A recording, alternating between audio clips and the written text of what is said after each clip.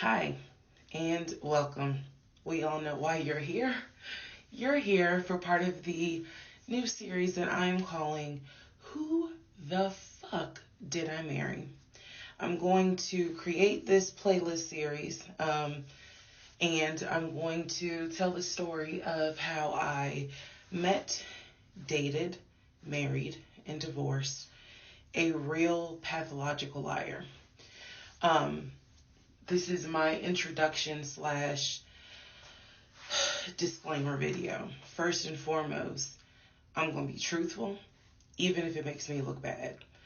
I'm going to be honest, but I'm also not going to be disrespectful to anyone that was involved. I'm not going to use people's real names because I don't have their permission to do so, and the sister does not want any sort of litigation. I will tell you off the top, I have a sense of humor and I have sarcasm. So things that you see me laughing at, none of this is funny. But in order to get through it, I have to laugh. If I cry, I cry. I'm human. I'm a woman. This was traumatic. I'm going to do the best I can to upload as much of the story as I can, because I know people get so annoyed with the follow for part 4, follow me for part 17. I'm just going to do the best I can to keep uploading the videos each at a time. I'm going to go in order from the time we met until the time I got our divorce decree in the mail. So that is a lot of time to cover. Please give me the grace to just get it out. It may not be all in one day. It may not be all in 2 days. But what I can tell you is even if you don't necessarily see a video, I'm probably recording it and then I will upload it into the playlist titled, Who the Fuck Did I Marry? What else do I need to cover ahead of time? Because I feel like this video is important to give some sort of context. So that way when people jump into the series, they kind of can figure out, oh, let me start at the introduction video and then work my way through. A lot of the questions that you all have sent me will be answered when I start and tell the story in order. Everything I'm going to tell you can be verified.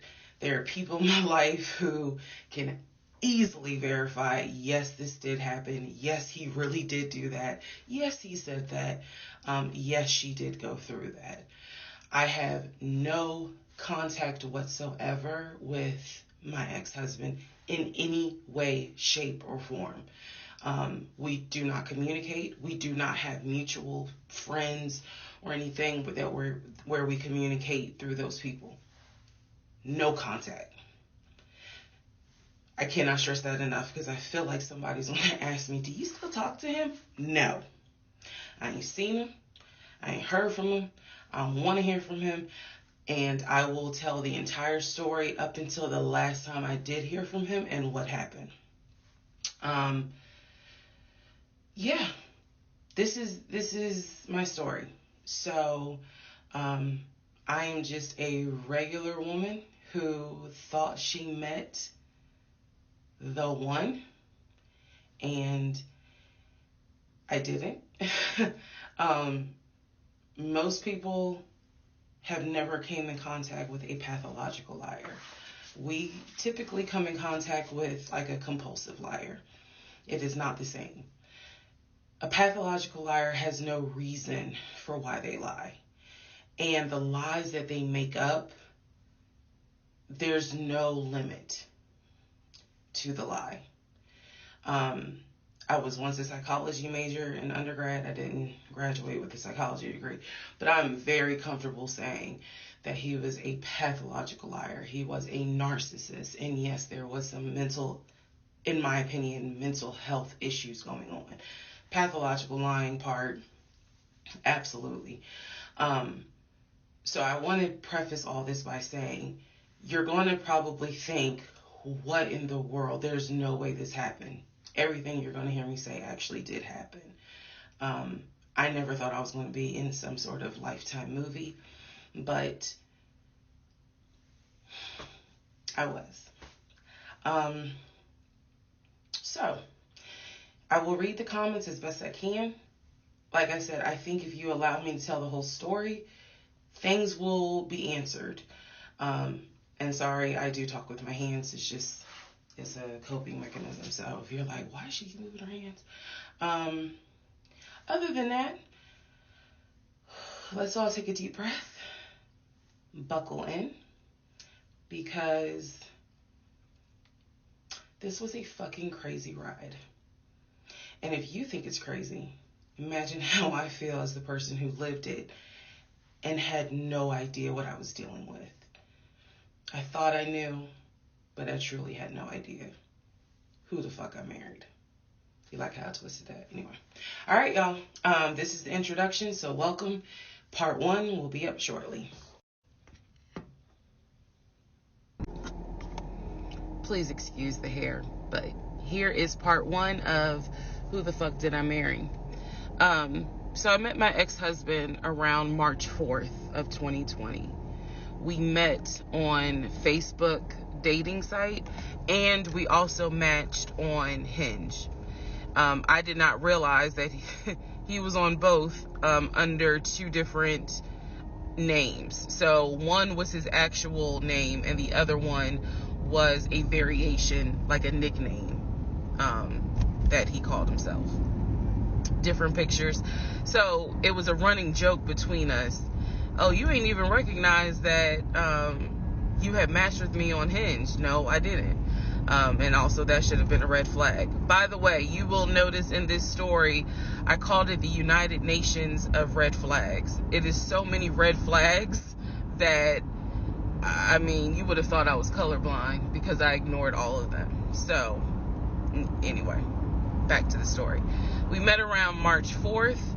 We exchanged phone numbers. He called me and we talked on the phone for the first time. In the first phone call, he told me that he had just moved to Georgia from California, from San Diego. His job had transferred him because he was being transferred in as the new regional manager for a major condiment company that is based here in Georgia. I'm not going to say the name. And so we also talked about his childhood. He told me he grew up in Philly. He's from Philly. Both of his parents were deceased. This is the first phone call. Both of his parents were deceased. His father was a Philadelphia police officer. His mom was a teacher. He also told me he briefly lived in Augusta with his family. He had 2 brothers and 2 sisters. He also had 2 half-brothers on his dad's side. First phone call. So I'm just giving you guys the backstory. This was the first phone call we had. So we talked about family. We talked about friends. We talked about our jobs. At the time, I was working at Georgia State Patrol. And he knew this, and he just thought that was like, wow, so you work with troopers all day. Yes, I did. Also in that phone call, he explained to me that he used to play football. He explained that he used to play arena football. I know nothing about arena football. I know about NFL. I know about college. Go Dogs. But I don't know anything about arena football. So he explained to me that he used to play arena football. He used to work at Apple in the off season of arena football. And I remember thinking on that phone call, oh, okay, good for you.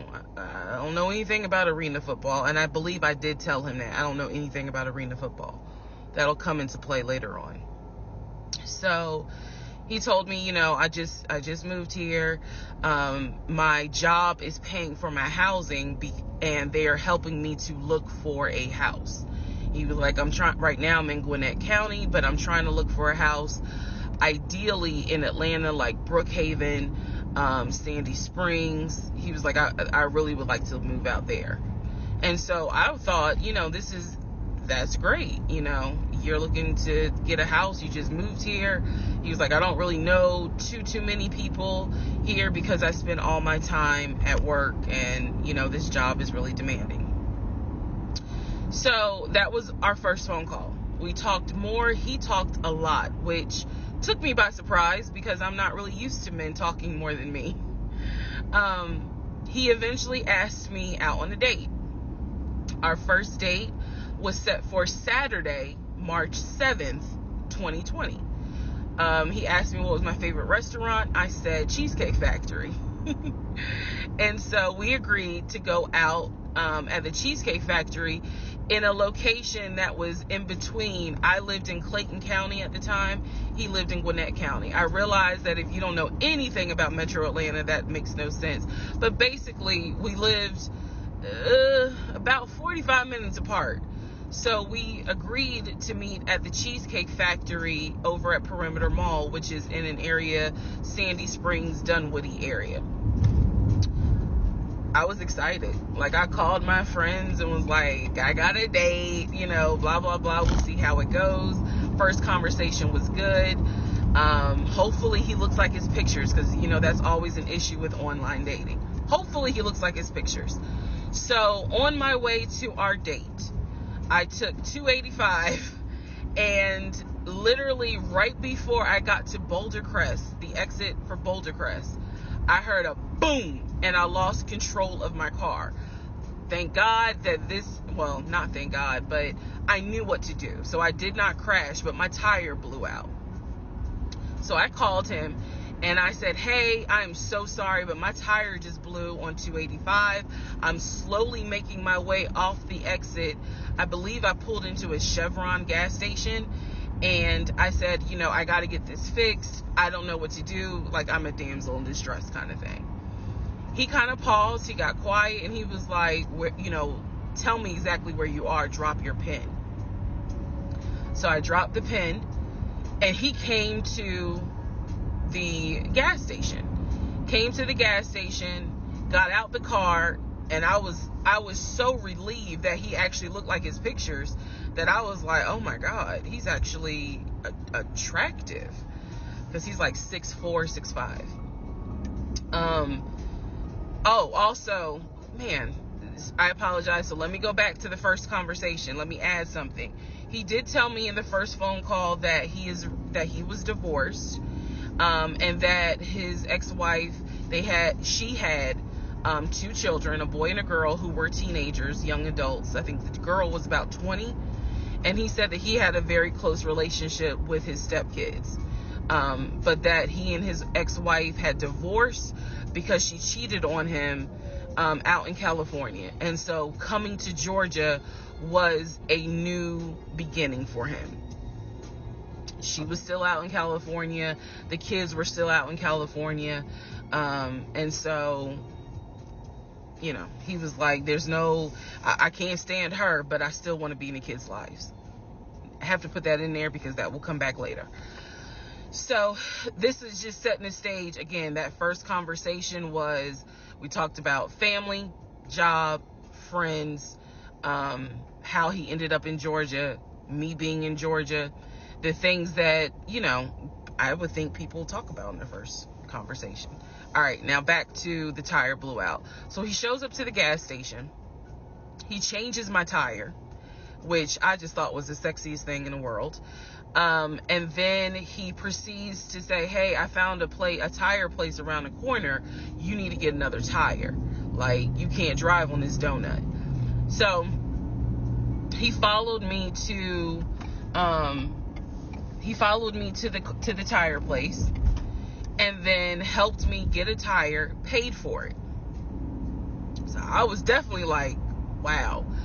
And so the vibe was good. So anyway, I get the tire fixed. We follow each other to the Cheesecake Factory over in Perimeter. We hold hands walking into the Cheesecake Factory. So in my mind, I'm like, oh my God, I had butterflies. That's the look of a woman who had butterflies. So I had butterflies. And we go in. There's a long wait, and so we sit outside and we just talk, and the conversation's great. And this is where he tells me what it is he's looking for. He tells me, I believe at the time he was 42.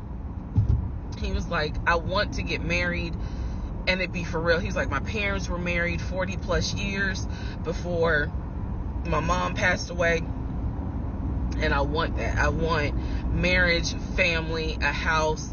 Like, that is what I want. He's like, I'm as a man, I'm ready to get married, but I want it to be for real, because the first time, it really hurt me when she cheated on me. So he's telling me everything that I wanted to hear. And so he was like, what is it that you want?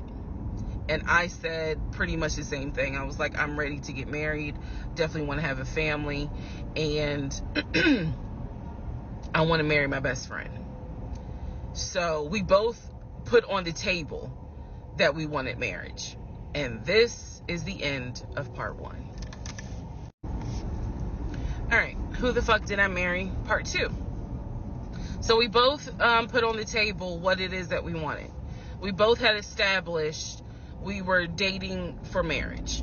We were not dating just to date. We were not trying to be friends with benefits, and none of that. So the dinner at Cheesecake Factory went really well. We laughed, we joked, we talked about people, which is kind of up my alley, my sense of humor. It was a good vibe.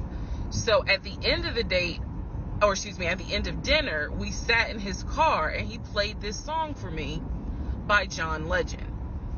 I don't know the name of the song. By the time this video posts, I will put the name at the bottom. I can't remember the song. I just remember that John Legend was talking about, I think I met my wife tonight. And I thought it was a sign. So I was like, oh my God.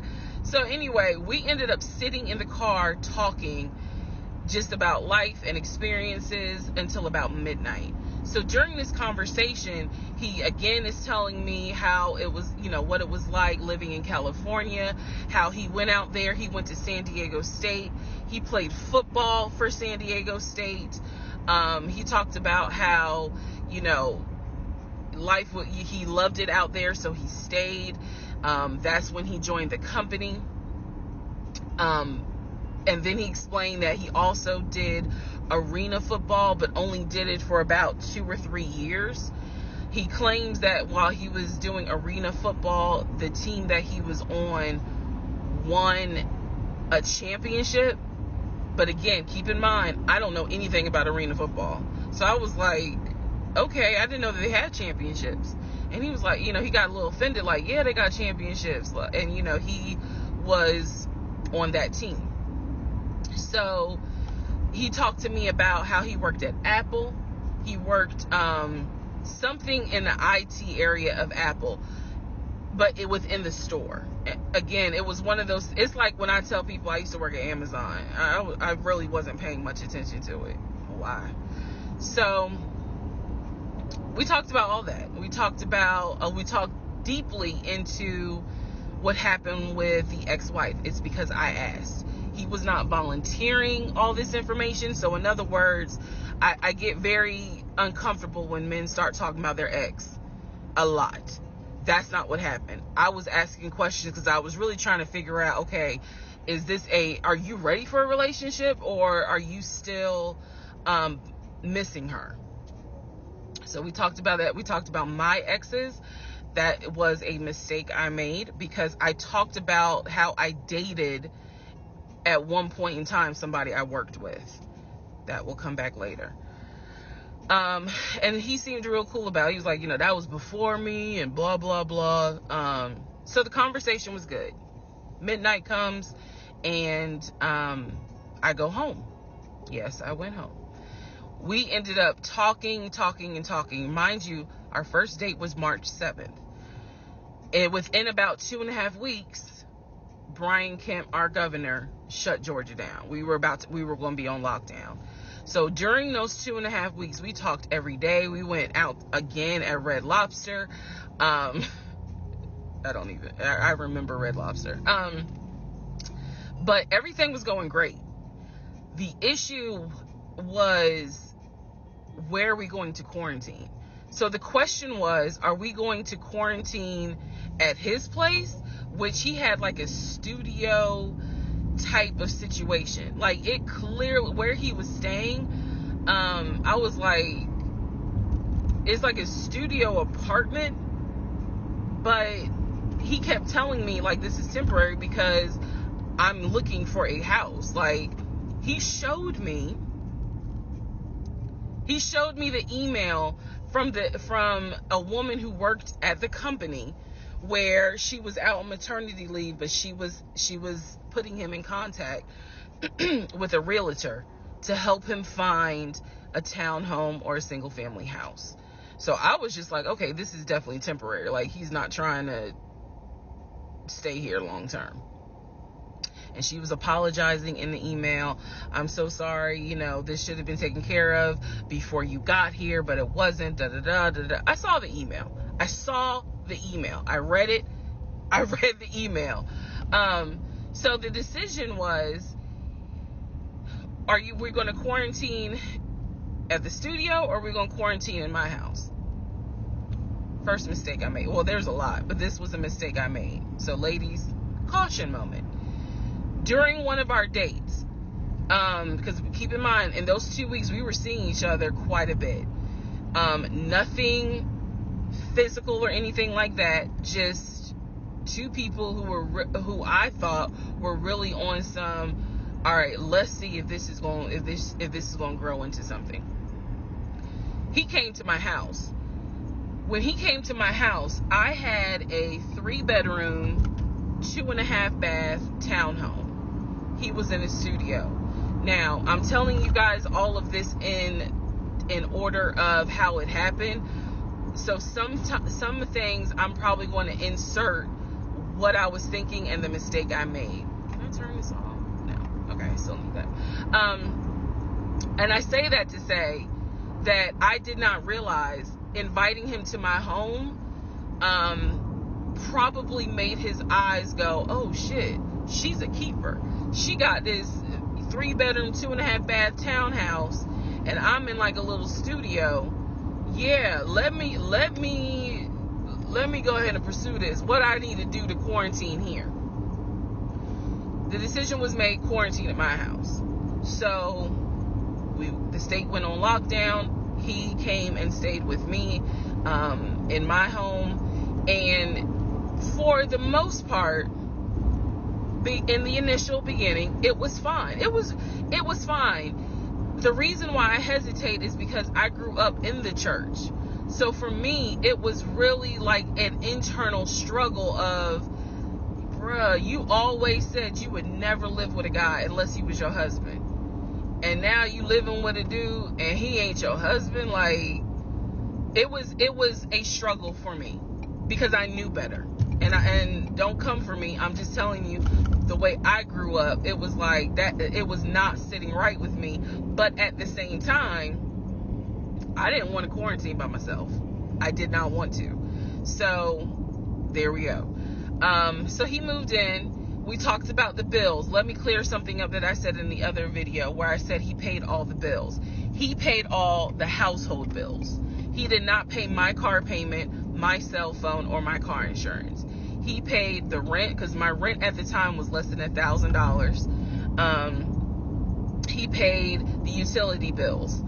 And so when he's telling me that he's a regional manager, I was like, wow, okay, so you got money. And so he paid all the household bills. So my check really was just taking care of me, myself, and I. And I am not, this is where it's not going to make me look good, but it's the truth. It was intoxicating to not have to worry financially about how to pay the bills. It was a wonderful feeling. And so I kind of pushed to the side the fact that, yeah, you shacking up, because it's like, but your paycheck, you don't have to worry right now. Like, he's taking care of all of April's bills before April even comes, because this was still March. So we're living together, and I'm cooking, I'm cleaning, he's helping to cook and clean, and then we have a conversation about house. Is he still going to buy a house just for him, or is he going to buy a house where it's for us?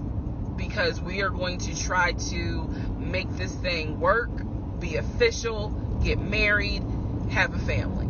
So the question now on the table is, what are we going to do? Because I didn't want to stay in Riverdale, Georgia. I did not want to raise a family there. I refused to have a baby in Clayton County. So the decision was made, let's start looking for a house for both of us. Remember, he was already looking for a house for him. But then he was like, you know what? We're together. I plan to marry you. Let's look for a family home for the two of us. He was like, this is how much I was approved for. That's when he showed me the Chase paperwork. It was a letter stating that and it had the Chase emblem at the top. He showed me a letter stating that he was approved for $700. All right, part 3. Who the fuck did I marry? So this is when he showed me a letter from Chase with the Chase logo at the top, stating that he had been approved for a mortgage for a $750,000 mortgage, or a $750,000 house. So he was like, we can't go over $750,000. And I remember asking him, can you afford the mortgage on a $750,000 house? Because I know I can't. This is when he explains to me, I told you how I played arena football. I invested my money really well. So he said, I have money that will help pay for the mortgage. He was like, we're good. Like, I'm financially, I am okay. He was like, that's why I'm able to get approved for a $750,000 mortgage. So he told me that his money was in different savings accounts. He said he had an account with Chase Bank, he had an account with US Bank, and he had an offshore account. This is what he told me. The offshore account, I was like, why? And he explained something about, the US the US imposes taxes on money when you have a certain amount in US banks. He was like, so everybody knows that it's smart to have some money in an offshore account. Y'all, look, I live paycheck to paycheck. I was like, okay, that's whatever. I said, so you have the money to pay for a home. I'm also holding in my hand a letter from Chase saying that he was approved for $750,000. So I went off of what I saw. So we contacted a realtor. I won't say his name, but man, if he ever sees this TikTok, I owe this man such an apology. But we contacted a realtor who was based in Cobb County, because I was very adamant I wanted to move back to Marietta, Smyrna area, in Cobb County, Georgia. He was fine with that.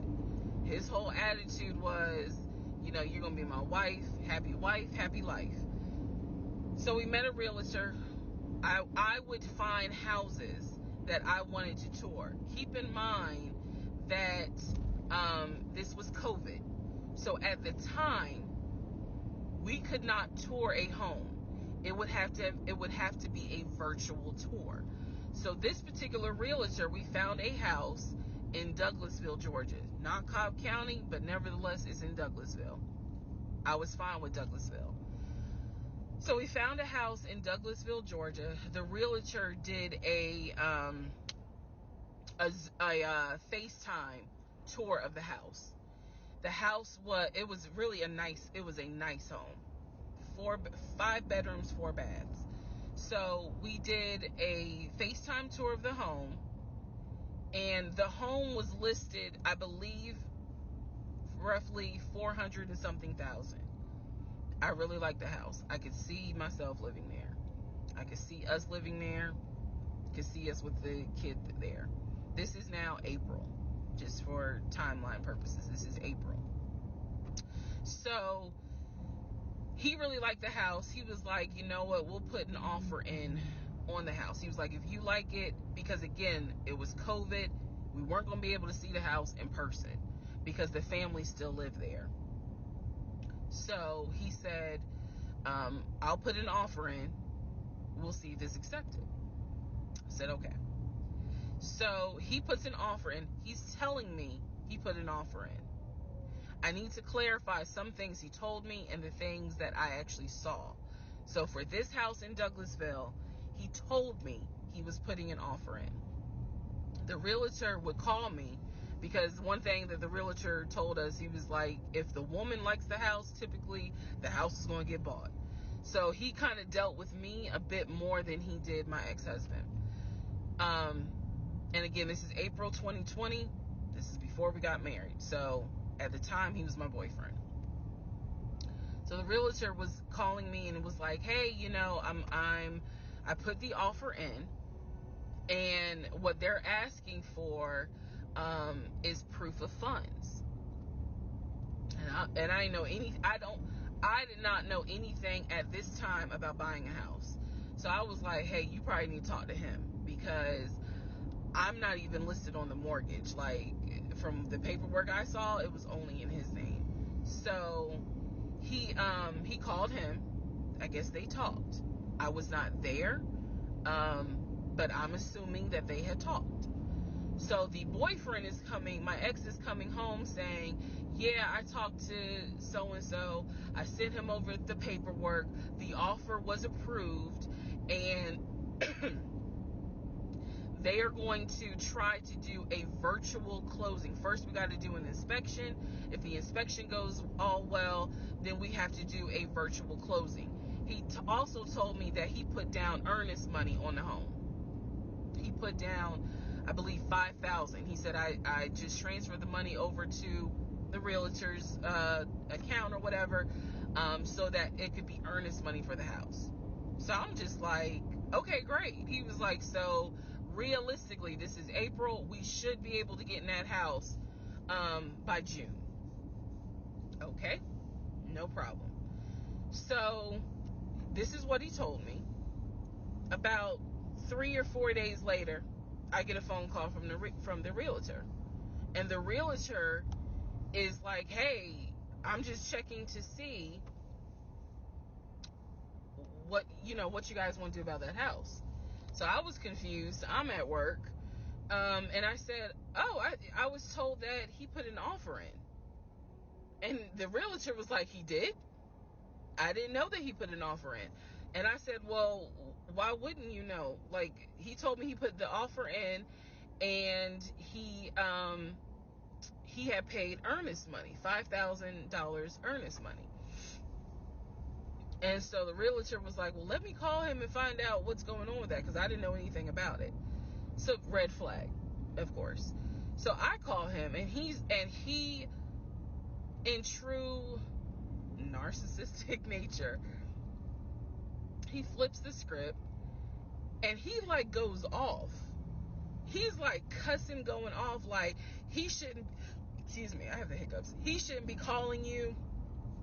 If he has a question, he should call me, because I'm the one that's on a mortgage. He was like, and now it's going to be an issue. And I said, well, did you put the offer in with him or not? And he said, no, I did not put the offer in with him. I put the offer in with a friend of mine who is a realtor, so I can give him the business. So I did not hear from that realtor again. So I was just like, is the house under contract or is it not? He was like, yes, the house is under contract. This is how crazy things work out.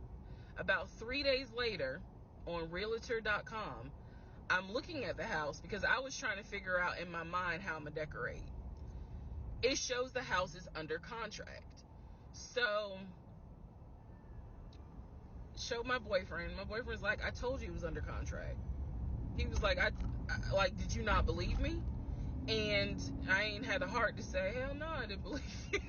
Like, it seemed too good to be true. But once I saw the house was under contract, I absolutely believe that, okay, it's under contract with him. Like, yeah, we're about to do inspection. We are about to move. And so we had driven by the house because, again, keep in mind, a family's still living there. So we had driven by the house. at this point, he was like, I want us to start looking for furniture so that way we can go ahead and order it. So when it's time to move, the furniture is ready, because you know it takes like 6 to 8 weeks sometimes for furniture to be delivered if they don't have it in stock. Like, he was very methodical and planning and saying, this is what we need to do. So we started going to Home Depot, Lowe's, because we had a printout of what the sellers were going to take. They were going to take the appliances. He had a printout. Let me be clear. He had a printout. So it said on there that they were going to take the appliances.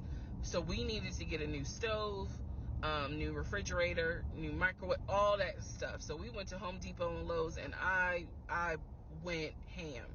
I chose all these new appliances, and here's where we get into the shopping. All right, part 4. So we go to Home Depot, we go to Lowe's. I'm choosing all these appliances. He's taking pictures of the SKU number. We have representatives helping us, and he basically explained to them, hey, we're buying a house. We should be closing sometime in June. Can we order this stuff now? Can I put a hold on it? Like, what can we do? Because we're not ready for delivery. I stood there as the Home Depot rep said, we can hold it in our warehouse. Like, you can buy something and we can hold it. People do it all the time, especially with COVID. So I watched him pay. I want to say it was about it was either $350 or $500. I watched him pay a deposit on a whole new set of appliances for them, and they were going to hold it until we were ready for delivery. I watched this. So I was like, okay, good deal. Like, we got the appliances. Next, let's go to Rooms to Go and Ashley Furniture and find actual furniture. So we went all around Rooms to Go. We went to Ashley Furniture. We went to American Signature. And I saw all these things that I wanted. Again, he's taking pictures of it. He was like, I can go online and order it. I didn't think anything of it because, again, I just saw that we held the appliances. So I was like, okay, that's fine. So April turns into May. May 2020 comes. This is where things start to get a little interesting. May comes, and obviously we had not done inspection. And I'm asking him all the time, what's the deal with the house? He was like, oh, because of COVID, they're trying to get someone to do the inspection. But the guy that they had, it was always something. The guy they had caught COVID, so they're going to have to get somebody else. And he's like 15 houses backed up, so it'll be a while. So at this point in May, I know I look crazy. In this point in May of 2020, I started recording audio diaries. I don't know why. It was something just made me just start recording my thoughts in an audio diary, and I still have them. And I would save them by the date, and I would just start talking about what's on my mind. So I was like, I knew there was something was nagging me, like, but I kept pushing it out of my mind. I was like, you saw, this is what I reminded myself. You saw him pay for the appliances. You know the house is under contract. You know that he told you that he's the one who put the house under contract. Why would, like, I remember saying to myself, why would he lie about that? This is so easy to verify. Why would he lie about that? Have you caught him in any other lie? And at the time, the answer was no. So I really was like, maybe you just aren't used to a guy who actually does what he's supposed to do. Like, I was questioning myself and then answering my own questions. So, inspection didn't happen. Around mid-May, I found out I was pregnant. May 2020. When I found out I was pregnant, he was ecstatic and I was like, oh shit. The reason why I was oh shit is because, number one, I'm plus size. Number two, because of my age, I felt like it was probably going to be a high risk pregnancy.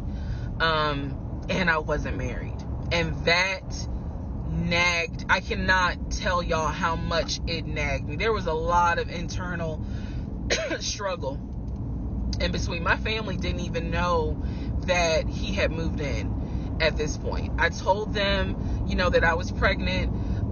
Went to the doctor. Everything looked good. But again, because it was COVID, he couldn't go in with me into the actual room. So, doing any sort of ultrasound, doing the blood test, because my HCG levels were really high. So the doctor was like, hey, it might be twins. We don't know yet. You're still kind of early, along. They gave me a due date. The due date was January 26th of 2021.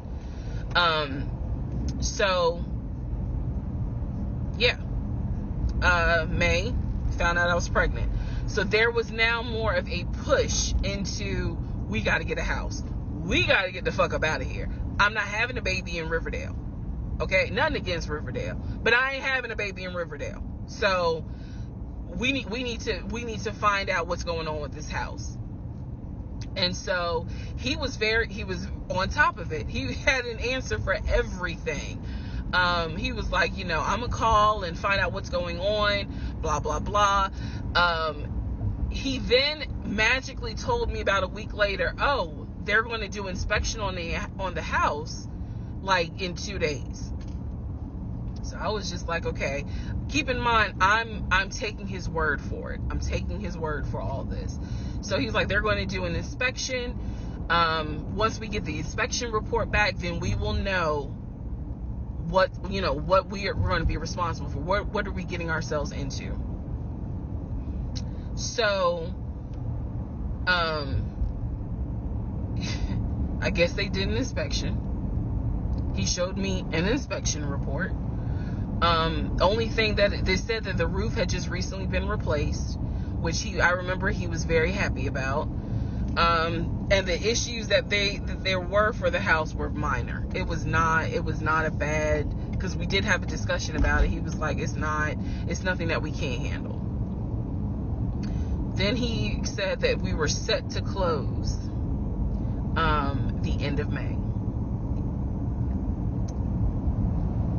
We were set to close the end of May. He told me it was going to be a virtual closing. You're probably like, what the hell is a virtual closing?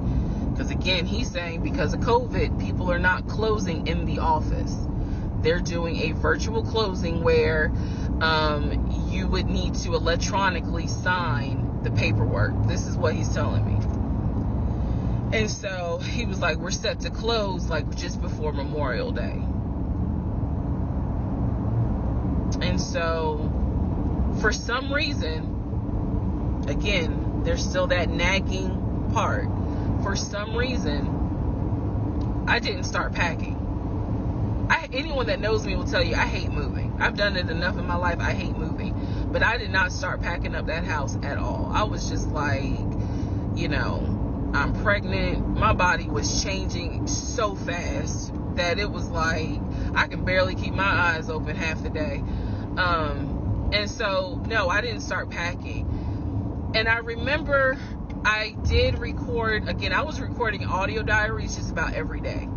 When something didn't sit right, I would verbally record it in the audio diary because I was like, I don't know what it is, but there's something. That was the theme of our relationship. I don't know what it is, but I know there's something. And so I remember talking to myself in my little prayer closet, because that's where I would do my recordings. And I remember thinking, what if we don't get this house? Like, what if he's lying? But again, there goes that thought process of, why would he lie about this? Like, who makes up that they're buying a house when in fact they're not? And then he's showing you all this paperwork. Like, come on, you can't be that jaded that you don't even believe what's in front of you. All right, so now we're going to go into part 5. Okay, part 5. Who the fuck did I marry? So I'm questioning all this stuff in my head out loud on my audio diaries, and then once again I'm like, but look at what he's giving you. Like, he's paying. It wasn't a question about money. It was just a question of, are we really about to move into this house? And keep in mind, he's paying all the household bills. He still is. So we were supposed to close before Memorial Day. We didn't. There was an excuse. There was always an excuse with him. Always an excuse. And I didn't know enough about the process to question stuff because I really wasn't involved the way I should have been. And it was giving me a lot of anxiety. So I'm pregnant with a lot of anxiety. And if I'm gonna be 100% honest with y'all, I was not expecting that I was probably going to have a healthy pregnancy because I was stressed. And what I was stressed about is I didn't know what was going on because I wasn't really involved the way that a normal relationship would be involved. Just being honest. So we did not close. We move now into June. This is now going into June. Around June 5th, I looked at the house again on realtor.com. I don't know what made me do it other than, and I don't mean to sound super spiritual. I know that people are like, you know, you may or may not believe in God, but I'm telling you, I believe with all my heart.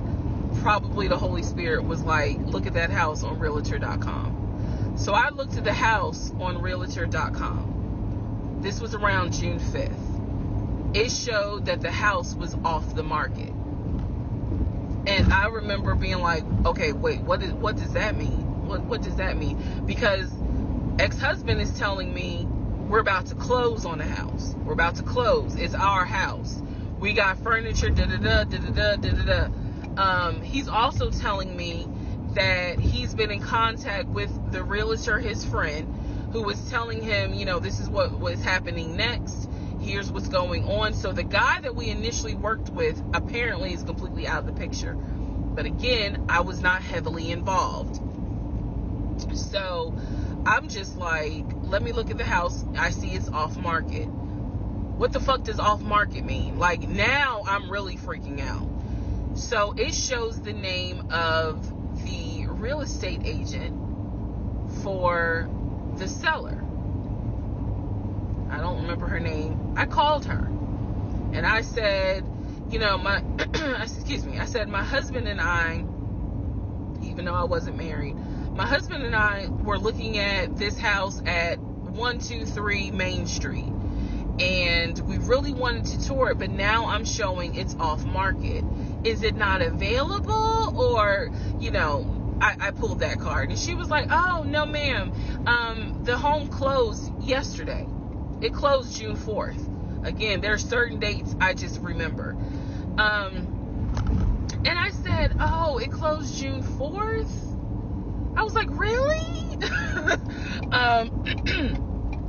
And she said, yes, ma'am. She was like, my sellers sold the house. And I was like, oh, man, okay. Well, I said, my husband and I really wanted, you know, we love the pictures of it. And we're getting ready to start a family. So I would have loved to have been able to, have the opportunity to see it. I asked her something. I don't remember the specific question I asked her.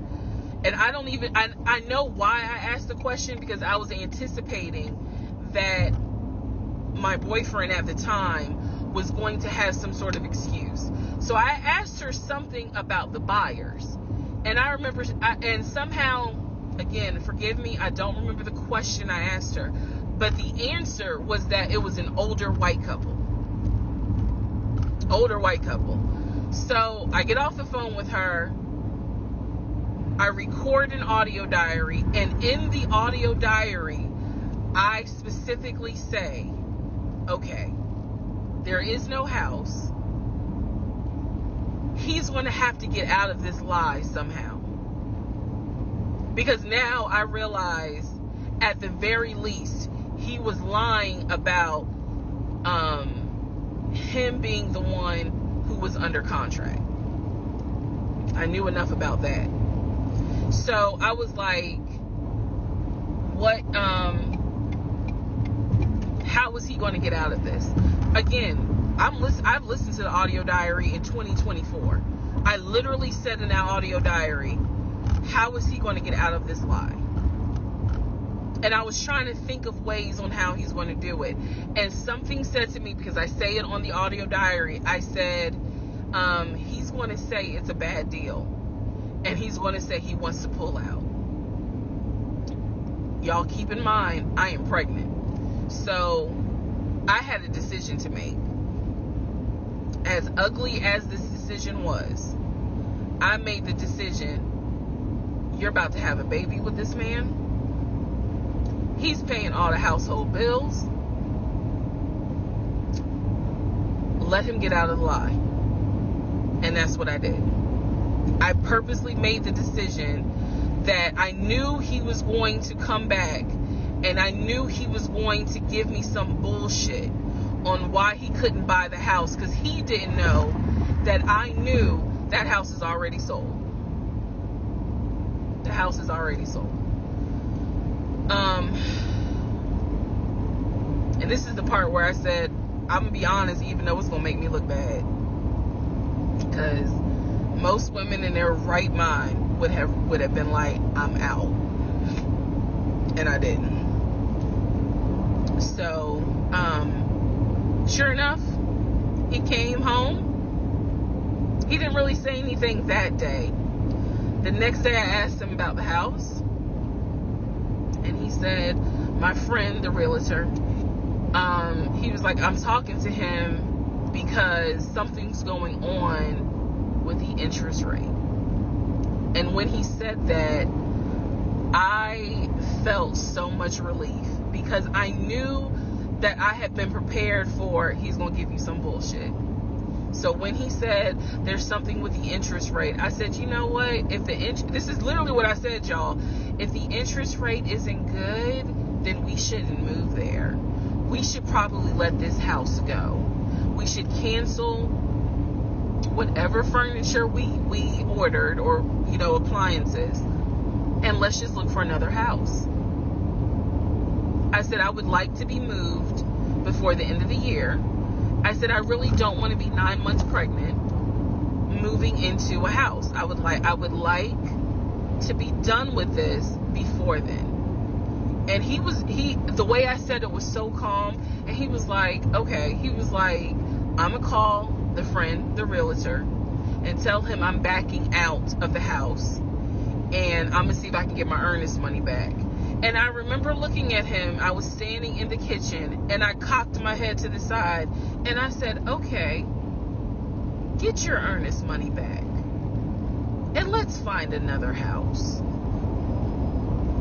And so that's how that first house fell through. So fast forward, I keep looking at this to see how much time I have, because they only give you 10 minutes. So this is part 5. Part 6 is coming up. But subsequently, what ends up happening the next week, which is mid-June, I was at work, and I started cramping, started bleeding. And at this point, my doctor, I had just had an ultrasound earlier that day. So I went to work, because the ultrasound was fine. I went to work, and the cramping and the bleeding started, and I started crying because I kind of knew what was going on. And my doctor had called me and told me that when they did the ultrasound, they did not see a heartbeat. So she was like, this pregnancy is not going to be viable. So I'm crying, hysterical, and now we're going to get into part 6.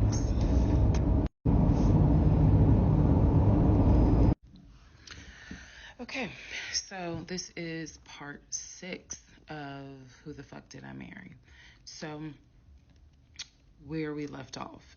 So, obviously, my doctor had called and told me there was no heartbeat, the pregnancy was not viable at that point, and I was cramping and spotting at work.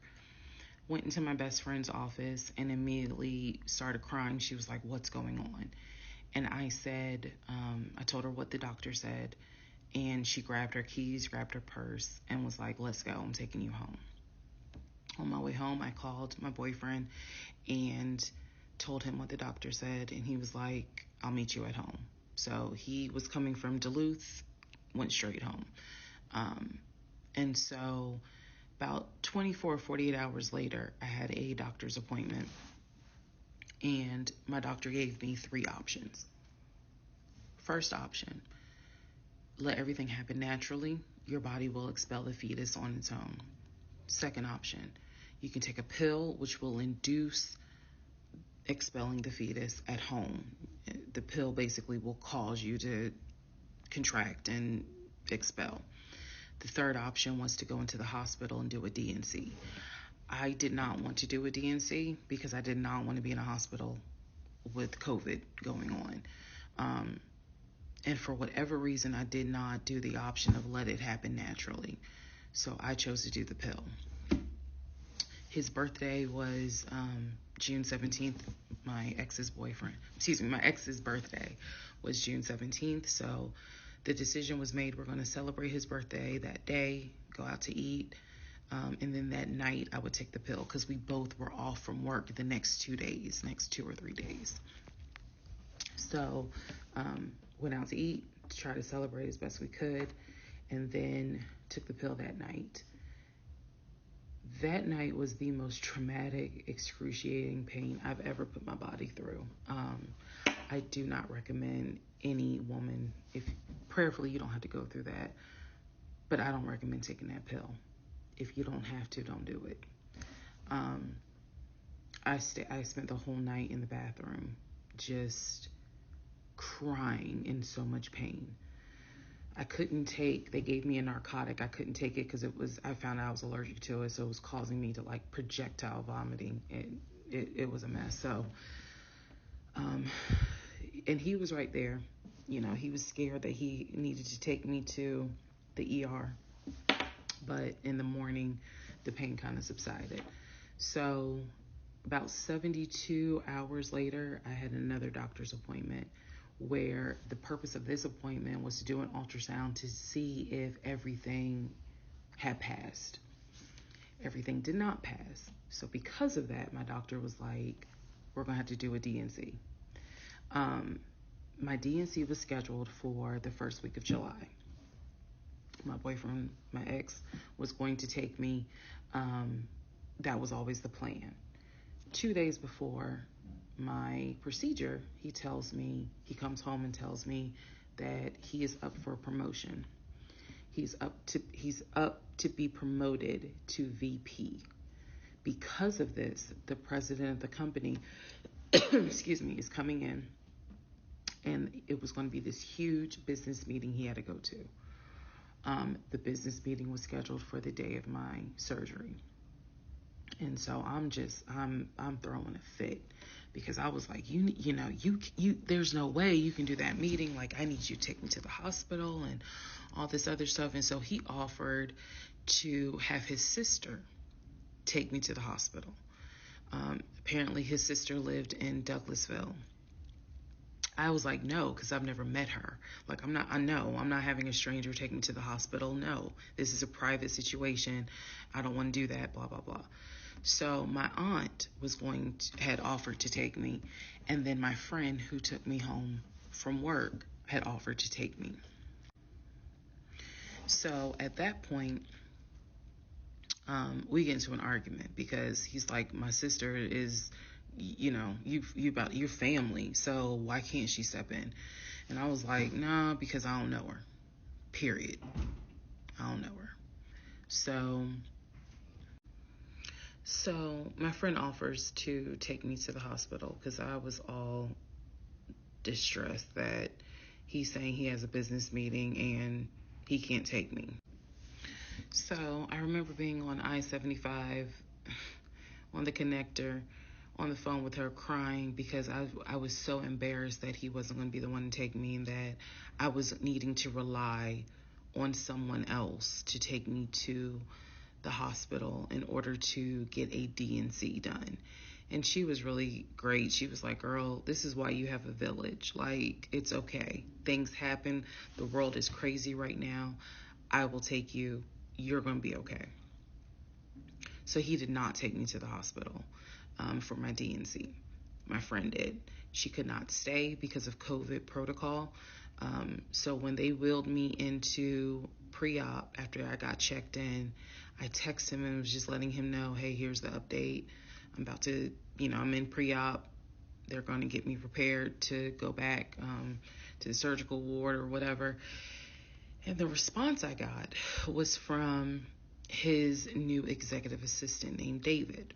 Now, when he told me he was up for the promotion, he did tell me that part of getting this new job would be that he would get an executive assistant named David.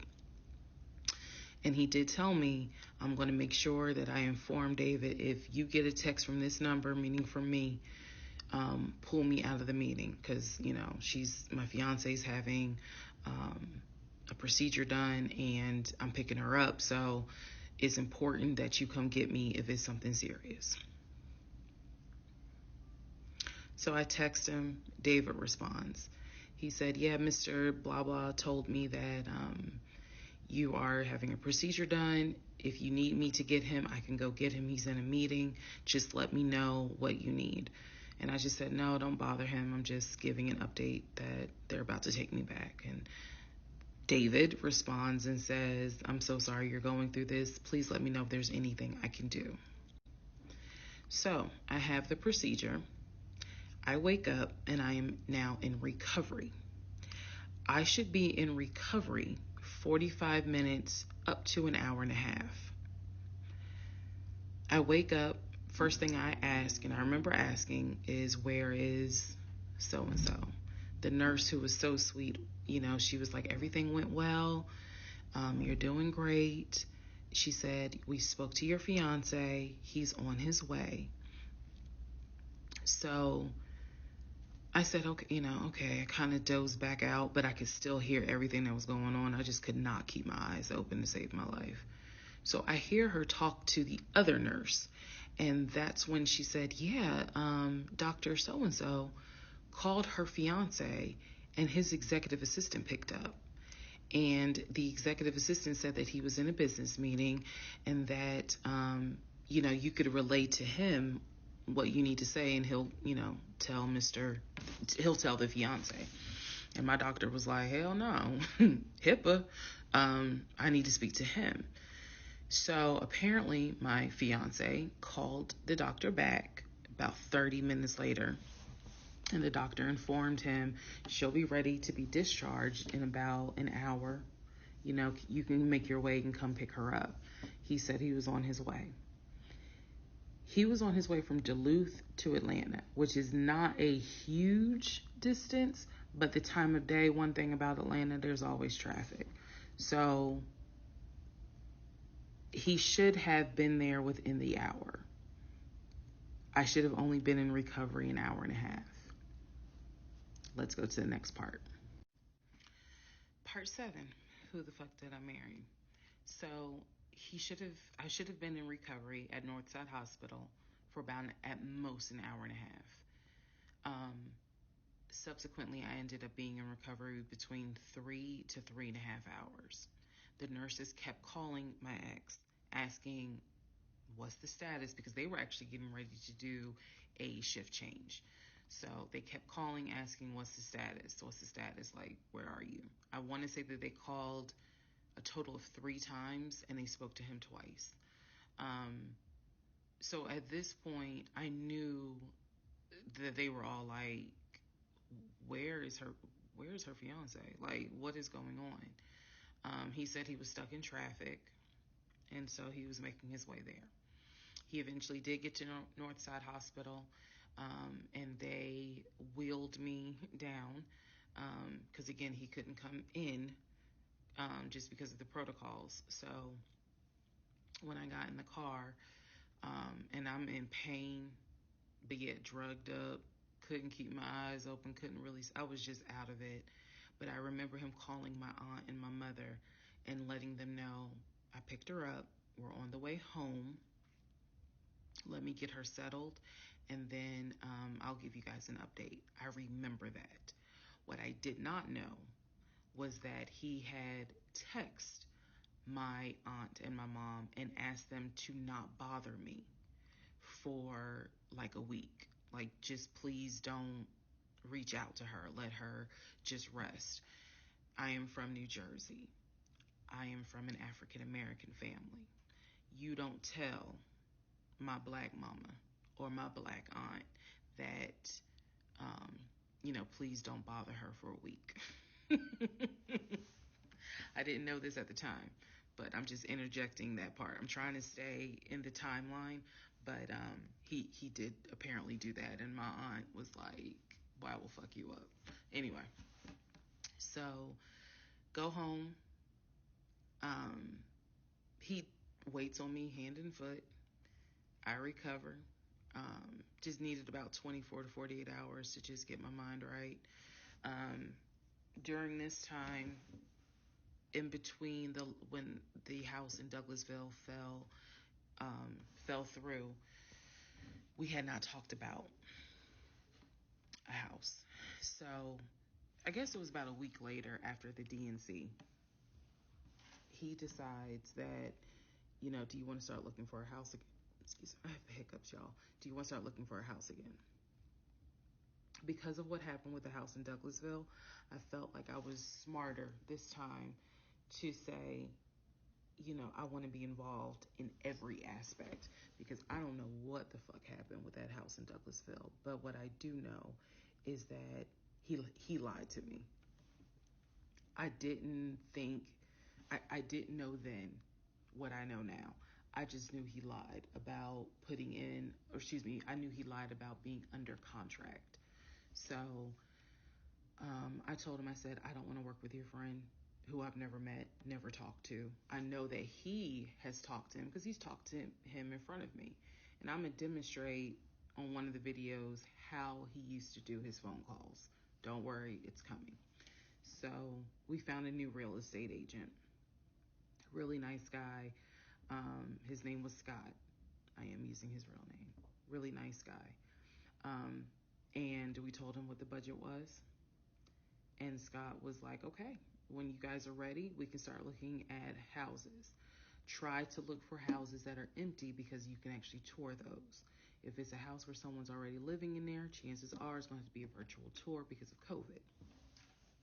So I found a house that I absolutely, in total, we must have looked at about 15 houses.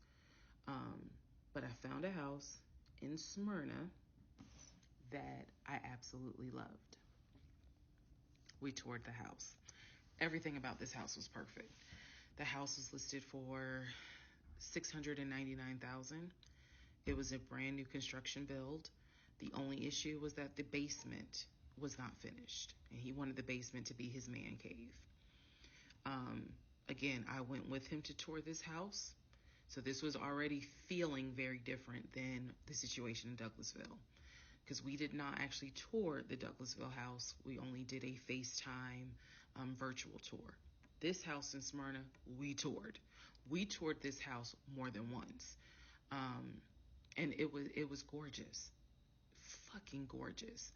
So We talked about it. He said that he had the money. Again, the price was $699. He said he felt comfortable putting in an all-cash offer. If you remember on the videos before, he told me he had money in his savings from when he played football. So when he said an all-cash offer, even I knew, you got that kind of money? Like, where you can cut a cashier's check for $699,000? And he told me he did. He had money in savings from when he played football, and he was very comfortable paying all cash for this home.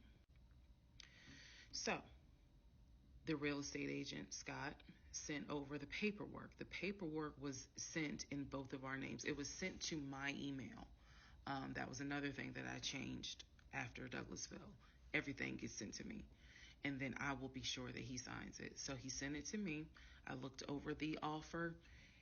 We were going to put in an all cash, full price offer with a request to have the basement finished. Also, we were requesting for the seller to give us an answer within 24 hours. We were requesting a quick closing. These are just some of the things I remember. I remember 24 hours, like I didn't want to wait on, y'all think about it. 24 hours, let us know if you're accepting the offer or not. And then also a quick closing because it was a new construction. So we didn't have to wait for the current tenant to move out. We didn't have to do that. So I watched in our bedroom as he pulled it up, because it was a electronic document. He signed his name to the offer for $699,000 cash. He requested again, the seller let us know in 24 hours if they were accepting the offer. So we submitted the offer at around 6 p.m. We were requesting that by 6 p.m. the next day, they let us know if the offer was accepted or not. I watched him sign the offer. I sent the offer back to Scott from my email. All parties had signed. Scott texted us and said, I got it. I'm submitting it. I will let you know what they say. Let's go into part 7. Sorry. Let's go into part 8. Good grief, this is getting long. All right, part 8 of Who the Fuck Did I Marry? So we submitted an offer on the house in Smyrna. I sent it over to Scott, our realtor, and next day comes, Scott asks if we can take a phone call. So he calls us and tells us that the offer was not accepted and the builder did not do a counter offer. We don't exactly know why. We don't exactly know why he didn't accept it, but the bottom line is that we figured out later on that he didn't want to finish the basement. So the offer was not accepted. The house fell through. I was okay with that because, again, I knew he had put in an offer. So we continued looking at other houses. We found another house in Smyrna that he really liked. I thought that it was way too big for just the two of us. And so the price of this home was much higher than the $750,000 that Chase had approved for the mortgage. So what he explained to me was that he was willing to do the $750,000 mortgage, and he was also willing to put a significant amount of the money in savings on the house, which meant that he was now comfortable going from $750,000 up to about $900,000. Again, his whole explanation was, I have the money where I can put down a substantial down payment, bring down the price of the home, and then basically mortgage the rest of it. So that was now the plan. I was not comfortable with a home over $900,000. But again, keep in mind, I saw the Chase paperwork. So I was like, I just feel more comfortable sticking at the $750,000 mark. That's what you were approved for. Let's go with that. By this point, this is now fall of 2020. We have been talking about marriage. I had my ring. He had made VP at the company. And again, he was calling me every day from work. I need to kind of explain how the company was ran, because when you think VP, you would think he would be in an office. It was a condiment company, so they actually were producing the condiments, and I'm not saying the name of the company on purpose, but they were producing the condiments in this particular plant location. So a lot of times, he would simply tell me that he walked the floor, checking in with his subordinates, basically. Now, how did he go to work? For the most part, at this point, he left before I woke up. However, pretty much he wore dress pants, kind of like a dark navy blue cargo pant, and he had a polo shirt with the company logo on it. What I saw a lot of times is that he would not wear the polo shirt to work. He would wear like a company t-shirt. He would wear rubber sole shoes and the navy blue cargo pants. I didn't think it was a uniform, but it reminded me of what someone would wear when I worked at Amazon, if you're going to be doing manual labor. He didn't go to work sloppy looking at all, but it definitely was not suit and tie. Nowhere near suit and tie. It is fair to note that outside of work, he was a man who he loved to dress. He loved to wear the latest Jordans. He loved to collect watches. He collected a lot of Invicta watches. He loved to collect hats. He wore hats, baseball caps everywhere because he didn't like the shape of his head. So in terms of how he dressed casually, the man, he could dress. In terms of how he dressed for work, yeah, he didn't dress like a VP. But his excuse was, I'm constantly walking the production floor, and I can't be in a suit and tie walking the production floor where they're creating the condiments that we're selling. So by this point, again, this is fall. We're still looking at houses. We're still touring houses as much as we can because it is COVID. We had found another house that we really liked and a house that I really, truly wanted to put an offer in on. This was now going to be the second house that we put an offer on. He put in the asking price, I believe, was about $700,000. He put in under asking an offer for about $650,000. I'm guessing, but I'll try to find the house and put it on the story. The reason that house fell through, we found out that the home was sitting on a septic tank. We found out that the septic tank had an issue, and it would have taken about $15,000 to $20,000 to fix the septic tank. The sellers were not willing to fix the septic tank. Personally, I didn't really care for the house that much. I'm the one who was like, I don't really want it. So even though we put an offer in, we had 24 hours where we could pull our offer back.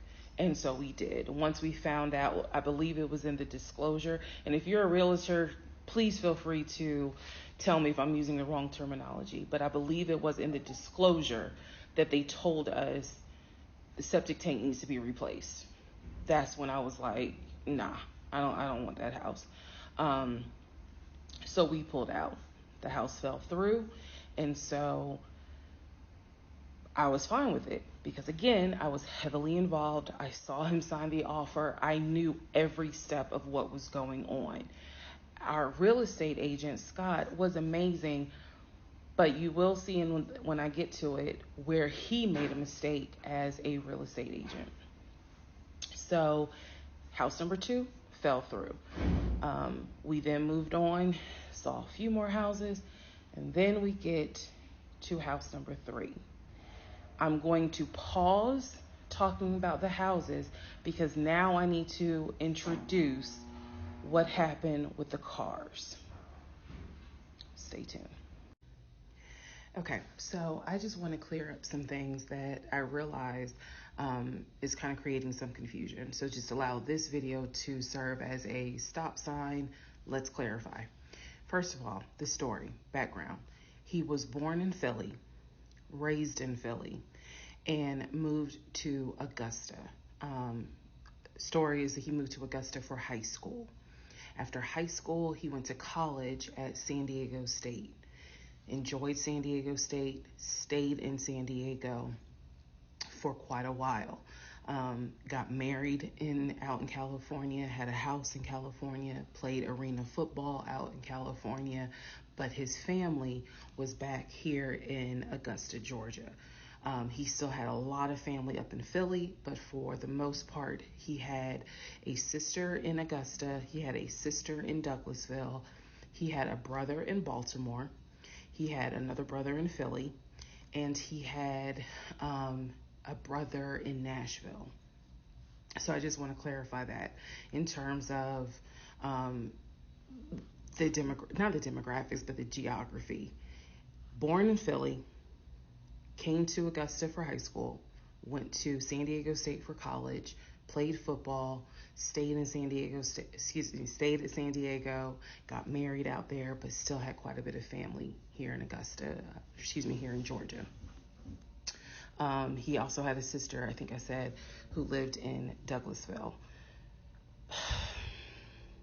I have physically met his aunt who lived in Augusta. I've met his brother who lives in Augusta. I have spoken on FaceTime with a brother who lives in Baltimore.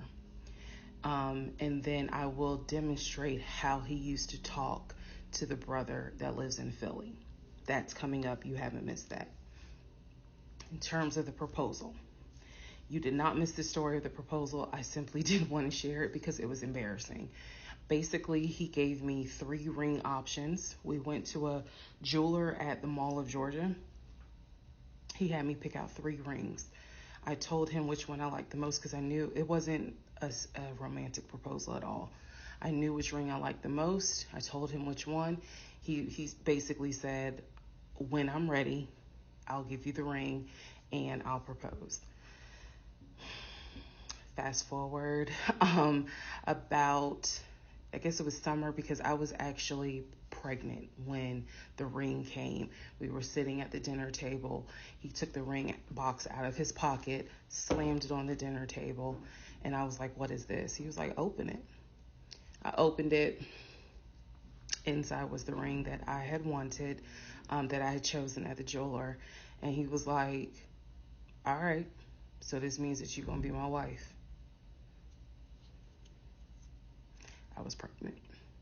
So, again, when I asked y'all to give me grace, it's because there are certain things that's just like, girl, what was you thinking? Trust me. There's no excuse. So there was never a, will you marry me? It was more of a, we're living together, we're having a baby together, we need to get married, because the backstory also was that his dad was a retired police officer, but at one point his father was a pastor. So he could quote the Bible like nobody's business, as we all know, so can Lucifer. But anyway, he could quote the Bible like no one's business. And so that's how we ended up engaged. And I was wearing a ring. I will find a picture and I will try to post it. But I was wearing the ring. Don't worry, there's more to that story as well. So just wanted to clarify some things for the people who were like, wasn't it weird that he had a sister who lived close, but he's from Philly? So I just wanted to definitely bring clarity to what he told me was the backstory. Born in Philly, came to Augusta for high school, went to California for college, played football at San Diego State, played football and arena football, worked at Apple, and then joined the condiment company in California, who then transferred him back to Georgia. He was married in California, and he told me he got divorced in California. That is important as well. That will come up again later.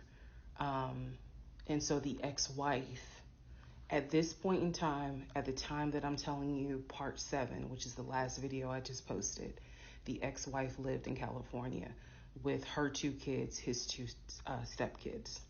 The 2 stepkids were 17 and 20 or 21, but they were that age group. And he was saying that he was very close with them, so he wanted to keep a tight relationship with them.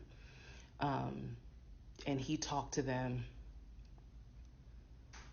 if not every day, every other day. When I say, and when I say this, I need y'all to understand. When I say that he talked to someone, it means that he was on the phone in front of me talking to the person. I hope that, because I will touch back on this. He was on the phone in front of me talking to the person. So he talked to his siblings every day. He talked to his aunt almost every day. He talked to his family the way I talk to my family almost every day. And again, I will demonstrate how he used to do the phone calls. I will also demonstrate how he used to do the work phone calls, because he called me every single day from work. And he would talk to people while he was on the phone with me. And I could hear people in the background. But that's a whole nother part. So again, buckle your seats. I promise I'm reading your comments, I'm reading your questions, but I wanted to bring this video just to clarify some stuff. Hopefully this helps. And honestly, I know people are fascinated by this, but more than anything, I hope that there's a woman watching this and she's saying to herself, okay, it's time for me to ask some questions. That's my hope. All right. Part 9 of Who the Fuck Did I Marry? So we're pausing on the house stuff. Let me tell you about the car. So when I met my ex-husband, I was driving a 2012 Nissan Rogue, fully loaded. It had quite a few miles on it, but it got me from A to B. It was in good condition, but I was upside down in the car. He was driving a 2018 Ford Taurus, sport mode. I know he had a sport mode on the car, and I love driving that car. When he told me how he was a regional manager, he told me that one of the perks that came with the job was that he would be getting a company car. And so we spent time going to Range Rover of South Atlanta. We spent time going to Jaguar. We spent time going to BMW. We spent time going to Ford, which was on Mount Zion in Morrow, if you all are familiar with that area. He test drove a whole lot of cars. In the end, he decided on a BMW sedan. I was there when he test drove the car. I got in the car with him. I loved it. And he explained to the salesperson, I'm getting a company car. I need to get a printout of the full price of the car, tax, tag, and title. Because what my company is going to do is wire over the money for the car. The salesperson was like, okay, apparently that happens a lot. So he gave him a printout with the tax, tag, and title for the car. In front of me and the salesperson, he called the person in the finance department for his job. Obviously, I have no idea what this person's name is, but he called the person. He explained to them, this is the amount of money. He said the president of the company, so-and-so, has authorized for him to get a car, not spending more than, I think, $90,000 tax, tag, and title. The BMW came out to just under $90,000. And so he I remember this conversation so fucking vividly. So he's on the phone in front. I'm sitting down. The salesperson sitting down at their desk, and he's like, they put me on hold. And so he's like, I guess the person comes back, and he says, yeah, the price of the car is blah blah blah. He was like, give me a second, and I can send you a picture of that printout that shows tax, tag, and title for the BMW. He gets off the phone. He takes a picture of it. He sends it to whoever. He waits about 10 minutes. He calls the person back. He says, did you get it? Apparently the person did get it. But the person who can actually physically do the wire transfer had gone home for the day. So what he says to the BMW salesperson, he's like, okay, we're going to have to do this tomorrow because so-and-so went home for the day. I don't know who the salesperson is. I can only tell you from my viewpoint what I thought. I had no reason to think this was a lie. I really didn't. Because again, you got to please keep in mind the circumstances that all of this is happening. We're inside the dealership. We're sitting at the desk of this person. He gave us the printout. He's on the phone, doing business, basically saying, look, this is how much money the car is going to cost. He's taking a picture of it. He seemingly is texting someone saying this is how much, this is proof of how much it is. Then he asked the BMW salesperson, I need your wire transfer information. The guy got up, rushed over to, I guess, their finance area to get the bank wire information, because obviously you have to wire it a certain kind of way. Rushes back over, gives it to my ex-husband. My ex-husband's like, okay, first thing in the morning, we will get this wired over, and then, I'll come and pick up the car. My fiance, will drive me up here to pick up the car. So we leave. He felt like, because at the time that this all happened, I was pregnant. So he felt like, look, we're about to have a baby. I don't want you driving that Nissan Rogue. I want to get you something. I want to get you something more secure, something new. I really wanted a Kia. I really wanted a Kia Telluride. And he was like, well, let's look at the warranty. This man knew a lot about cars. He knew a lot about the warranty. He knew a lot about the depreciation value. And so he did talk to me a lot about what will we get the most for our money. We test drove, when I say we, I test drove a Kia Telluride, a Kia Sorento. He didn't like either of those. He had me test drive a Ford Explorer. He didn't really care for that. Then came time where he really wanted me to get a BMW. He really wanted me to get a BMW X5. So he took me to Global BMW Imports, which, if you know anything about Atlanta, it's off of Cobb Parkway, but you can see it off the highway. I believe 285 is where you can see the Global Imports BMW dealership. He took me there. He had me test drive an X5, an X6. He also had me test drive I think I'm gonna get the numbers wrong, a 525, which was a sedan. I did not like that. I wanted an SUV. I loved driving the BMW. He also had me drive an M-Series, test drive an M-Series. So he was very adamant that I should get a BMW. The reason being is because, according to him, he had a BMW in California when he lived in San Diego. He had a BMW that he loved. It was a white BMW. He showed me pictures of the BMW. So he showed me pictures of this white BMW that he had, and unfortunately, the car got totaled about 2 months before he moved to Georgia. So he had received money, not a lot, but some money to get another car, and he used it to get the Ford Taurus, because he was like, I just need a car that's going to get me from A to B until I get into a house and I'm much more settled. For him, he was like, I'm really giving myself 60 days to get settled here in Georgia after moving from California. But then he met me. Again, that's the story. So he had me test drive the BMW. So much so, I loved the BMW. Loved it. I wanted a dark blue BMW with cognac interior. I wanted an X5 and I wanted an M series. So I can clearly tell y'all that's exactly the car I wanted. We were online looking for that particular car because not every dealership had it. I was okay with a black BMW if needed. But I really wanted dark blue and I really wanted that cognac colored interior.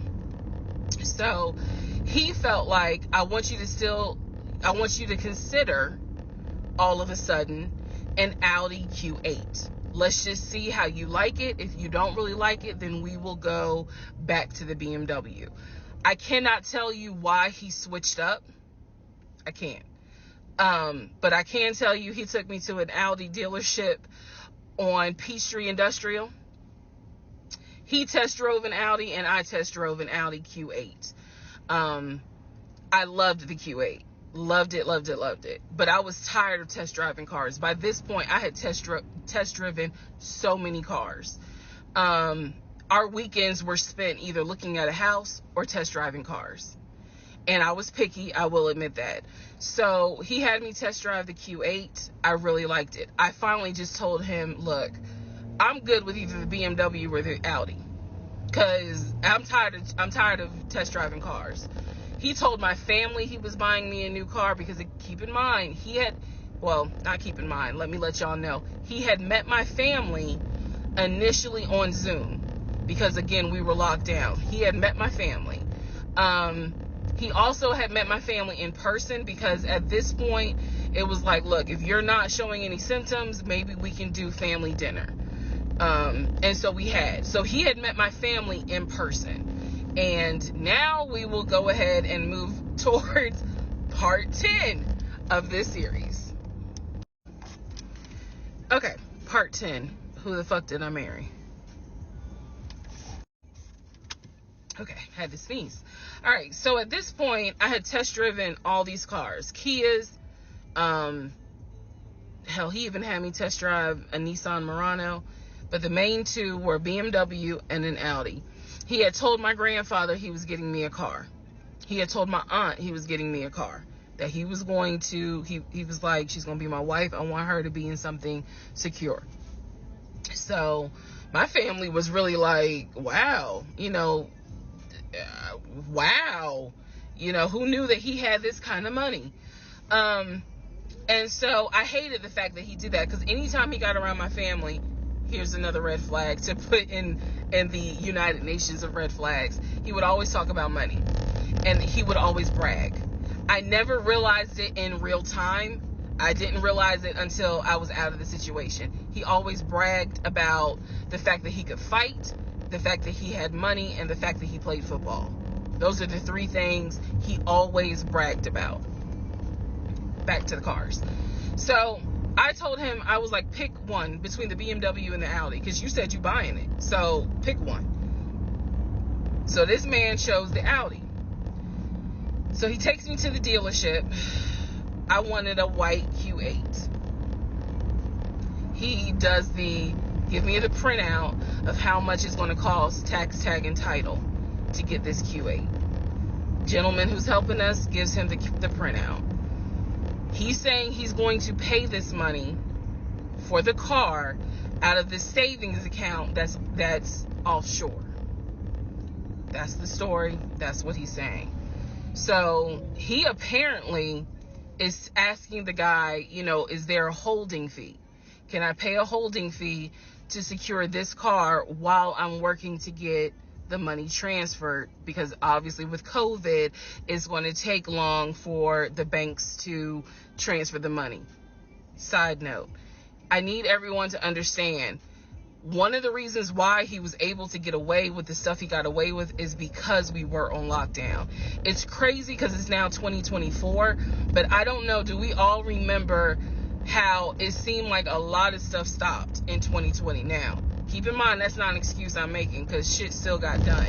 But in terms of business as usual, business as usual just was not happening in 2020 at this time. So when he's saying, oh, it's going to take a while for the bank to transfer the money, the gentleman who was working at Audi he didn't make a face. He didn't blink. He was like, I know it's going to take a while because of COVID.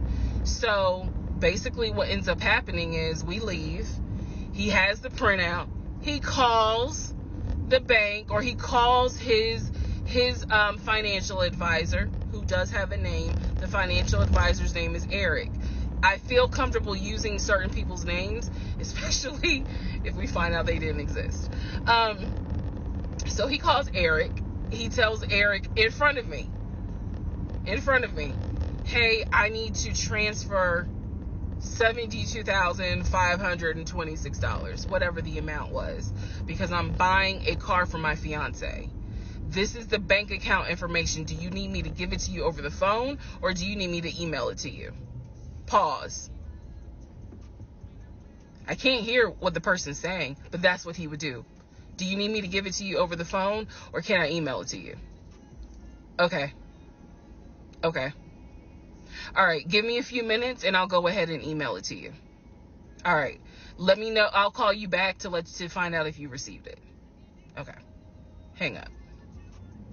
So I'm hearing this because, again, I'm not paying attention to, did I hear anybody on the other phone? Did I hear anybody on the other end? So he proceeds to type up an email, type up something, telling him this is the information that we need. I didn't think anything of it. He called me at work the next day to tell me that the money was sent to Audi, that he called Audi and he confirmed with Audi that they received the money. What he told me is that the car is going to be delivered to the house. Y'all, it's not that I lived in a hood, because I didn't, but I did not live in an area of Clayton County where you would have a brand new Audi delivered to your house. So I remember saying to him, I don't want that car delivered to the house, not yet, because I need to put that car in the garage. And my Nissan I only had a 1-car garage, so my Nissan was in the garage. So he said, okay, well, let me call them back and change the delivery date. Can you be home, or can you do a half day? So he's asking me, can you work a half day so that they can deliver the car and you will be home for it? I said, yes, that's fine. Because again, it's COVID. I'm working from home anyway. I only had to go in the office 2 days a week. So I'm at home the next day. He told me the car would be delivered between the hours of 1 and 3. Obviously, between 1 and 3, nothing happened. So 3 o'clock, I called him. He's at work. He sends me the voicemail. He calls me back. I said, it's 3 o'clock. No one ever came with the car. What's going on? And then I remember I was like, well, do I need to call Audi myself? Because I thought that you handled it. But if you didn't handle it, do I need to call them? And so whenever I would suggest I will handle it, he would get very, very defensive. Red flag number 472.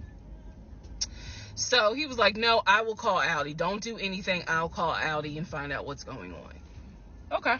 So I'm at home chilling, cooking dinner, normal night. He calls me back and says, yeah, the car was stuck on the truck in Spartanburg, because apparently that's where their deliveries come from. So when he told me this, I was in the kitchen laughing, because by this point, I will be honest, and I told y'all I'll be honest even when it makes me look bad. I was guilty of, on one hand, I believed him, and on the other hand, I was like, let me see what lie he come up with. Let me just see. But keep in mind, my brain was really not rationalizing, not comprehending how deep the lie was. I just thought that no one told him the car was going to be delivered, and he made that up. I had no idea how deep the lie went. So he said, the car's in Spartanburg. It should be delivered this weekend. The weekend came, he had a whole other excuse. I don't remember what the exact excuse was as to why the car was never delivered. I do remember we got into an argument, and I was like, don't even worry about it. I'm going to get a new car my damn self. I don't even need your help. Which is probably one of the worst things you can tell a narcissist, because they love to be the hero, you know. It's all about them. But I was like, don't even worry about it. I'll get when I have the money to get a car myself, I'll do it. I don't want to hear anything else about a new car. I don't want to hear shit else about a car. Because at this point, I was spending way too much time trying to figure out, are we getting a car? Are we getting a house? Like, what the fuck is going on? Always there was an excuse.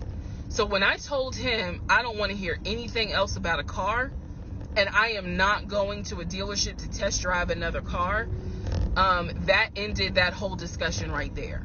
So this is where I'm going to interject what I believe was happening. I believe that my ex-husband is the type of person, he gets off, nut. He gets off on you being excited about something that he knows you will never get. So I believe that he enjoyed going to car dealerships. He enjoyed watching me test drive a car and get excited about it, knowing I was not going to get it. It is the level of cruelty. And again, I'm telling y'all stuff that I found out way later on. It is the level of cruelty that I still cannot comprehend. So the whole issue about the BMW and the Audi, I think he just enjoyed seeing me get excited and then pull it away. Part 11 coming up. All right, part 11. So for this part, I'm just going to give you some backstory on the family. Pause all the stuff about the house. Pause the stuff about the car. This is backstory on his family, my ex-husband's family. All right, follow me. My ex-husband's parents, mom and dad, are both deceased. Mom passed away from cancer. Dad passed away shortly after her. I'm not sure what he passed away from. So he has a number of siblings. He has two, with his parents, he has two brothers. One is older, lives in Philly. One is younger by 2 years, lives in Nashville. He has two sisters. One, Shantae, is older, lives in Douglasville with her husband and two kids, a boy and a girl. Younger sister, Kim, is the baby, lives in Augusta with her husband, worked at, I think he told me, Procter & Gamble. That was the story. He had two half-brothers that were through his dad. One brother lived in Baltimore. The other brother lived in Augusta. The brother that lived in Augusta, I have physically met in person, shook hands, hugged, all that. The brother that lived in Baltimore, I have FaceTimed with, talked to him. The brother that lived in Philly, the older brother that he looked up to, I have never talked to him on the phone. I would always talk to him through my ex-husband. So the conversation would be like, hey babe, brother so-and-so said hey. He didn't call him brother so-and-so. We'll call him John. John said hey John. I would be in the bathroom doing my hair, brushing my teeth. Hey John. And he would be like, did you hear? He said, how you doing? I was like, I'm good. How's he doing? Because that's just me. And so he would relay back and forth. He talked to John every day from starting around July after the grandmother passed away.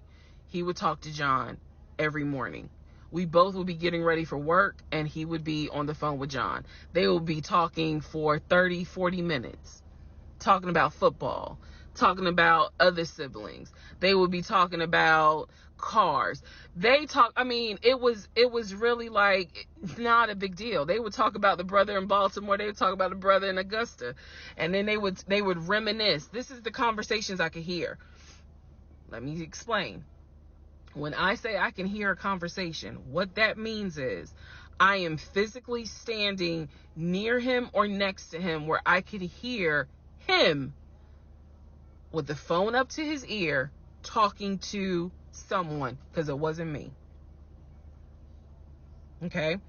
I may not hear the other person because the phone call may not be on speakerphone. But what I hear is, for example, I hear, "Hey man, what y'all doing? Oh, for real? Y'all barbecuing this weekend? What y'all making? Oh, that's what's up. Nah, I think me and her gonna stay in this weekend because, you know, these numbers is looking crazy with COVID. Yeah, she over here. She's sitting right here. She watched the TV. Okay, hold on. John said, hey. Hey, John. You heard her? Okay. All right, bruh. I just wanted to check in on you. That's the type of conversation I'm explaining. Okay, so I hope that gives a little more clarity about the type of conversations I'm hearing. So, I don't know why this light keeps going out. Okay. So that's how he would talk to his siblings. The grandmother passed away. He called me around April or May and told me that his grandmother passed away. His grandmother, on his dad's side, had died suddenly from COVID. She had symptoms. She went to bed and did not wake up. He was distraught. He was crying. He wasn't eating. He was just sitting there, listening to music, not watching TV, just sad, because he was like, you know, my grandmother was always my support system. So from what I saw, it really bothered him. I did not think anything of it. I'm one of those people, if you tell me somebody in your family passed away, I'm gonna believe you, because I don't play about death. And I guess I expect other people don't either. However,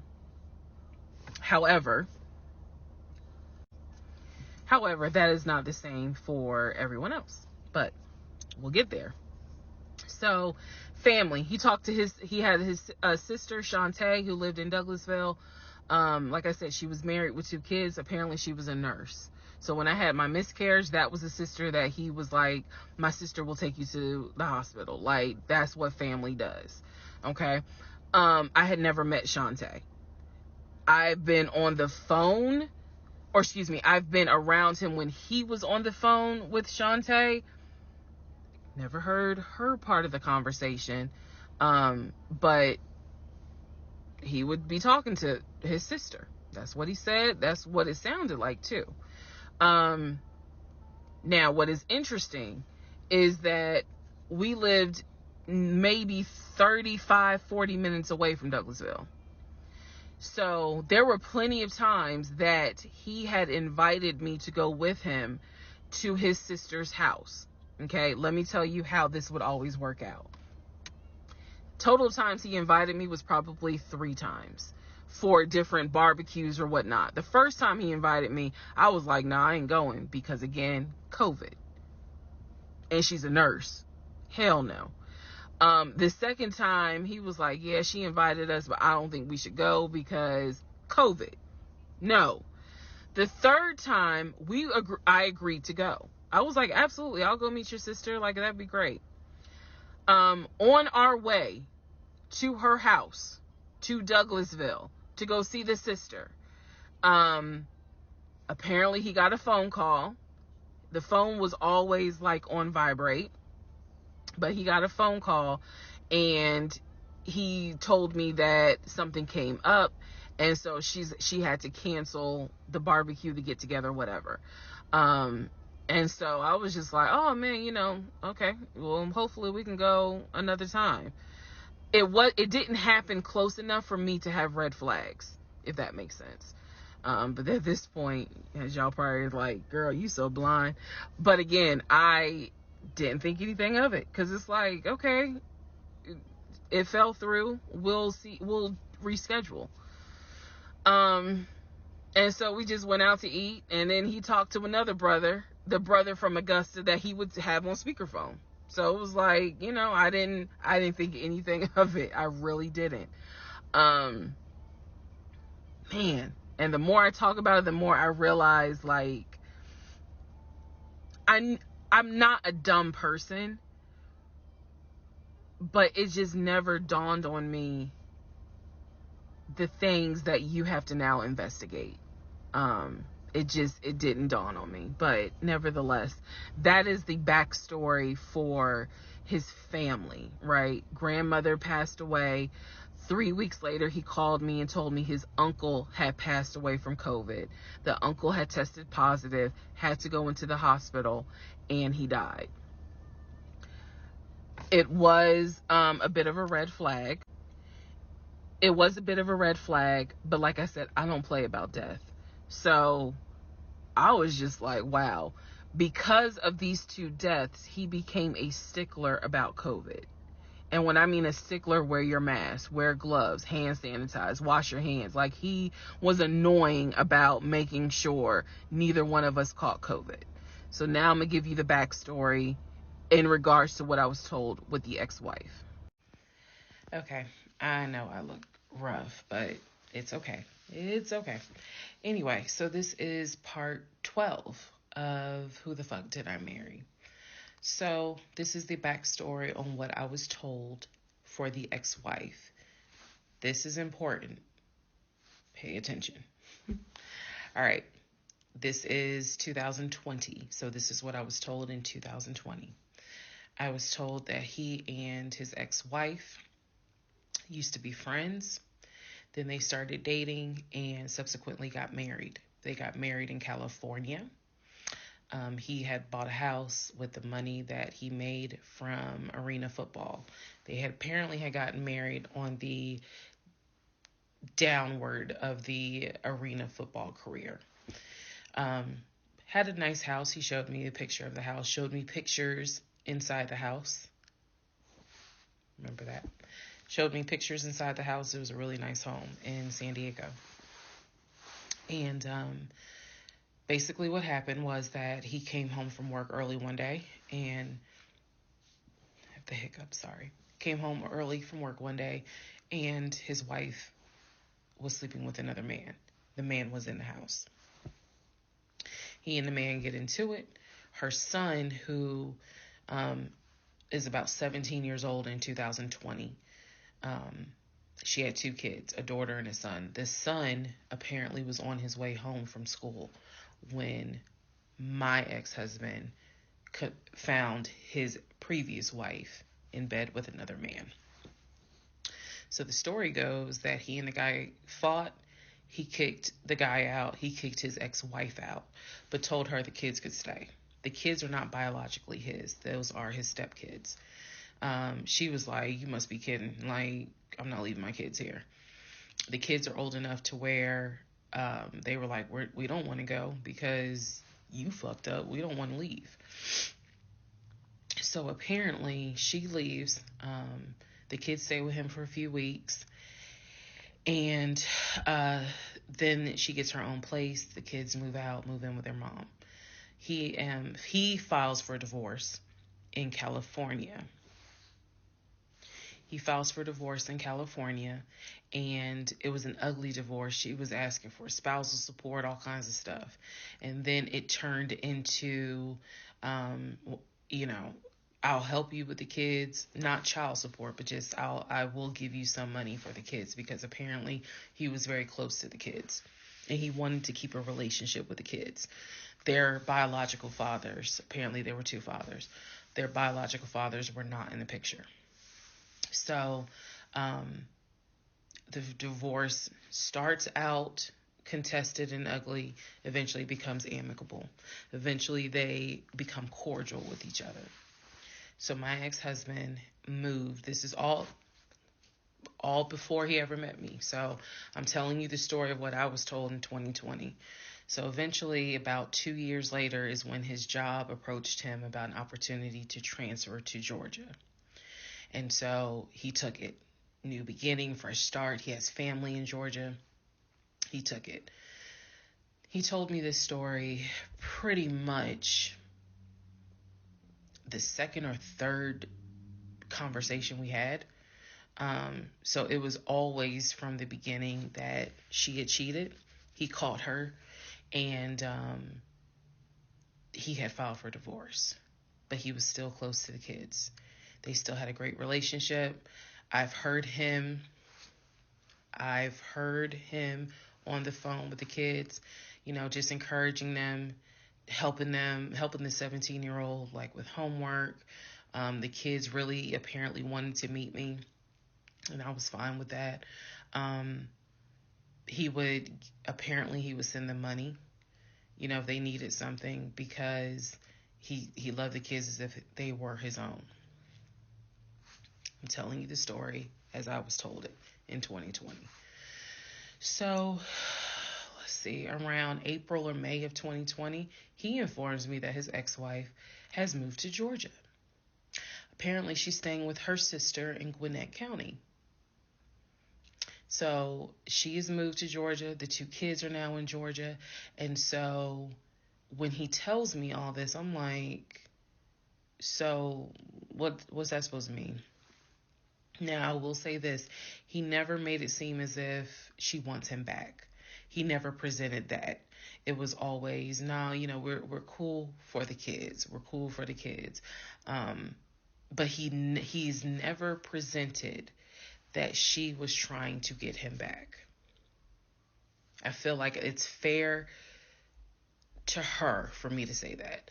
And again, stay with me. It all comes out. But that was the backstory in regards to the ex-wife, that they got married in California, they divorced in California, and then she eventually moved to Georgia, to Gwinnett County, after he had transferred to Georgia for his job. He did tell me that, every now and then he'll get a text message from her. He told me that he, told her when I was pregnant. He felt like she needed to hear that from him instead of hearing it from the kids. And we got into a bit of an argument about that. But, honey, in the big scheme of things, anyway. So we got into an argument about that. I felt like that's none of her business. But that's the overall backstory of her. So remember, because there will be a quiz, but just remember, he met her in California, married her in California, divorced her in California. She moved to Georgia, to Gwinnett County, after he moved to Georgia. Are we clear? Okay. Part 13 of Who the Fuck Did I Marry? So I've kind of given you guys all the backstory. Let's just kind of recap real quick. So I told you how we met in March of 2020. Basically, Georgia got shut down. I keep saying shut down, got locked down. We decided to quarantine together. I know it was crazy. It was crazy. I really liked him and thought he liked me. So I told you guys how we met. Things moved at a rapid pace. Met in March. Moved in together pretty much end of March, beginning of April. Found out I was pregnant in May. Lost the baby in June. Had to have surgery in July. Started looking for houses. Started looking at cars. All this stuff happened literally between March and in August is when I got my car. So, got a car in August. He paid the down payment for that car, which I was shocked by. And no, it was not a BMW or an Audi. It was a Nissan Altima, but I loved that car at the time. So he paid the down payment for that car. Told me he would help me with the car payment. The biggest mistake that I made, and I'll explain why I say this. The biggest mistake I made was that I signed myself up for a car note, where I knew I needed his help to pay the car note. I knew better. My mom has always taught me, do not ever put yourself in a position where you are financially dependent on a man. And all of that went out the window. And the reason why I say that was the biggest mistake is because when I have pulled back the layers of this whole monstrosity of life that I lived for 2020 and 2021, it really does boil down to the fact that I truly ended up marrying him more out of fear than anything else. And I'll expound upon that later. But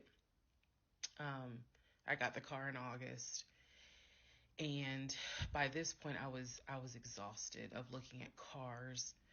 I was mad that I didn't get a BMW X5 dark blue with cognac interior. And I was tired of looking at houses, getting my hopes up, looking at a house and picturing myself in the master bedroom, the kitchen, the island, all that stuff. I'm a visual person, and I was tired of getting my hopes up. So now we're going to segue into fall, going into the holidays.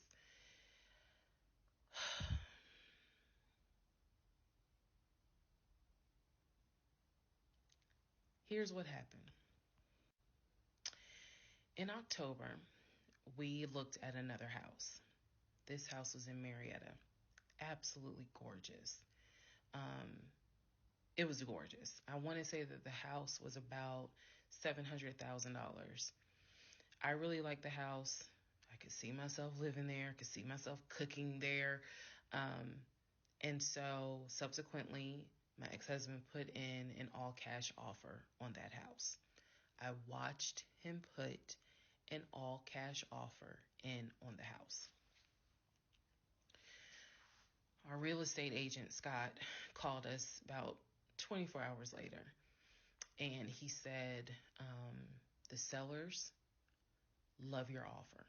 The offer was an all-cash, full asking price offer. $700,000. Let that sink in for a moment. He said the sellers love the offer. They are asking that you show proof of funds so that they can accept the offer. My ex-husband said, I will show proof of funds when they accept the offer. The seller said, great, we'll accept the offer when you show proof of funds. So basically we got into a standoff. And if you're a real estate agent or you work in real estate, I would love to know your thoughts on this. I had asked people in my personal life, like, have you ever heard of this before? And I've had plenty of people who said, I side with the ex-husband. I would not show my bank statements until they accepted the offer. And then I had other people who were like, I wouldn't accept an all-cash offer unless I verified that the person can pay. So I'm just curious what your thoughts are. Okay. So our real estate agent called us and was like, guys, the sellers are giving you 2 days to show proof of funds. I had the letter that he showed me from Chase. I sent that to Scott, but that was for a mortgage. The offer was for all cash. So he needed to show proof of funds that he had the cash to pay $700,000. He didn't show it. He refused to budge on showing them proof of funds until they accepted the offer because he was afraid that they were going to create a bidding war. So what ended up happening was Scott called us and said, I apologize because I didn't do my due diligence as a realtor. He said, before I ever started showing you guys a house, I should have collected your pre-approval letter and proof of funds. He said, so at this point, my broker has informed me that I cannot show you guys another house until you show at least us, meaning the real estate firm, until you show us proof of funds. And so I'm just like, well, I'm telling my ex-husband, just show them the fucking proof of funds. Like, what's the problem? And so it was a lot of, I find that this is really unprofessional because it's not our fault that you didn't do your job correctly. It got a little ugly and it got uncomfortable because I'm like, I don't understand why you don't show them proof of funds when you clearly just signed a document stating that you're putting an offer in at full asking price. This was the same thing that the realtor was saying. He was like, but you just signed an offer. So what's the problem? Like, you want them to accept the offer and then you'll show everyone the proof of funds? And my ex-husband, without missing a beat, said yes. So Scott did his best to work with the seller and say, look, accept the offer. He'll show you, he'll open the books. He'll show you the proof of funds. These sellers were like, no, that's not.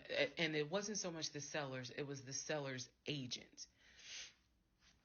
Big respect to the seller's agent. But the seller's agent was like, no, that's not how we're doing business. He needs to show those proof of funds before I advise my clients to accept his offer, period. If he's not willing to do it, we'll go on to the next offer. Because they did have another offer on the table. It was less than asking price, but they were willing to accept that offer over the all cash offer because those people had basically shown proof. So subsequently, the house fell through. We passed the 2-day deadline. They went with the other offer. Also at this point, our real estate agent, Scott, and I do not blame him for this, pretty much cut all ties. Because what he, I believe, felt like was, I don't know what's going on, but something's going on. And this is not how I do business. So until you guys are ready to show the proof of funds needed to buy a house, you need to get yourself another agent. Because we were already about 20 to 25 houses deep by this point. We had already put in 2 other offers. They fell through. And now here we are with this house. And once again, it fell through.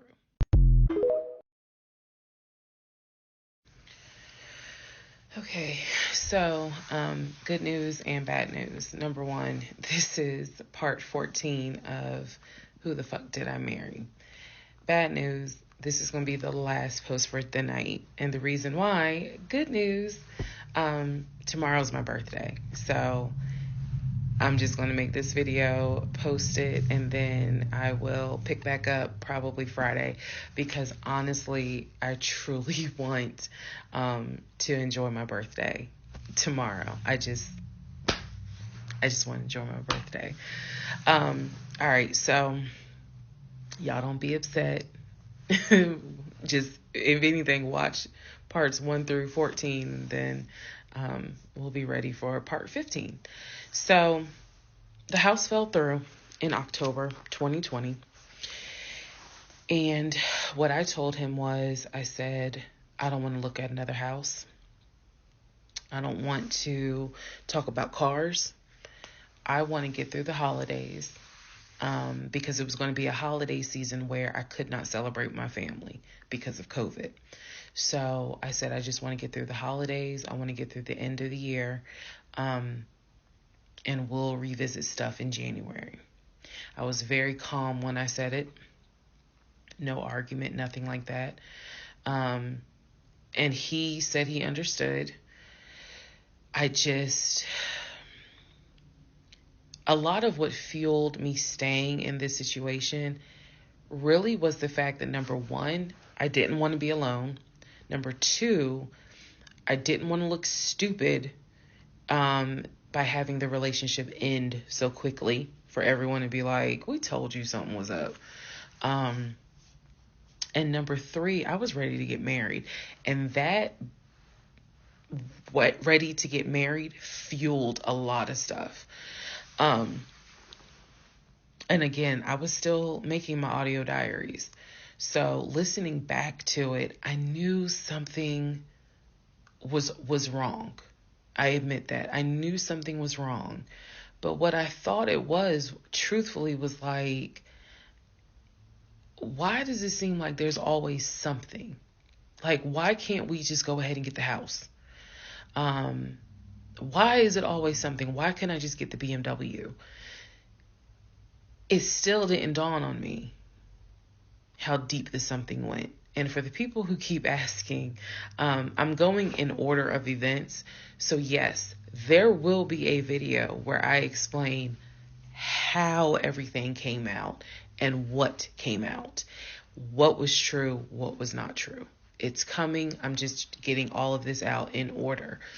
So I told him I didn't want to look at a house no more. I don't want to talk about houses. Do not mention the word Zillow. Do not mention the word realtor. Nothing. Let me just get through the holidays.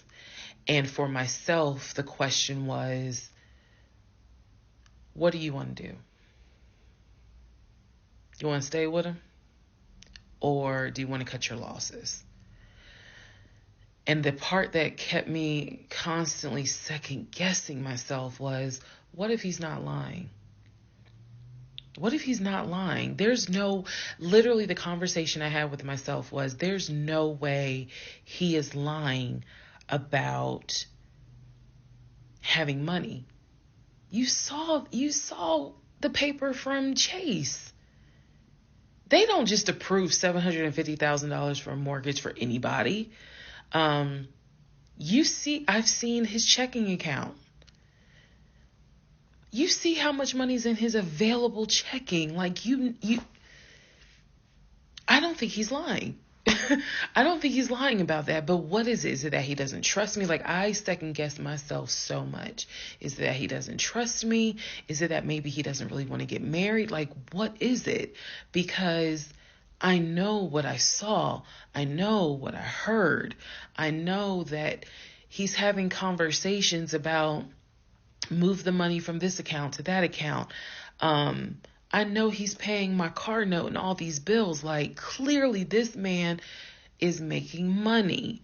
I know that I saw the letter from HR that states his new salary is 200 and something thousand. And I remember thinking, like, God, what am I missing? I'm missing something, but what is it? Because I know what I've seen. I know what I have touched. I have physically touched these papers. Like, I know how to read. So what is it that I am missing? He's close to his family. He talks to them all the time.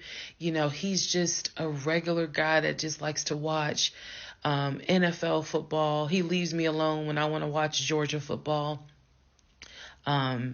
He's paying the bills, groceries. I haven't had to worry financially since I've met him. And as a woman who had lived on her own, paying her own bills, my God, that is the most intoxicating feeling when you meet a guy who just takes your stress and your worry away financially. But the downside is he took away the stress and the worry financially away and instead brought a mental fuck job I've never in my life had experienced. And I could not put my finger on it. I couldn't really talk to anybody about it because I'm a big believer in what happens at home stays at home. So I didn't talk to my girlfriends about it. I didn't talk to my family about it. But I just remember being like, what am I missing? What am I missing? So we did not talk about houses. We did not look at cars. We didn't do any of that for November, December. And he came to me like around Thanksgiving, and what I thought was a very open, loving conversation. And in that conversation, he was like, okay, I know I have fucked up. I know that things are not feeling too strong right now. He was like, I want us to get married. I want a home. I will show you whatever you need to see to put you at ease. He was very contrite. He was very just like, what do I need to do to put your mind at ease so that I'm in this? and that I want this, and that I love you, and I want you to be my wife. So I was like, show me your accounts. He showed me his checking. He showed me one of his savings. He showed me a Chase savings. He did not show me the offshore. And he did not show me the U.S. bank.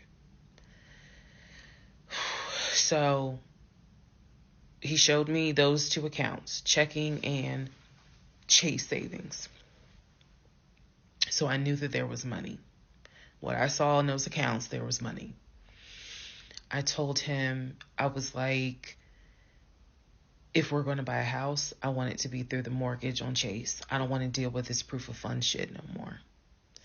I said, I do not want to look at another house until the beginning of the new year. He said, okay. That is when we then had a conversation. So I guess I lied, because we are going to have a part 15 or 16 tonight. But that is when we then had the discussion about marriage. And that is where religion came into play. Yeah, I'll give y'all the other part tonight. Stand by. Okay, part 15. Who the fuck did I marry? So in December of 2020, around beginning of December, we had a conversation, kind of a come to Jesus heart-to-heart conversation. And both of us had grown up in the church, and the fact that we were not married but living together, the fact that almost had a baby together, bothered both of us. Both of our families, my family and his family, were very adamant, like, okay, y'all either need to get married or y'all need to separate. And so I'm walking around with a ring on, which I'll post a picture of the ring, because God, there's so much to unpack. But anyway, walking around with the ring. And so he said to me, whatever I need to do my part to make this work, I'm willing to do. At the same time, it wasn't that I did not trust him as much as it was I felt like I wasn't trusting myself. Because, again, like I said in the previous video, I know what I saw, I know what I've read, I know what I've heard, but fuck, something was not sitting right with me. And every time I would question it in my head, the other side of me was like, okay, you know he ain't lying about the money, because you saw it. So you know he ain't lying. Girl, are you that... Like, I remember saying to myself, are you that jaded that you don't even know what it's like to have a decent man? Yes, I really had the audacity to have that thought. So we agreed at the beginning of December, like, we wanted to be together. I believe I loved him. I believed he loved me. So the decision was made that we were going to get married. It's still COVID, so we had to follow certain protocol. So we filed our marriage license in Fayette County, Georgia, because you could not get an appointment in Clayton County to save your life. So we filed the marriage license in Fayette County. On our marriage license, it asked the number of previous marriages. He said 1, I had 0. It asked for our social security numbers. He put his social security number down. I put my social security number down. I mentally wrote down his social security number, and I did a background check. I did a background check after I had filed a marriage license. Yes, I know, but I did. The background check, nothing came back. It was like no results found. I did a criminal background check, nothing came back. So I thought one of two things. Either I had the wrong social, meaning I wrote down the wrong social, or my paranoia was unfounded. There's nothing wrong with him. because he has been always throughout the relationship a big stickler about law enforcement, following the law, because his dad was a retired police officer. So this is someone who has been, this is a guy who would check to make sure my tail lights were working, make sure my signals were working, make sure my oil was good, make sure I had enough gas in the car. So when the criminal history came back with no results, I was like, well, of course there isn't, because the man probably hasn't had so much as a speeding ticket. So we filed the marriage license, and then we made an appointment to get married, and waiting for the judge to come out of chambers so that she could marry us. And the reason why I'm pausing is because, my God, if I could go back and see that young woman sitting in that lobby.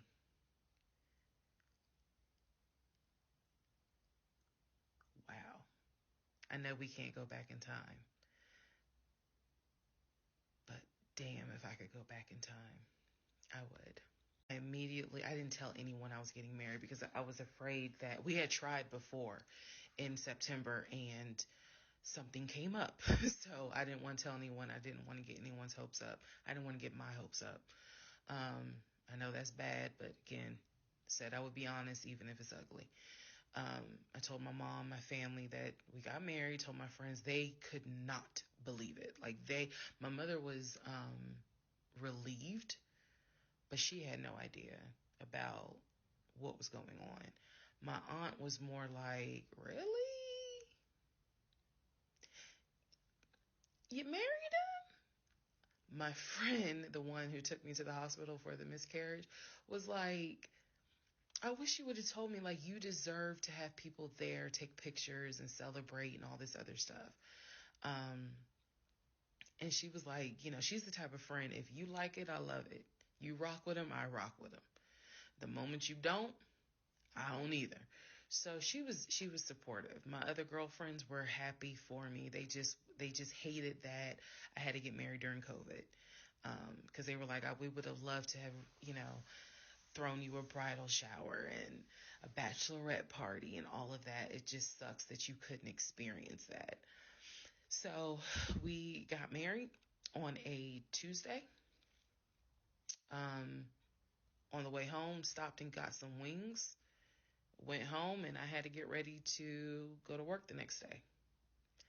And life. I got married January 5th. By January 31st, I knew I was in trouble. I still didn't know how deep, but I knew I was in trouble. So, to give you all a very, very, very candid idea, got married January 5th. The normal things that married newlyweds do,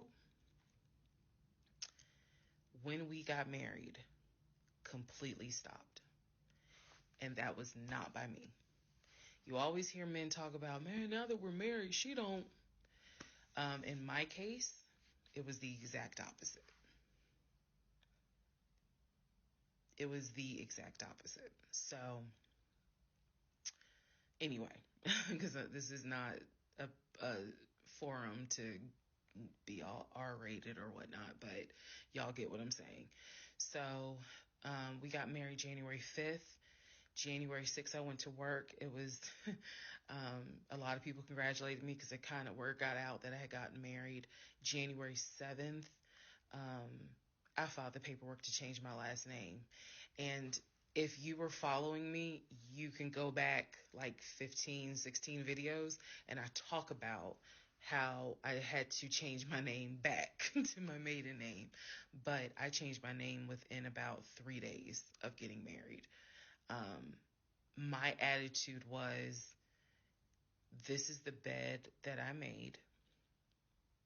I'm going to do right by him. I'm going to do right by my marriage. I took marriage seriously, and when I married him, I absolutely married him thinking I'm going to be with you for the next 40, 50 years. So we're going to have to figure this shit out. That was my mindset. I did not get married to turn around and be divorced in 6 months. But I got married January 5th, 2021. And by January 31st, I knew I was in serious trouble. So that is where we are. The next set of videos, the next set of all this will be me talking about how things went downhill before it crashed and I found everything out. In the meantime, tomorrow is my birthday. So, happy birthday to me. The fuck did I marry? This is the interlude, basically. I'm not recapping on this video. I'm just kind of answering some stuff that has been written to me. Someone was like, why are you airing your business out on social media? It's a valid question. For me personally, I feel like this was traumatic to experience, to live through. And I'll expound on that on another video, the aftermath of the toll that this took. Honestly, and I know some people are going to be like, that sounds crazy. It is kind of cathartic to get this out because I cannot tell you how much of this has been internalized since 2020. Also, I don't want to seem like a cautionary tale to other women or to men for that matter, but to my sisters, to my ladies, white, black, Hispanic, Asian, doesn't matter. If something does not sit right with you, investigate it. I cannot stress that enough. If just one woman watches these videos and she's like, you know what, something don't sit right with me, let me look into this, then it was worth it. Yes, it is a Lifetime movie. Yes, it is Netflix. Yes, it is crazy. Yes, it is hilarious also. And I understand all of those reactions. As someone who lived it,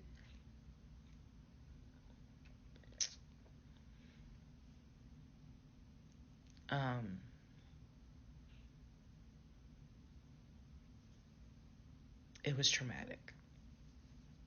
But I feel like, God, it feels good to finally admit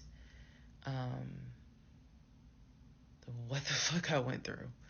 And again, by the time this is uploaded, I'm only to January of 2021, right after getting married.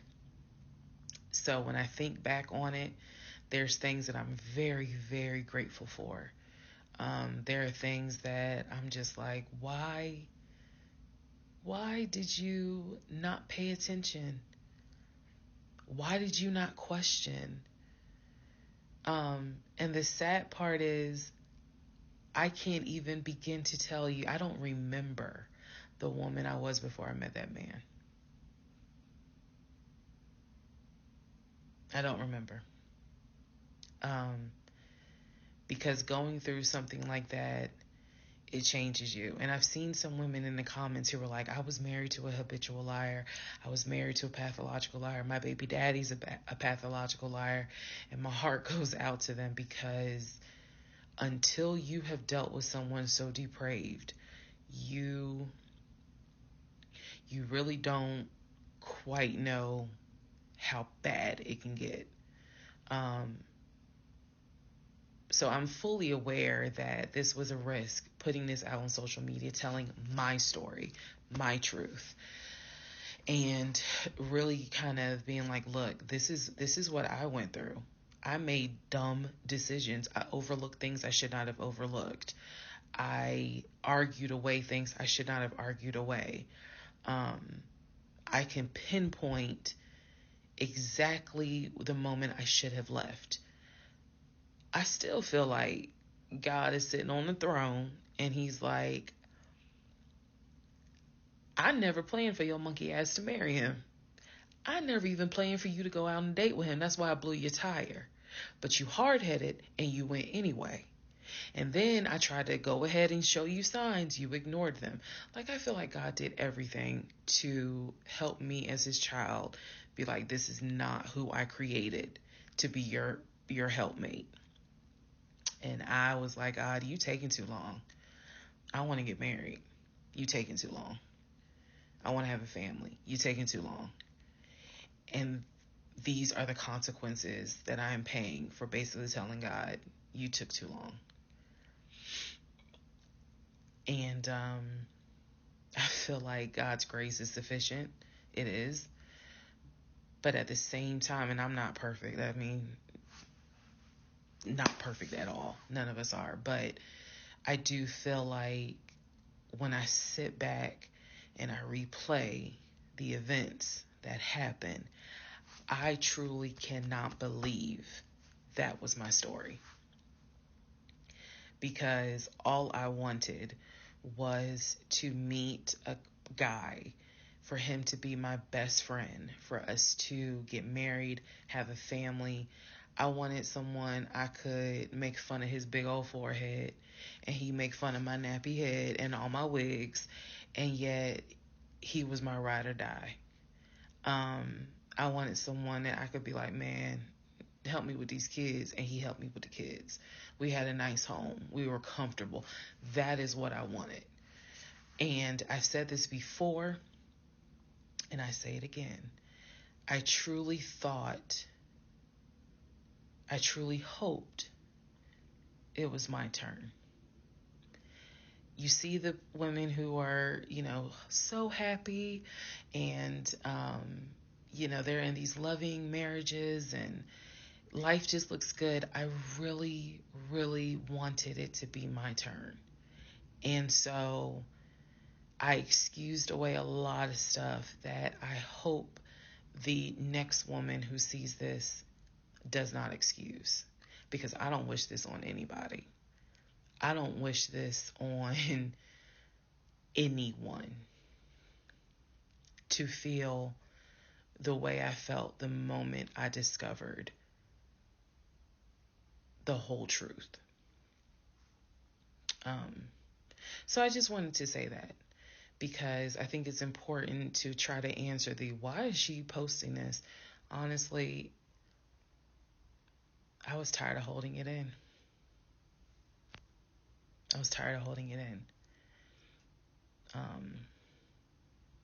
And I hope it helps somebody. Okay, let's all take a deep breath. Let's all get some sleep. If you don't have anything to do and you just want to wish me a happy birthday, wish me a happy birthday tomorrow, February 15th.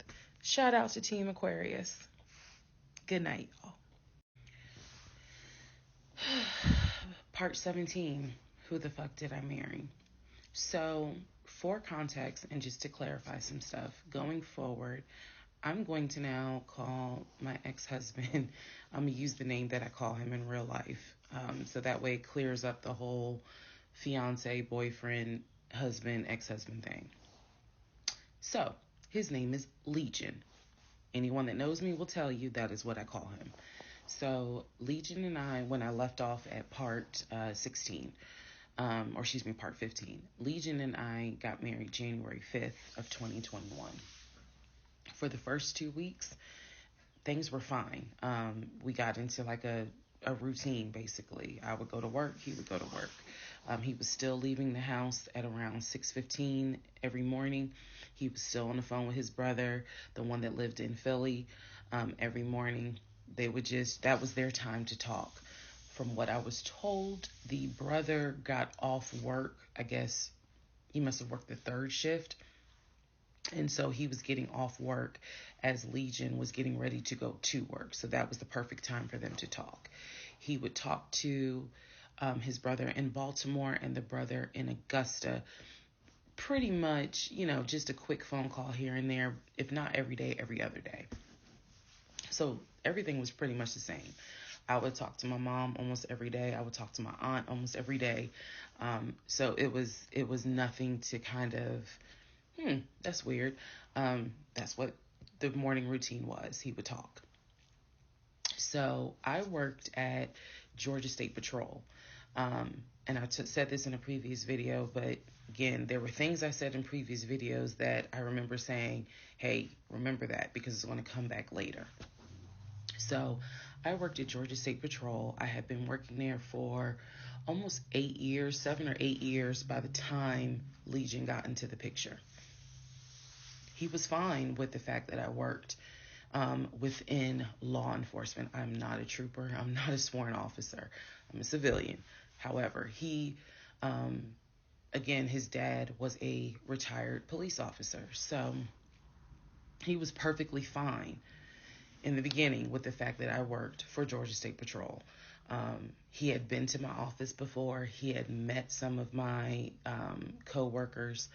Obviously, even with COVID, because I still had to go into the office 2 or 3 days a week, he had been up there. So the friend who took me to the hospital when I had my miscarriage has met him. He and I have been to her home with her and her significant other before. So again, even in the world of COVID, when there were little times where you could get together with people, he has met people in my life. He has met my friend, or that particular friend, and he has met some of my coworkers. So when we got married, the first 2 weeks, like I said, was fine. And then it's as if something snapped. Something just changed. What was totally acceptable before, suddenly little comments were made. Why are you wearing that to work? You get off at 3:30, so you'll be home by 5, right? Things that had never happened before. He had never questioned what time I'm going to be home. Really, he didn't need to question it because when I'm off work, I leave. So it was never a situation of, I'm going to just sit around at work and just run my mouth because I have nothing to do. And then it turned into, he would call me every day from work. And I'm going to demonstrate how those phone calls went. But he would call me every day from work. And if he even so much as heard a male voice in the background, he would have little comments to me. Who was that? Are they in your office? Man, I never know who's around you, because it seemed like every time I call you, I have the hiccup, sorry. It seems like every time I call you, there's some man around. And I'm just like, at first I kind of shrugged it off. I laughed it off because it really truly was absurd to me. But then it became a bit more frequent. And so I really just didn't feed into it because I'm like, I don't know if this is some insecurity. I don't know if this is jealousy, because nothing has ever been done to make you feel any sort of insecure type of way. I've never entertained another guy, never flirted with another guy. Like, I don't know where this is coming from. So it is also important to note, we got married January 5th. Things started changing around 2 weeks later. And the reason why I know it's 2 weeks is because I had recorded an audio diary on January 21st is the date of the audio diary. And I talk about how maybe I had unrealistic expectations because it seemed as if things were changing with he and I. So 2 weeks pass. He starts making little comments. End of January comes. He informs me that he wants to start looking for a house again. I had no real desire to go through that process. So what he decides is that he's going to look for a house for us using his friend the realtor, the one I did not meet. So he tells me that he and his friend have been talking, and he's going to start looking at houses. And what he's going to do is basically, if he feels like it's a house I would like, then he wants to show it to me, because he feels like, I know that your attitude really isn't, you're in the mood to look for a house. So I'm going to start looking. And then if I think it's a great house, then, you can come see it. And I remember thinking, that's not going to work. You're not going to choose a house without me. And he was like, no, I'm not going to choose the house, but I just think that, me and old boy have been talking, and so he has some houses that he is representing. He wants to show me. So why don't you let me look at it? And if it's worth the time, then I'll bring you to look at it. So he already had some sort of plan in place after talking to his friend about how he's going to start looking at houses. This is the end of January 2021. So I kind of threw my hands in the air and was just like, whatever, because I'm not getting emotionally involved in looking at houses. And for me, that's kind of what it was. I felt like I would see a house, I could picture us living there, and then it gets snatched away somehow, some way. I didn't want to go through that. So the reaction that he wanted, which was for me to throw a fit, I did not do. I was just like, okay, all right, like, I trust you. And remember that I said the reaction he wanted, because that's going to come back later. So he started looking at houses. Funny enough, the houses that he looked at, none of them I actually saw. But he would call me and say, I'm at this house in Sandy Springs with the realtor friend. Apparently his realtor friend's name was Scott, not to be confused with the other Scott, the one that was actually helping us, that dropped us as clients. I want to make that clear. There were two Scotts. One is the realtor who was representing us, who said, hey, I need proof of funds.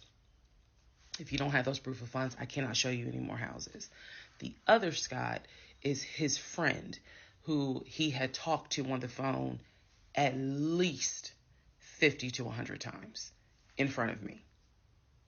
That's the Scott that he said is going to show me this house in Sandy Springs. Apparently the house was like $800,000.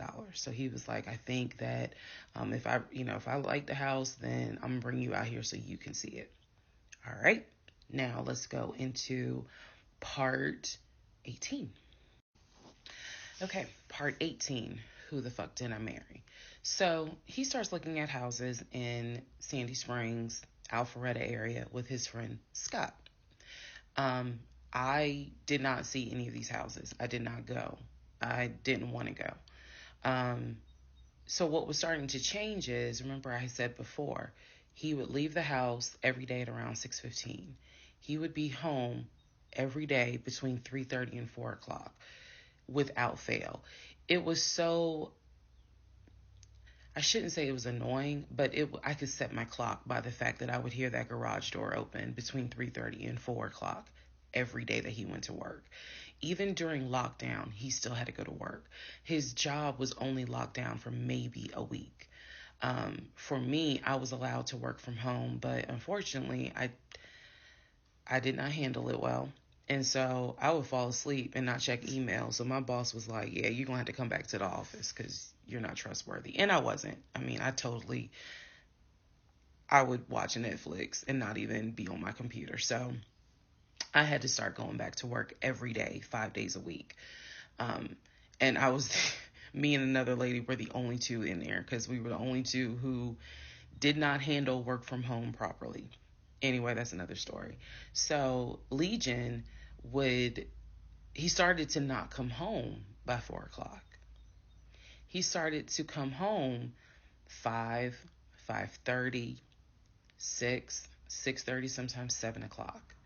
Because he was saying that he was looking at houses after work with his friend Scott. So it definitely was noticed that things are changing.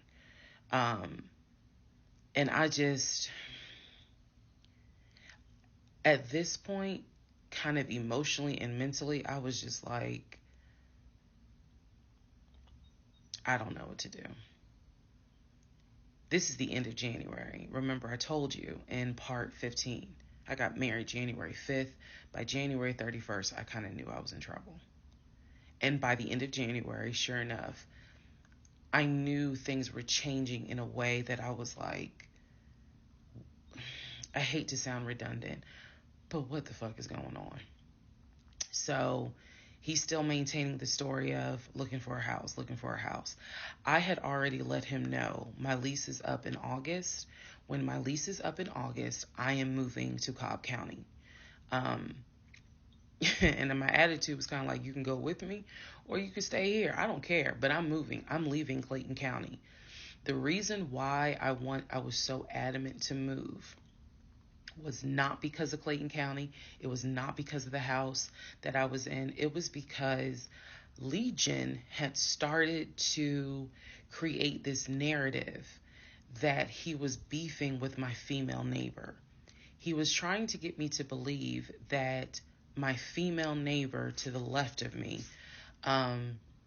somehow was interested in him. And so she would make these little comments, and he would come in the house complaining about her and her music and the fact that she had, different men over to the house. It was driving me crazy. And all of this was kind of starting in January. So when I say that, it really seems like we got married January 5th, and then we had 2 weeks of peace, and then something just snapped. I literally mean something just snapped. So he's looking at houses. Now we're moving into February. February obviously is my birthday month. He did good. He did good to make Valentine. He went all out for Valentine's Day. He went all out for my birthday. My birthday and Valentine's Day are February 14th and February 15th. So he went all out on both days. Y'all ain't even gonna believe this story. But I said I would share even when it makes me look bad. So, the weekend after my birthday, and what I mean by that is if my birthday was on a Tuesday, we're talking about Saturday. The weekend after my birthday, he gave me money to go to the nail salon, go get a manicure and pedicure. So I leave the house. I take his car. His car was in the driveway. We had a key to each other's car because, again, we're married at this point. We're talking February 2021. So I take his car and I drive to the nail salon over in Morrow. I'm in the chair getting a pedicure, and I get a text message from my husband saying, someone was just at the house looking for you. And I'm like, who was looking for me? Who was it? And he said, I don't know. I think it was this is through text. I don't know. I think it was some dude you used to mess with. Okay. I was like, what are you talking about? He was like, I'm telling you, some guy just came to the house looking for you. I told him you were not here. So at this point, y'all, I'm in the chair at the salon. I'm freaking out because I'm like, who the fuck has the audacity to come to my home unannounced, uninvited, talking about they're looking for me? Especially because before I met my husband, I was working the last shift at Amazon as a part-time job. So I had not dealt with, dated anything with anyone for about a year before I met him in March of 2020. So I really was like, who the hell is this coming to my house? So I finished the pedicure. I head home. Once I get home, I'm like, what are you talking about? What happened? And so I'm frazzled in a way. And he's calm. He was like, yeah, it was a black Dodge Charger. They pulled into the driveway. They backed in. They backed in as if they had been here before. So clearly this was someone who's been to your house. He got out the car. He said, I opened the door and I went out there and I said, is there something I can help you with? And he said, the guy said, I'm looking for, and gave him my name. And he said, I'm sorry, she's not here. And he said, he was like, oh, okay. All right then. And just got in the car and drove off. And I was like, my brain stopped working. Because I'm thinking, who the heck could this be? A Dodge Charger? I was like, are you sure that it wasn't law enforcement? Like, was it the sheriff's office trying to serve me with a lawsuit for a credit card I didn't pay? He was like, no, he was in regular clothes. He was like, and it was not a police car. It was on a marked unit, basically. And so I'm just like, who the heck could this be? And he was like, I know who it was. And I said, who?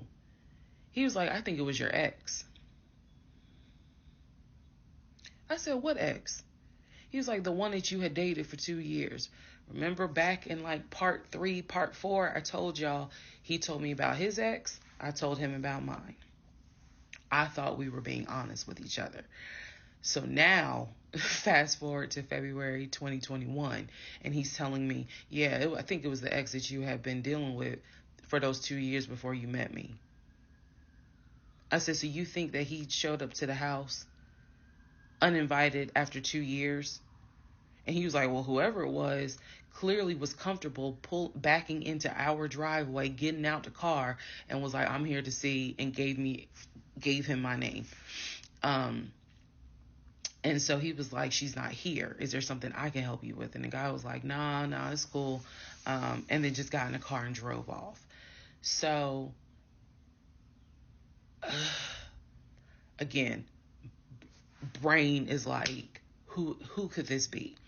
So then Legion says to me, you know what? The way that you reacting to this is real suspect.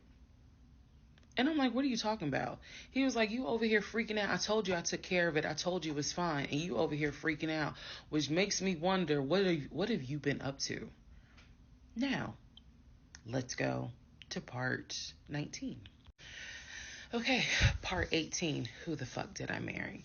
So he says to me, the way you're acting is real suspect, because I told you it was fine. I took care of it. He was like, I ain't even worried about it.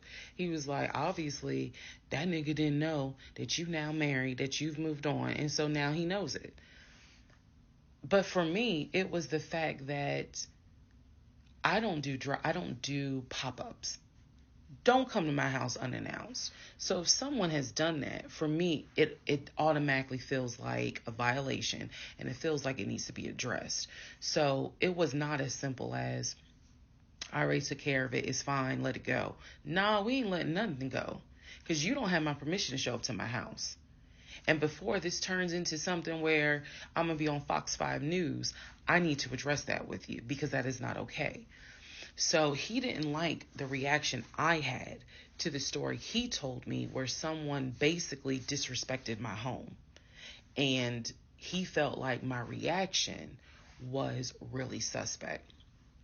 So what I'm gonna get into the little details that he did not know about. So he tells me, again, it was a black Dodge Charger. They backed into the driveway.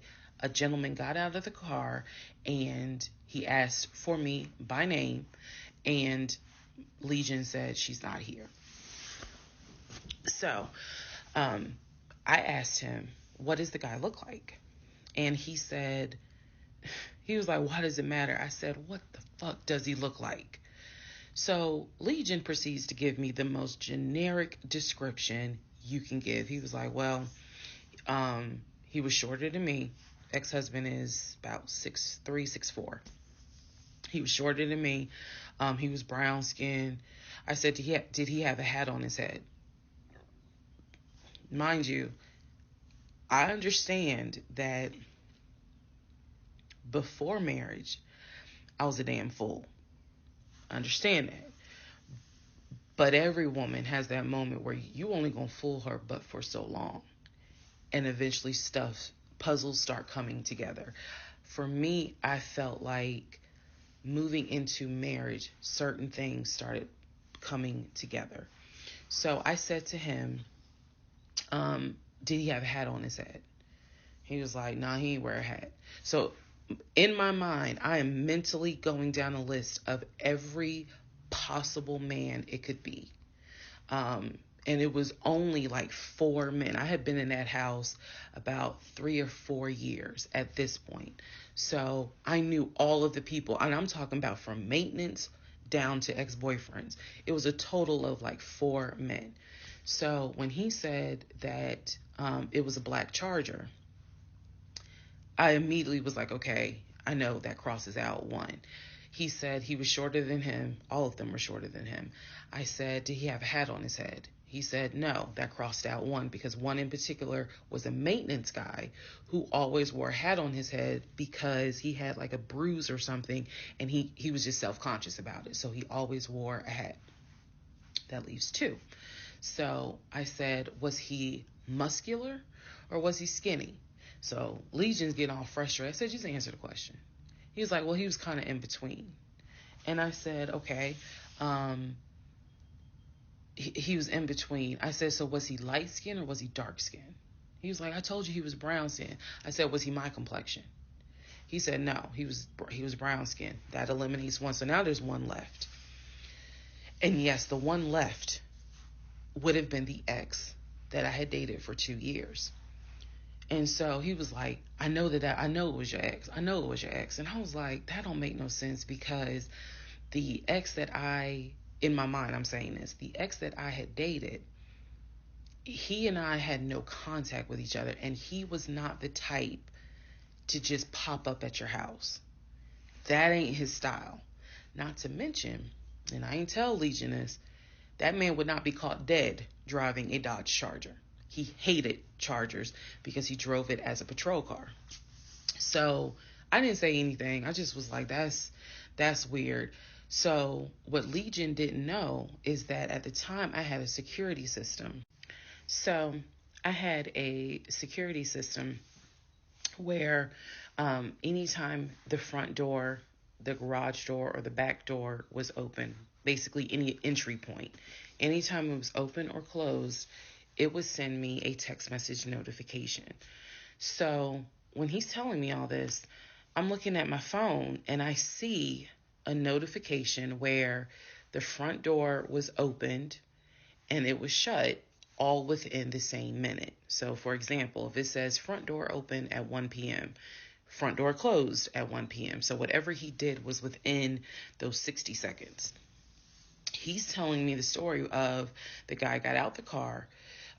He opened the door. He went out there, can I help you? And the guy said, I'm looking for, and Legion said, no, she's not here. And so he said the guy kind of was like, okay. And he was like, all right, thank you. And got in the car and drove off. Legion has also told me that he watched him drive out of the neighborhood, which means because of the way the house was set up, the townhouse, he would have still been outside watching this. I could be wrong, but something in me was like, that would take more than 60 seconds. So for the door to have been open and shut within the same 60 seconds, I was like, okay. So also what he didn't know, we didn't have a Ring door camera, but my neighbor did. And her Ring door camera caught my driveway. The view of the camera could see my driveway as well as her driveway. And so whoever was coming in the door, our driveways were right next to each other. And then on the other side of it was the grass. So it was a perfect view of my driveway. So she, I had texted her and I said, hey, were you home? I think I texted her the next day because I said, were you home on Saturday? And she said, no, I wasn't. What's up? Everything good? And I said, can you look at your security system and see if there was a car that came to my house at such and such time? And I know I did not tell her the reason I was asking, but I was like, is there any way that your security camera caught if someone came to my house at this time on Saturday? She's like, yeah, sure, I'll look. And so maybe about a couple of hours later, she texted me back and said, hey, I looked at the camera, but I didn't see anything. And I said, okay, by any chance, did it catch if someone maybe walked up the driveway? Like maybe it wasn't a car in the driveway, but someone walked up. She said, I didn't see anything with your driveway yesterday. So I said, okay. And I knew that something in me, again, was like, nobody came to the house. So now here we are, a month and a half married. And now is when I'm like, why the fuck did he make that up?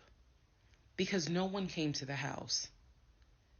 No black Charger came to the house, backed into the driveway. Nobody got out the car and asked for me. Nobody was looking for me. So now I was sitting in the bedroom thinking through all this, and I'm like, why the fuck did he make that up? Because that's what happened. I'm looking at the text messages on my phone where he's telling me someone just came to the house looking for you. But no one came. So what was the purpose of that? And then something said to me, something in me said, he wanted to see your reaction. He just wanted to see the reaction. You had been too calm, and so he wanted to see a reaction. So this man gaslit me like I was Georgia Natural Gas just to get a reaction. Welcome, ladies and gentlemen, to part 20 of Who the Fuck Did I Marry? All right, part 20 of Who the Fuck Did I Marry? So after the black Dodge Charger incident, things were quiet. Legion was fine. Legion slept just fine. Me, that shit played over in my head for days and days and days. On one hand, I was like, I know nobody came. My head knew nobody came to the house. My heart was like, but maybe he didn't make it up. So the head and the heart were absolutely playing a tug of war because, again, I really couldn't fathom that he was making it up. But nevertheless, I filed it in the back of my mind in my little filing cabinet, my mental filing cabinet. So a few weeks later, we go out to eat at this restaurant in Atlanta. It's a burger place, and I'm going to do my best by the time I post this to put the name of the burger place on the screen. So we go to the burger place, eat dinner. Everything was fine.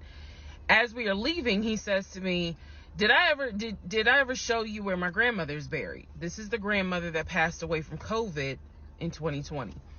And I said, no. I was like, we haven't been over here. And so he was like, let me show you. So he drives us to the cemetery, which is not far from the restaurant. He drives us to the cemetery, goes around and around, and then it comes to like a little hill in the cemetery. And he was like, you see the headstone. The headstone had like the family name on it. And it did not have, for example, John David Doe. It just had Doe. Okay? So there were no dates on it. So it reminded me of just a headstone where it was probably multiple family members buried underneath it. That's what it reminded me of.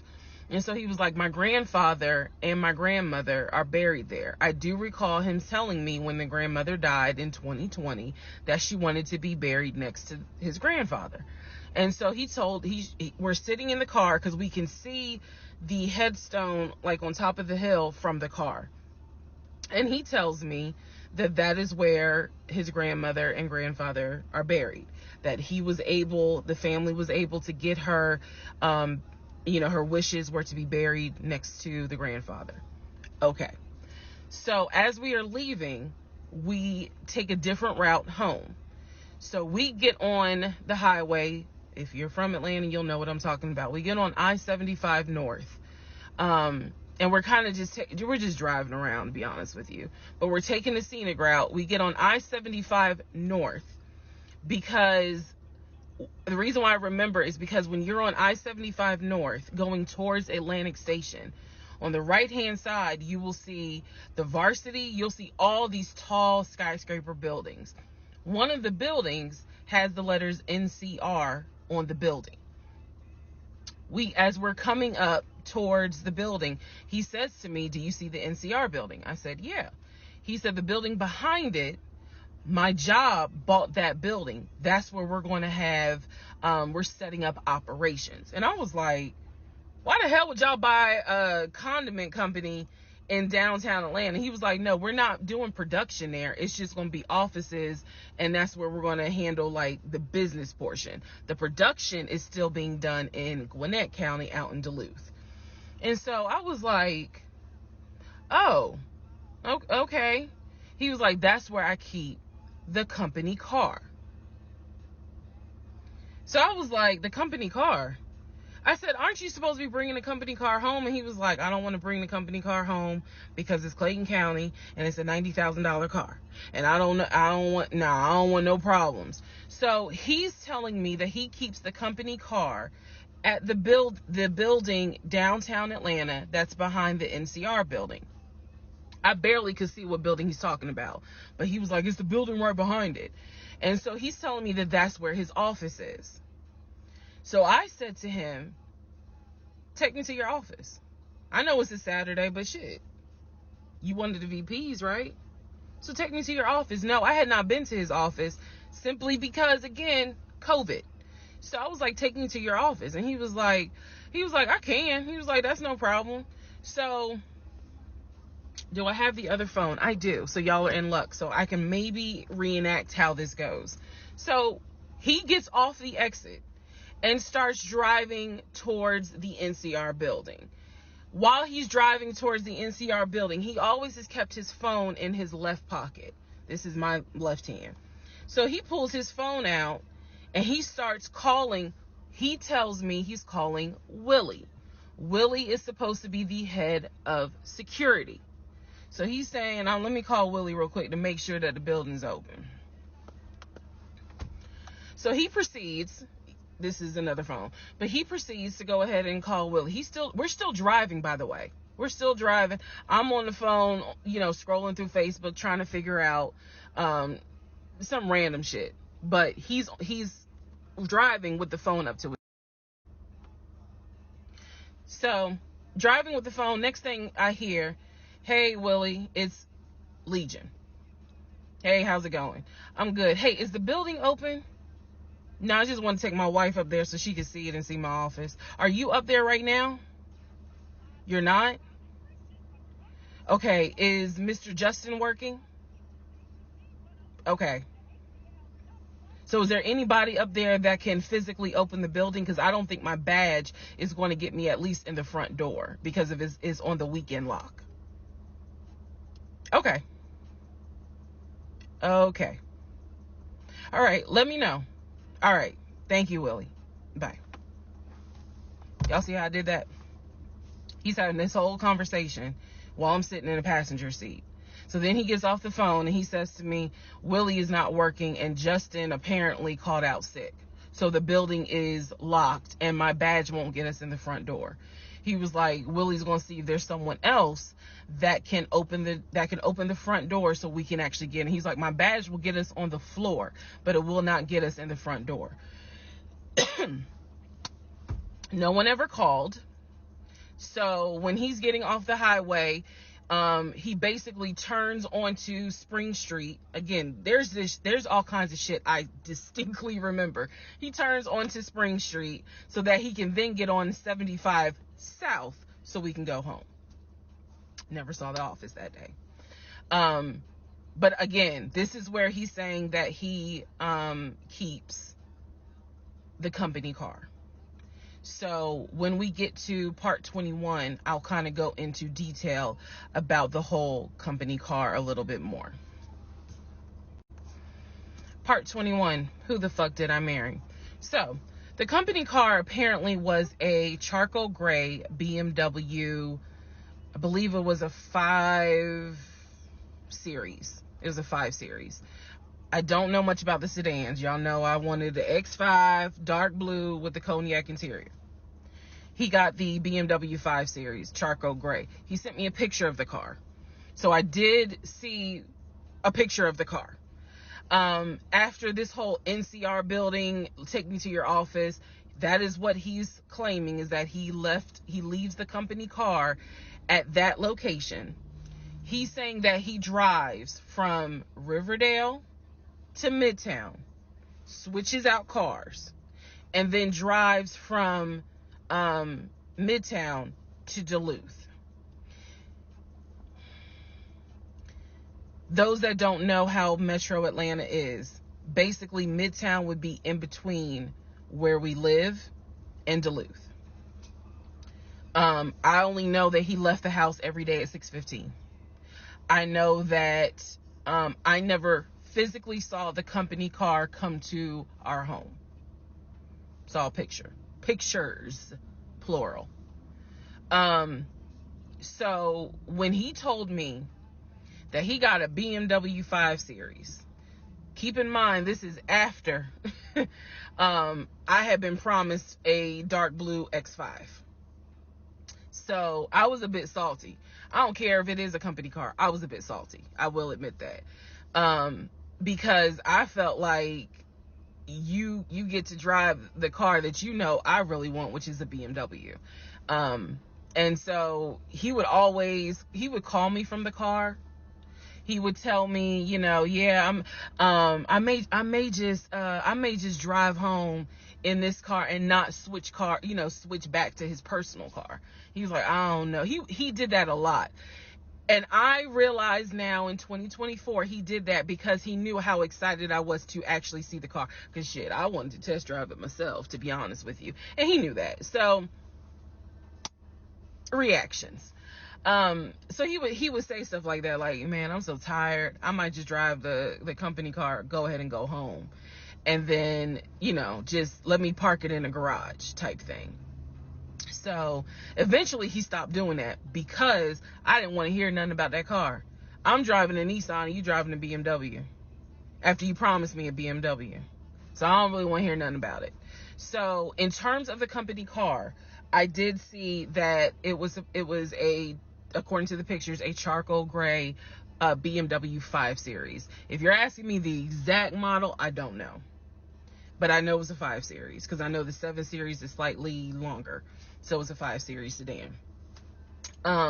So after the whole situation with the cemetery to see his grandmother and grandfather's headstone, then there was the NCR, the office is open, oh, it's not open, Justin ain't working, Willie ain't working. Willie's supposed to be head of security, but he ain't working. Okay. So at this point, I'm already numb. It is important for me to point out how numb I became dealing with him. Mind numbing, because I just got to a point where it was like, there's always something. There's always something. So, of course, we're not going to go to the office because there's going to be something. So this is the end of February. My birthday had already passed. There clearly was tension on my end, not so much tension on his end. So I get home a couple of weeks later. We are now in the beginning of March. This is something personal about me. The only way you would know this is if you know me. I have been dying to go to London and Paris. I had a layover in London when I did a study abroad, but it's not the same. I want to go to London and be a whole tourist. I don't care. I want to see Buckingham Palace. I want to see the Tower of London. I want to see Paris. I want to see the Palace of Versailles. This is something, if you know me, you know she wants to see Paris. She wants to see London. So I get home from work. This is the beginning of March. I get home from work, and on the counter is a folder with like a little bow on it. And I'm like, oh, what is this? Is this like mail? Like, was this something that you got at work? He's like, nah, it's a surprise for you. I open up the folder. Inside the folder is like a trip itinerary. It is not an actual booked trip. It's like an itinerary. A trip for two to go from Atlanta to London. The trip should have happened, and it was the month on there was like July, so it was a summer trip. So he tells me, I'm gonna take you to London. He was like, I wanted to take you for your birthday, but certain things fell through. He was like, so this summer in July, we're going to go to London. He was like, I've already made a reservation for us to stay at the Savoy. Again, there are certain things that my brain just was like, remember that. He said, I've already made a reservation for us to stay at the Savoy. I didn't know, as much as I want to go to London, y'all, I didn't know anything about the Savoy. And so I remember going to look it up because I was like, what is the Savoy? Well, apparently the Savoy is bougie, very bougie. So I was so excited. I cannot tell y'all how fucking excited I was when I saw that he had printed out British Airways. Like, he was speaking my language. I am one of those people, I'm a planner. So when he's saying, I'm going to take you to London, and he took the time to research flights and print it out and research the Savoy and print it out. And there were different, not excursions, but there were different things that you could do. You could go see the Tower of London. You could go see Buckingham Palace, changing of the guard. We could go have high tea at certain places. He was like, I don't really want to go, but I know you're dying to go. So he was like, you know I love you, and I would do anything for you. Blah, blah, black sheep, have you any wool? And so he was like, I'm going to take you to London in July. The trip did not include Paris. That's fine. But I was so excited. So excited. And so this is the beginning of March. I was like, this is great. Hopefully this happens. I knew I needed to renew my passport. And he was saying that he had to renew his passport as well because his passport had expired. So both of us were like, okay, we need to get on this if we're going to try to make it to London in July, and it's now March. Me being the planner I am, I think I went to work the next day and printed out the passport applications so that we could fill it out and go ahead and get that process going. So, needless to say, something must have happened, and I don't remember what it was. We just simply didn't fill out the application for the passport. So, fast forward, we're now at mid-March. Mid-March, the decision was made that my mom, who lived in Arkansas, was coming to visit us. She would be coming, I believe, the second week of April, and she was going to stay a week, and then a few days. So, like, maybe a total of 9 days. Not quite 2 weeks, but a little over a week. So she was coming in April, and I was excited. Legion was excited because he was excited to physically meet my mom. He had talked to her on Zoom. He had talked to her on the phone, but he was excited to physically meet my mom. And my mom was excited to physically meet her son-in-law. So this is mid-March. I'm going to go into part 22 where I explain what happened with Facebook Messenger. Part 22, who the fuck did I marry? So now we are in March. This is right after he had surprised me with the announcement of we're going to go to London for a trip in July. Because we definitely didn't do a honeymoon. We definitely didn't do any sort of trips together. So the idea was we're going to do a trip in July together. One thing about Legion was that he was the guy who was like, I have nothing to hide. I don't lie. I don't like liars. If we're in a relationship, then everything should be out in the open. So I've always had his cell phone passcode. Never felt the need to look through his cell phone. And funny enough, I can tell y'all right now, disclaimer, I will never go through a cell phone again. You cheating piece. So anyway, so one day, this is mid-March, going like around March 20th. So we're heading in towards the end of the month.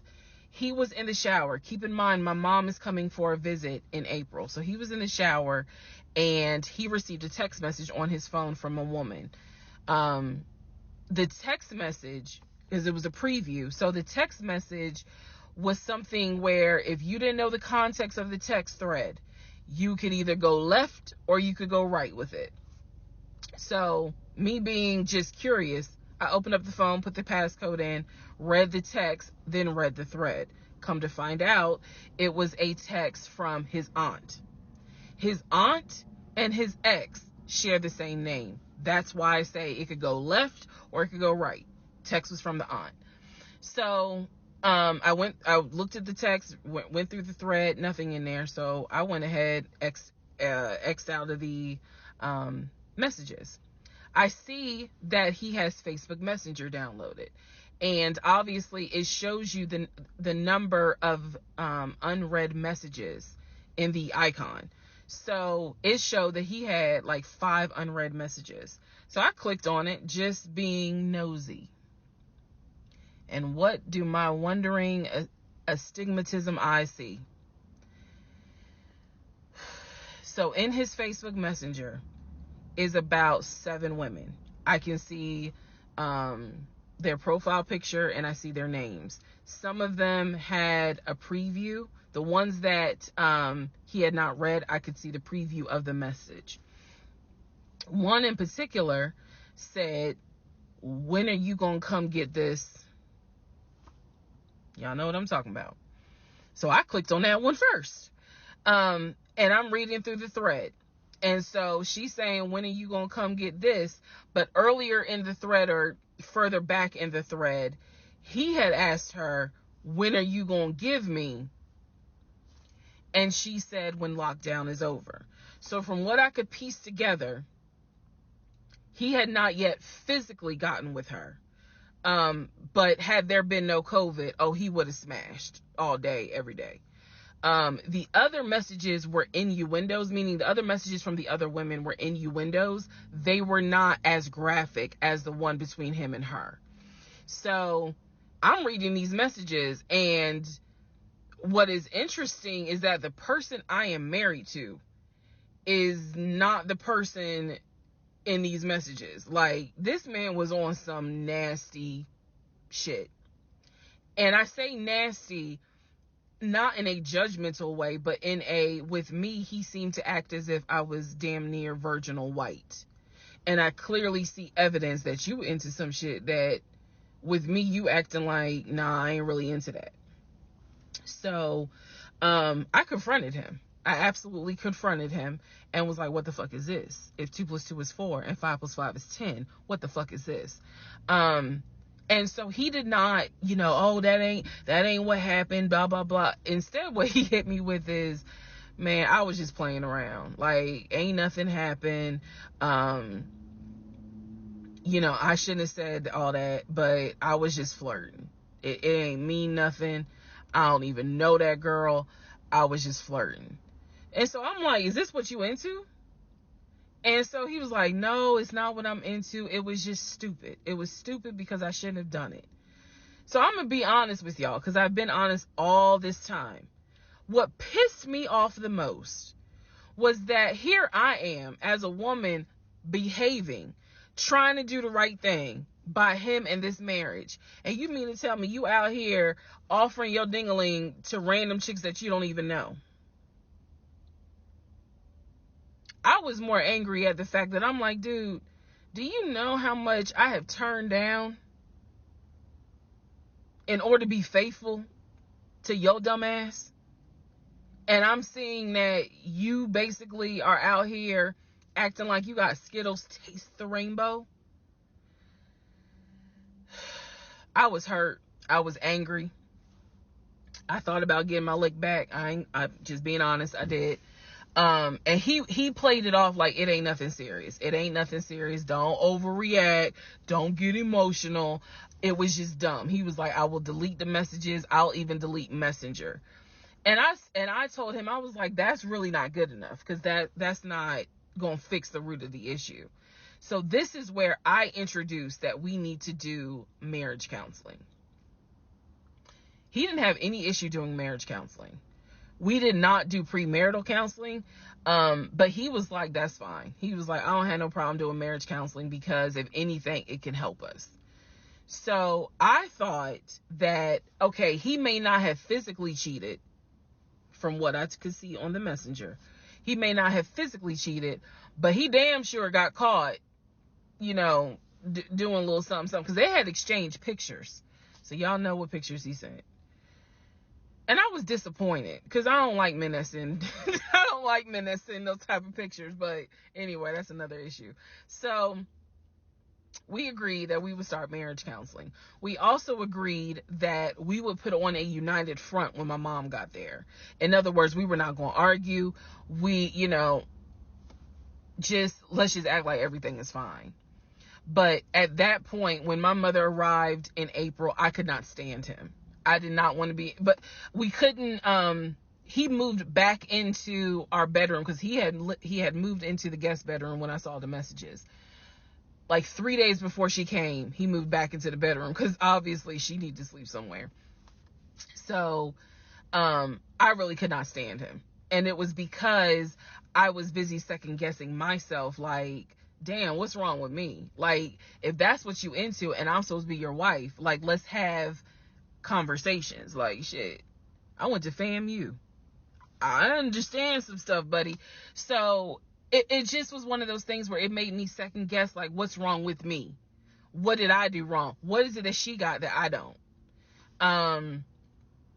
Because you all out here willy-nilly, messaging her all hours of the night, because the thread went back quite a few weeks. I saw it in March. There were messages from December, November. So again, I'm just second guessing all kinds of stuff, self-esteem taking a hit. So no, I did not want to be around him. I did not want, I didn't like him, period. I did not like him. I left and I would just go for a drive because driving clears my mind. I called my aunt, told her what happened. I don't recommend that. I don't recommend calling family to tell them what's going on in your marriage. But I called my aunt, and my aunt lovingly was like, what do you want me to say? You married him. He ain't your boyfriend. Y'all can't just break up. That's the hard part about marriage, is like, I mean, yeah, I guess you could leave him, but at the same time, you married him. So, honey, you're going to have to go back home. And y'all are going to have to figure this out. She was like, I can't give you advice on what you should do. I'm sorry that this happened. But you married him. So even though it was just one drive, I went back home, and that's when the discussion was, we need to do marriage counseling. Part 23, who the fuck did I marry? So we agreed to do marriage counseling. I had found a pastor and his wife who agreed to do our counseling, basically. Our counseling was going to be on Zoom, and it was going to be every other week, every other Tuesday. Initially, Legion was participating in it. His body language seemed to be that he was open and receptive to the marriage counseling. Now, the pastor and his wife were deeply concerned at the fact that we had only been married 3 months, and we were already dealing with some form of infidelity. We were in marriage counseling, and as the pastor would put it, there seems to not be any sort of intimacy. They were concerned. Rightfully so. I think any person would be if they knew what was going on within those 3 months. So the pastor and his wife, it is fair to note, we started counseling with them in the spring. We continued counseling with them up until a week before I found out what I found out, and he got kicked out. So one of the first things that the pastor kind of talked to us about was, what was the deal with the Facebook Messenger stuff? And Legion was like, it was stupid. I shouldn't have done it. It really was just attention, and I got carried away. He felt like he kept saying, I'm not going to keep apologizing. I'm not going to keep getting persecuted. After I told you, I'm sorry, I told you I wouldn't do it again, and I want us to move forward. You're either going to forgive me or you're not. The pastor and his wife were like, wow, the audacity is real on this one. So, needless to say, we started moving slowly forward. It was always in the back of my mind, just like it was in the back of my mind with that black Dodge Charger. It was one of those things where, okay, I see how you kind of are moving and operating. He came to me a few days after we started our first counseling session, and he was like, we should get a joint bank account. What he wanted to do was to each one of us have our own account, and to get a joint account for our money to go in there for joint expenses. Now, up until this point, he had been paying the rent, the utilities, and I really was just paying for my stuff. So now he's suggesting, look, we're married now, let's go ahead and get a joint account. I wasn't necessarily against it because I knew that I would still have my own account. I would still have my own savings. So what I countered with was, okay, let's take a look and see what we're working with. Show me your checking. Let's look at each other's accounts. Look at what we have currently. He was cool with that. So he shows me his checking account. His checking account available balance was just over $9,600. Mine was just over $1,500. So there was a huge disparity in the amounts. And so he logged in on the phone and turned it towards me, and I could see available checking, available balance, just over $9,600. I logged into my savings. I showed him how much I had in savings. He picked up his phone, logged into his Chase savings, turned the phone towards me. In the Chase savings, it was roughly about $15,000. But I also knew that he told me he had a U.S. bank savings and he had an offshore savings. So at this point in time, I asked him, show me the U.S. bank savings, show me the other two accounts. He would not do it. This became a huge bone of contention. He would not show me the two accounts that he claims has the most money in there, the accounts that he claims has money for a house in there, because he still was mentioning, hey, we need to get on this house thing if we're going to move when the lease is up. So I'm just adamant on, why don't you want to show me your savings account? You showed me the Chase one, like, what is the big deal? And so he kept saying, he was like, there's a lot of money in there. And he was like, and my uncle always taught me, this is not the uncle that died, another uncle.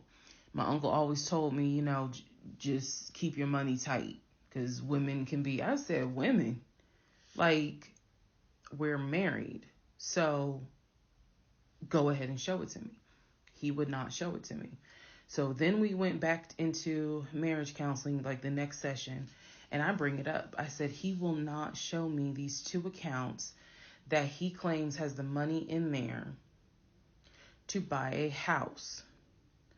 I told our pastor and his wife, I said, I saw the pre-approval letter, so I don't understand why he's not going to show me, to just put me at ease that he has the money in there. I had never questioned it before because, again, you tell me who in their right mind signs their name to a legally binding offer, an all-cash offer on a house, and they just do it willy-nilly. I don't know anyone that does that.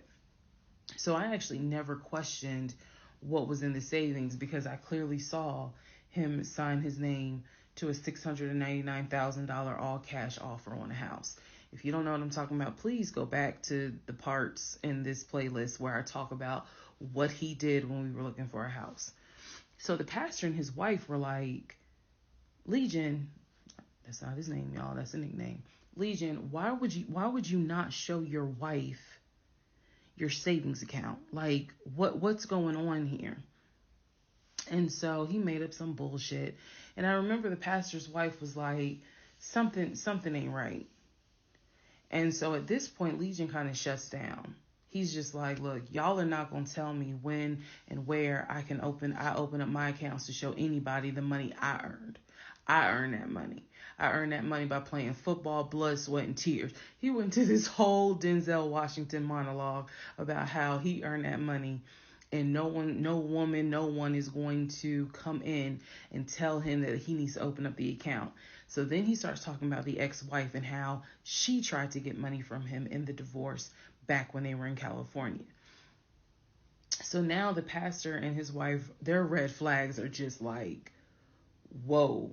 So much so that the pastor's wife said, and I will never forget this, she said, I don't think you all are going to make it to January. What she was talking about is, I don't think y'all are going to make it a year. And I really, truly was like, we're going to make it. Like, of course we're going to make it. And she was just like, I don't have a good feeling about it. And so Legion's all defensive. He at this point, he's folding his arms and because remember, we're on Zoom. He's folding his arms and he's just like, I'm done with this. Like, I'm not going to get attacked because I'm not comfortable showing you the amount of money that I have. Money changes people. And I'm not comfortable. So he's playing that victim card. And so the pastor and his wife were like, you know, we're still going to help y'all as much as we can. But so he was like, I'm not comfortable. And basically the pastor and his wife were like, look, we'll help y'all as much as we can. But there's some deep issues here. And, you know, this is what they advised us. Had the two of you came to us for premarital counseling, we would have told you, do not get married. Y'all should not even be together. That is what the pastor and his wife told us in marriage counseling. If you two had come to us for premarital counseling, we would have told you, y'all should not even be together, let alone get married. But here we are. So we will help you guys as much as we can. But the pastor's wife was like, I don't have a good feeling that y'all are going to make it a year. Part 24, who the fuck did I marry? So, remember, we're in April. We're now moving towards the end of April. And he still did not show me his savings account. Saw the checking. Saw the Chase savings. So he decides that we should start looking for a house again. Because my lease was up in August. And I made it very clear that when the lease is up, I am moving. I wanted to move to Cobb County. So he was like, you know, we need to get the ball rolling. I didn't want any parts of it. Didn't want any parts of it. He found a realtor. This time it was a woman. And I believe her name was Amber. I think her name was Amber. So he found a realtor and he told her what the budget was. Amber started finding houses. So please understand, or you don't really have to understand, but I believed he was a sane, rational human being. Sane enough that you would not sign an offer on a home if you didn't have the money. That's what I believed. So when we started working with Amber, I believe, showed us 3 or 4 houses. It was not nearly as many as the other realtor, Scott. So one of the houses, absolutely loved. I love the house. I really wanted to put in an offer on that house, and I'm going to post it on the screen, the house. Love that house. It was just absolutely beautiful. And once again, he wanted to put in an all cash offer on the house. But before he could put in he had told Amber, I want to put in an all cash offer. And what Amber, the woman, was smart enough to say is, okay, let's just go ahead and take it one step at a time. Let's go ahead and get your pre-approval stuff together. She said, I work with a great lender who, if you're not already pre-approved, he can get you pre-approved, no issues. And then if you want to do an all cash offer, then we'll go ahead and get the proof of funds together. So that way we can submit it all with your offer. Jesus. Y'all already know what happened, because you remember what happened on the last house with Scott. Basically, Legion was like, well, I can get you whatever you need. That's fine. But I really don't want to submit proof of funds unless they accept the offer. Amber, and I don't know where she is. I don't even know if she'll ever see this video. Anyway, let me keep going and I'll explain why that woman has a special place in my heart. So Amber was like, I totally understand, but this is how we're going to do it. I'm going to need that paperwork, okay? And we'll submit it with your offer. She just simply was like, yeah, this is how we're going to do it. And so he did not submit the paperwork when she had asked him to. And I remember I was driving to work and I stopped at the Quick Trip on Upper Riverdale Road in Riverdale, Georgia. And Amber had called me. It was in the morning. She had called me. And I believe with all my heart that Amber knew something was up, but she also knew I did not know what was up. So she called me and she was like, I just don't understand. Like, if he has the paperwork, like, you can submit the paperwork. But the issue was the Chase paperwork that I had was from a year prior. So my understanding was that it pretty much was no good at this point. So she said all he has to do is just email it to me or take a picture of it. She was like, I just need to know that he's able to back up his offer. And I said, I totally get it. And she was explaining some stuff to me. She was like, he needs to do X, Y, and Z. And so I said to her, I remember I said, I don't know what's going on. I said, I'm going to get down to the bottom of it, but I don't know what's going on. And so let's put a pause on this whole thing. Let's put a pause on looking at houses. Let's put a pause on getting his pre-approval letter, because I'm not sure what's going on. And she got quiet and she said, okay. I said, and I know this sounds weird. And she said, no. She said, that is actually very smart. She said, do your research. And if I can be of assistance, call me. She said, whether you buy a house with him or you buy a house on your own, I will be more than happy to represent you. I don't know where Amber is today, but that one sentence, I felt like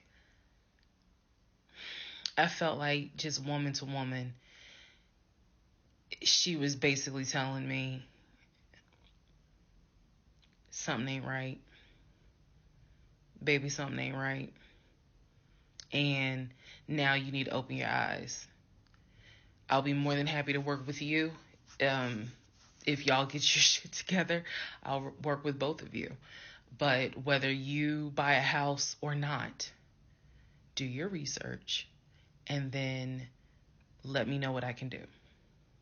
That was our conversation at the Quick Trip on Upper Riverdale Road. So I got off the phone. That was the last time that we worked with any sort of realtor. That was the last time that we looked at any sort of house. And I don't remember exactly what happened after that, meaning that day. I do know that when I went home, I simply told him, I don't want to look at a house right now. I said, I think it's okay if we rent.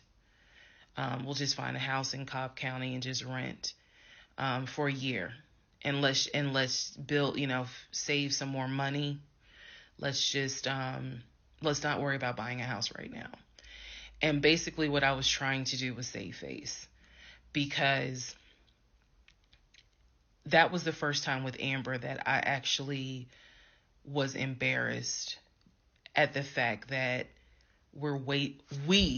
he and I, because I felt like I was complicit in the fact that I'm going to look at houses with him. I felt like we are wasting these people's time.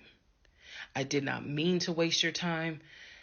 I clearly see my time as being wasted, but that doesn't mean I need to waste your time. And I felt embarrassed at the fact that we wasted her time coming across as serious buyers. When time came to put up or shut up, nothing was put up. And I knew nothing. I had nothing to add to add to this, because we're talking about a $650,000 house, and I don't make that. I don't make anywhere near that. So it just became one of those situations where I was trying to save face. I was trying to save face with my husband, and I was trying to save face with Amber. And so I did say to him, let's just rent for another year, and then let's see at that time where we are, if we should go ahead and buy. So now is when shit is about to get real.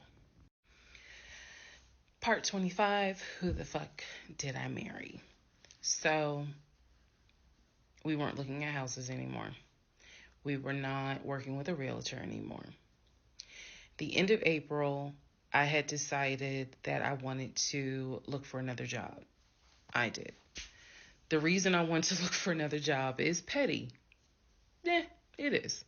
I wanted to look for another job because I was pissed off at the fact that I had basically was dependent on him to help with the car note. So I wanted to look for another job where I could afford life all by myself, including that car note, basically where I would make more money. I told him that I was going to start looking for another job. He laughed. And his exact words were, "You're not going to leave Georgia State Patrol." He was like, "I swear you love them niggas more than you love me." He laughed. So that fueled me even more. So I was hitting the pavement hard trying to find another job. I was applying to all kinds of places. Got a phone call from my current job. So this is how I ended up in my current job. Got a phone call. They had sent me an email with a background packet. The background packet was long and extensive, but in the background packet, it asked for my spouse's full name, my spouse's date of birth, and my spouse's social security number. So I showed it to Legion, and I was like, I need your social because, I'm applying for this job. It's a great job. It's way more money. And, we're talking about moving anyway to Cobb County. So this, this is a God thing. He did not want to give me his social. I showed him the paperwork where I was like, look, because we are married, I can't lie on here. So help me. So he writes down his social security number on the background packet. And I eventually turned it in. I had scanned it, saved it in my email, and sent it in. And I looked at it one day, just going through it, just making sure I didn't really miss anything. All T's were crossed, all I's were dotted.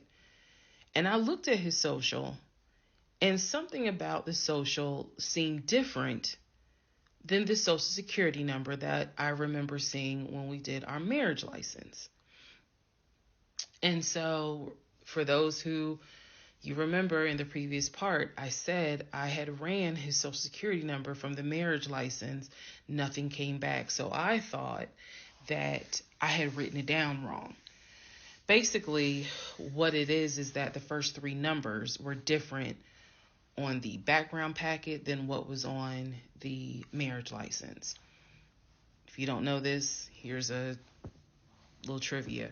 Your social security number, the first three numbers, pretty much are dictated by the state you were born in and the state that issued your birth certificate. So he was born in Pennsylvania. So the first three numbers of his social security number should be attributed to Pennsylvania. Pennsylvania, shit, they probably got like 5-6 different numbers, 3-digit numbers that your social security number can start with. So the social that was on the marriage license, for example, was probably 123. What was on the background was 456. Both of those social security 3-digit prefixes are issued through the state of Pennsylvania. Again, this is an example so I can make it clear. So when I saw his social on my background, I immediately knew that was a different social than what I saw on the marriage license.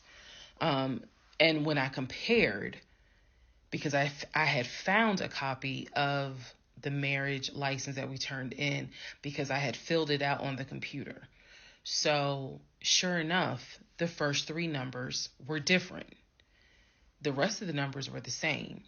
So one of two things: either when I ran his background, I did in fact put in the wrong number, or the number on the marriage certificate or the background packet is wrong. So I decided that I was going to roll the dice and take the social from the background packet. Again, this is the background packet that I had to fill out to get my current job. I was trying to get a new job. Okay, so I took that social and I ran a background check on it. What came back on this particular background was all the addresses that the social security number, I guess, had been attached to. So all of the addresses, the states were Georgia, Rhode Island, Pennsylvania. What I did not see was California. So I thought that was weird. I thought, okay, maybe this is not a complete background because clearly he went to San Diego State. It's on his resume. It's on quite a few things. Social media. He didn't have a LinkedIn, but it was on his social media. So clearly he had been to California. So maybe I just need to do a different background check. Also to note, during this time, I think I told you guys he had hit his leg at work. So what was happening was it was getting more and more difficult for him to walk, like put pressure on that leg, on that knee. He was still able to go to work. He was still leaving at 6:15 in the morning. He was still coming back between 3:30 and 4 o'clock. But I clearly could see where he was in pain. He would elevate the knee, ice the knee. It was getting worse. And I was constantly like, go to the doctor. Let me take you to urgent care so that they can look at this knee, because you shouldn't still be limping and having a hard time putting weight on that knee. And every single time he was like, oh, it's fine. I have a doctor's appointment on Wednesday. The doctor just told me to ice it and to elevate it. This is an old football injury. It happens all the time. It used to happen a lot when I was out in California. So I'm mentioning this knee issue for a reason. But back to the background. So once again, when I ran the background the second time with the second social, it showed me states of Georgia, Pennsylvania, and Rhode Island. And that's all that I saw in terms of addresses. I didn't see anything for California. So by this point, we're moving into May of 2021. Things are starting to reopen. One of the things that reopened was San Diego State. So I called San Diego State. I called the registrar's office. Someone did answer, and there was instructions on how to request a transcript. I was able to try to request it online. You needed the student's name, and I believe you also need their social. And when I typed it in, it said no results found. I believe that I sent an email asking, this person is saying that they were a student there. Can you verify it? The response I got was there were no records found with that social security number. So I'm like, okay. I asked him about it. And in part 26, I'll tell you exactly what his response was. Part 26, who the fuck did I marry? So I asked Legion, what's the deal about San Diego State? He was like, what are you talking about? And I said, why is there no records of you there? I just came right out and said it. Without missing a beat, this man said, well, I was a private citizen. What the fuck does that mean? And what he said is that when he started at San Diego State, his father paid money so that, okay, it's important I say this with a straight face. His father paid money so that his name and social would not be publicized and he would be considered a private citizen. He said that he had a card where all he had to do was show the card. He does not have to give his name. He does not have to give any information because he had that card. He said so San Diego State would not have any record of him, but he was in fact a student there. I said, and you claim that you played football. He was like, I did play football. I said, so you're saying that the school did not publish your name anywhere and they were in violation of NCAA rules? And he was like, why are you asking all these questions? And I said, I'm just curious. I'm just curious. You're saying that you were a private citizen, but yet how were you in compliance with NCAA if you were a private citizen and they did not publish your name on any roster?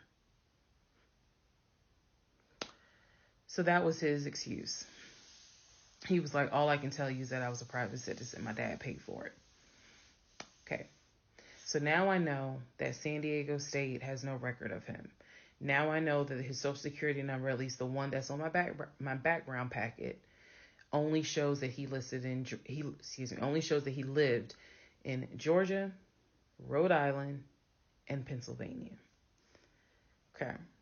So at this point, the pain in his knee is getting worse. It's getting to the point where when he would come home from work, he would take a shower and immediately get in bed, elevate his knee. He was not even eating the way that he used to eat. It was getting to the point where at times, if you remember when I told you all about the miscarriage, they gave me pain meds because I had taken that pill. But the pain meds I was allergic to, so I couldn't take them. But I still had them. So the pain in his knee was getting to the point where he would take one of those pain meds just to get through the night. He was constantly in agony, constantly kind of tossing and turning, so much so that in May he moved into the guest bedroom because I couldn't deal with the tossing and turning thing. And he just said he was more comfortable there. So what at first was I hit my knee at work turned into, no, it was an old football injury. This has happened before. Turned into, it's painful for me to walk on it. turned into, it's actually hard for me to work on it. But he was still going to work at 6:15 every morning and coming home between 3:30 and 4. So, it is, again, I'm just giving you guys the chronological order of how all this happened. So at this point, we're not looking for a house. I still have not seen the 2 savings account. I'm pretty sure there's no money in those savings accounts. But again, he was going to put in an all cash offer with Amber, the realtor. So I really didn't know what to believe, but I believed what I saw, which is I saw that background is not showing where he went to California. So at one point in May, it was close to mid-May, he calls me from work. He calls me from work, calls me while I'm at work, and tells me that he got a phone call from his stepson.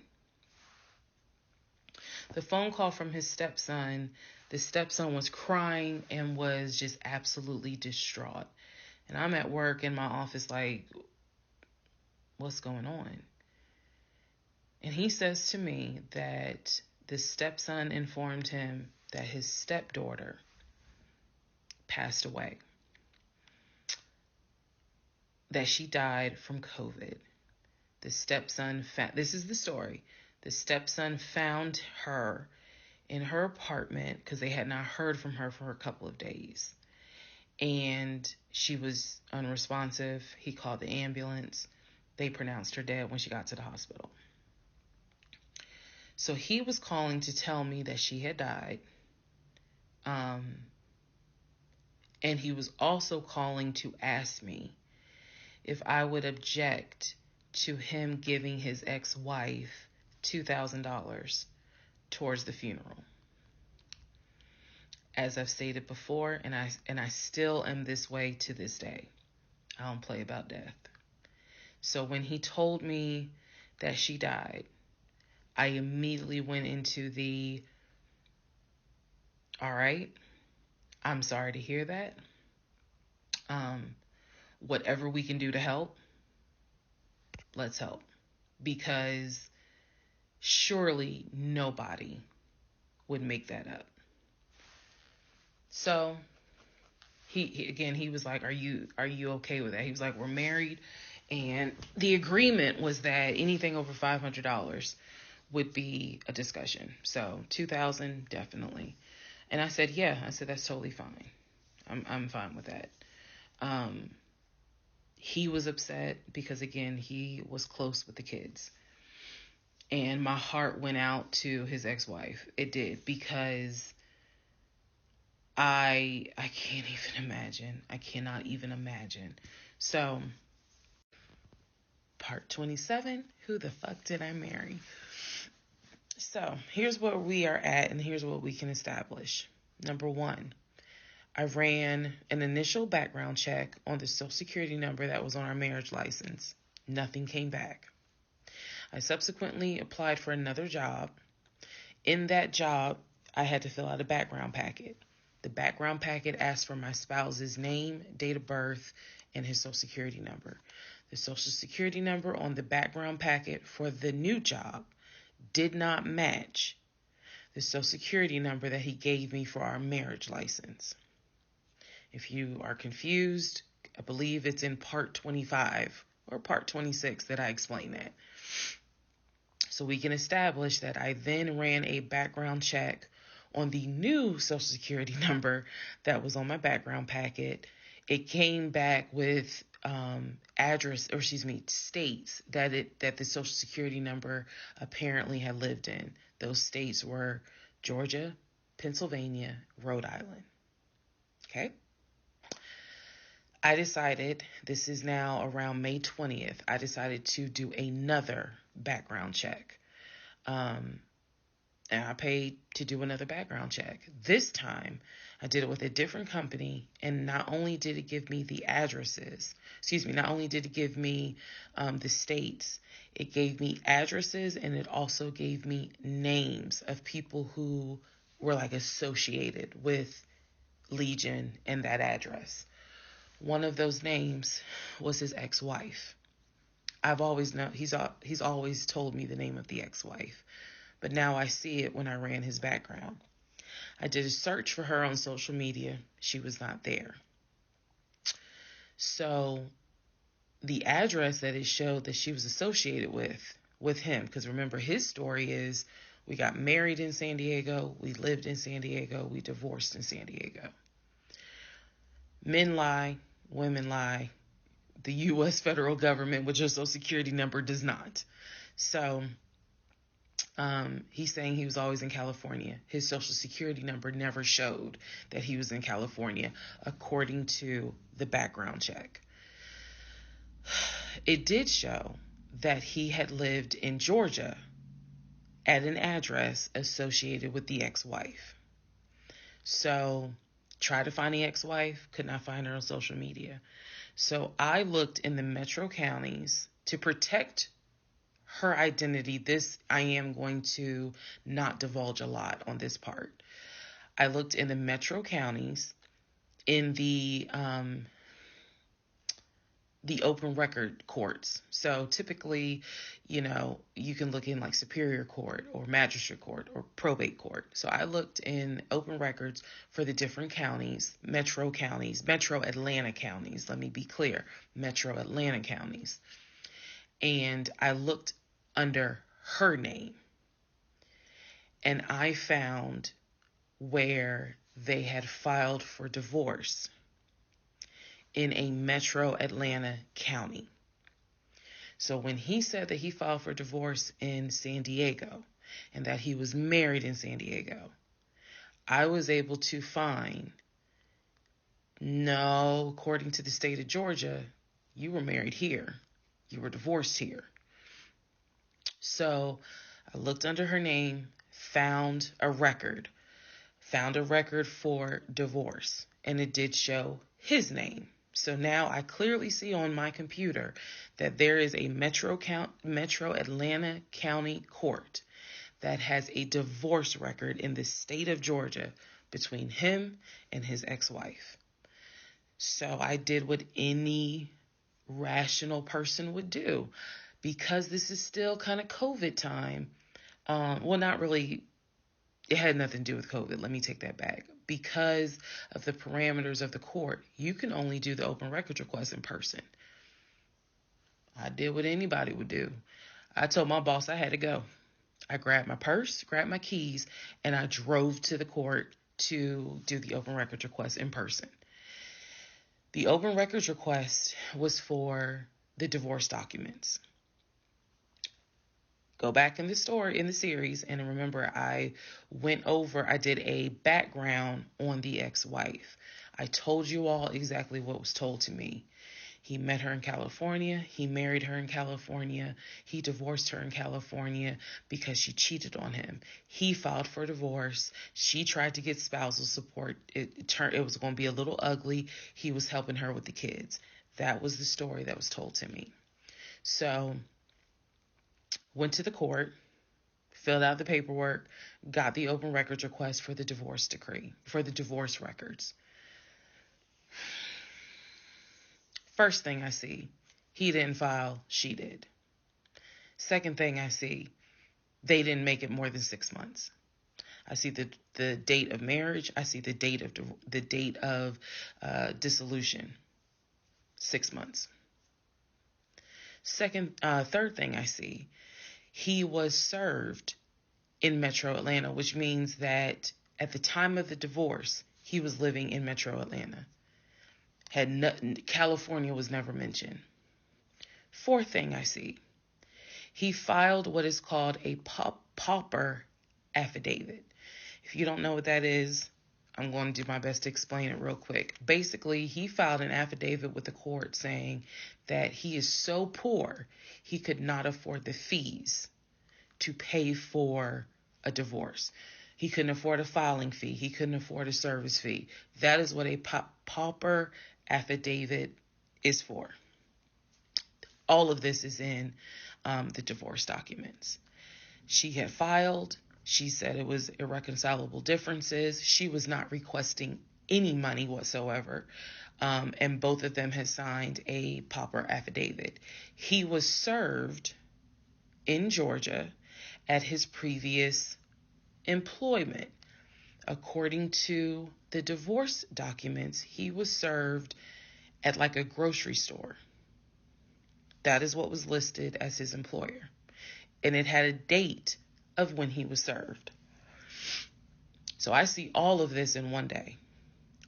I also see where on the divorce documents, she listed her name, her address, and her phone number.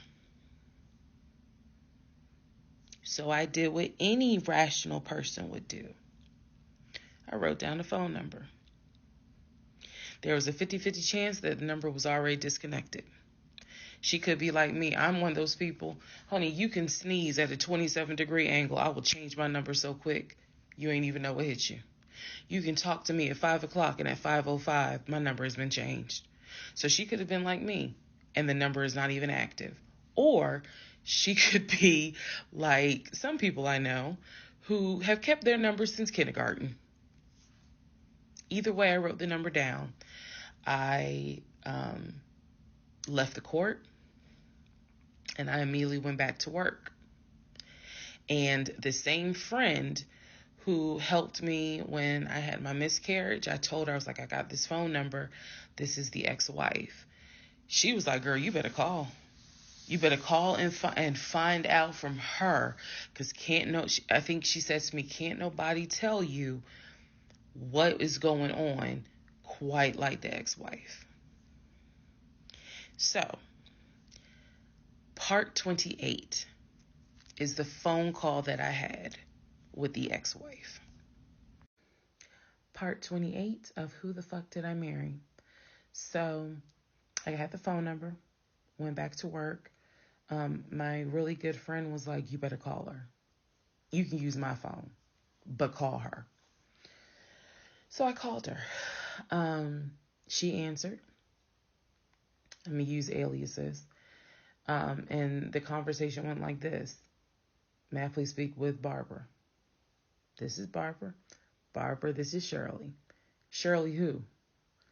This is Shirley Jones. I am the wife of Legion. Silence. Then she starts laughing. And she said to me, and I quote, if you were calling me, then I know it's bad. I chuckle. And I said to her, I'm not trying to bother you. I'm not trying to disrupt your life. I said, I am literally coming to you on some woman-to-woman shit. I said, because you are probably the only person who can help. She listened. She was gracious. And she said, what is it that you need to know? Or what is it that you want to know? And I said, I understand that you and my husband talk and communicate. And she immediately said, what? No, we don't. And I said, okay. She said, one thing you need to know about Legion. She said, whatever he tells you, it is a lie. And she said, again, let's go back to part 1. I told you guys that when he introduced himself or when we met, we actually had matched on 2 different sites. And he was under 2 different names. One was like the actual birth name. The other one was a nickname variation of that name. That's the name I know him by. So, for example, if his name was Matthew, he had a profile under Matthew, and then he had a profile under Matt. I would have known him as Matt. So she said to me, she was like, I don't even know who Matt is. She was like, that's not even his name. And so I knew what his actual government name, and she was like, no one calls him Matt. She was like, that must be his new personality. Or she was cracking a joke, but she was like, anything he tells you, you need to know is a lie. So I just asked her, I said, what was your experience? I said, because I can tell you the story he told me. And she stopped me right there. She said, whatever he told you was a lie. She said, let me guess. He told you I cheated on him. Let me guess. He told you that I wanted money from him. And I said, yeah. And she said, yeah, that's a complete lie. So we had a conversation where she told me how they met. They didn't meet online or anything. I said, well, were you guys ever in California? She said, no. She's like, she was like, that man ain't never been past the East Coast. So I said, okay. So you guys have always been in Georgia? And she said, yeah. She's like, we got married in Georgia and we got divorced in Georgia. And that's when she asked me, how did you even get my number? She said, because I want nothing to do with him. So how did you get my number? I said, I'm going to tell you the truth. It ain't going to make me look good. I told her, I said, this is what happened. And this is what led to me doing research. And this is how I got your number. And she laughed. She was like, wow. She was like, normally I would be freaked out. She said, but under the circumstances, she was like, wow, okay. She said, yeah, if you're calling me, then it must have gotten pretty bad. She said, so what did he promise you? And we talked for about 35 minutes. She asked me in that phone call, she said, look, I want nothing to do with him. I have not spoken to him since our divorce was finalized. She said, so I would just appreciate if you keep me out of whatever's going on with y'all. And I told her, I said, I give you my word, I will never tell him I spoke to you. I said, I give you my word. I said, this conversation is for me. It is not for me to use in any sort of legal litigation, nothing. This is for me. And I said, I don't plan to call you again. I don't plan to be a disruption in your life. I just needed to know, how bad is it? And she paused and she said, it's bad. She said, I don't know what all y'all got going on. She said, but if it's anything like what it was for me, it's bad.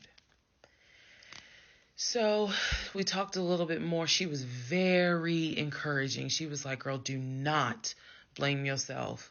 She said, I went through that and I had blamed myself. She was like, this is not on us. This is on him. She was like, he is a master liar, a master manipulator. She said, I ignored the red flags. So she was like, do not feel as though this is on you. We talked about there's an ex-girlfriend that shares the same name as his aunt. She and I talked about her. She said the reason why they broke up, because the ex-girlfriend, I didn't know this, the ex-girlfriend had reached out to her about 6 months before he met me. And so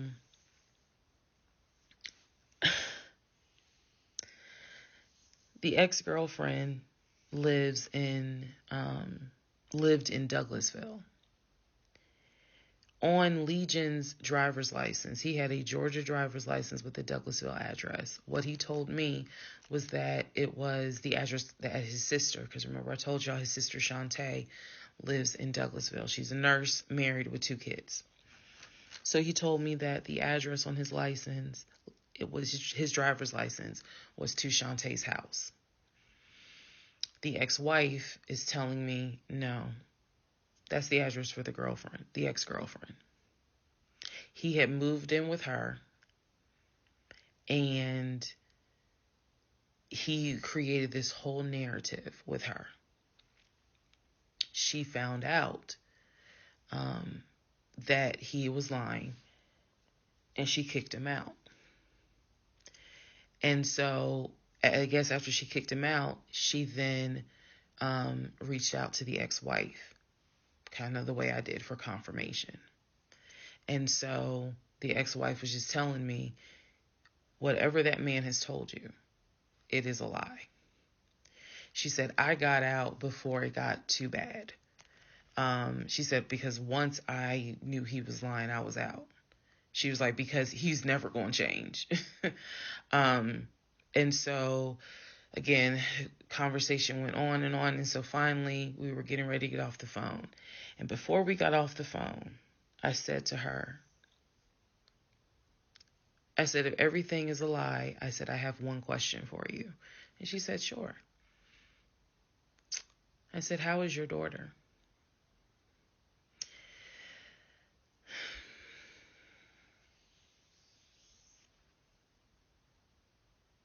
I said, how is your daughter?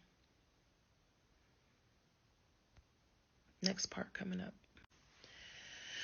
Part 29, who the fuck did I marry? So I asked her, how was your daughter? She said, my daughter's fine.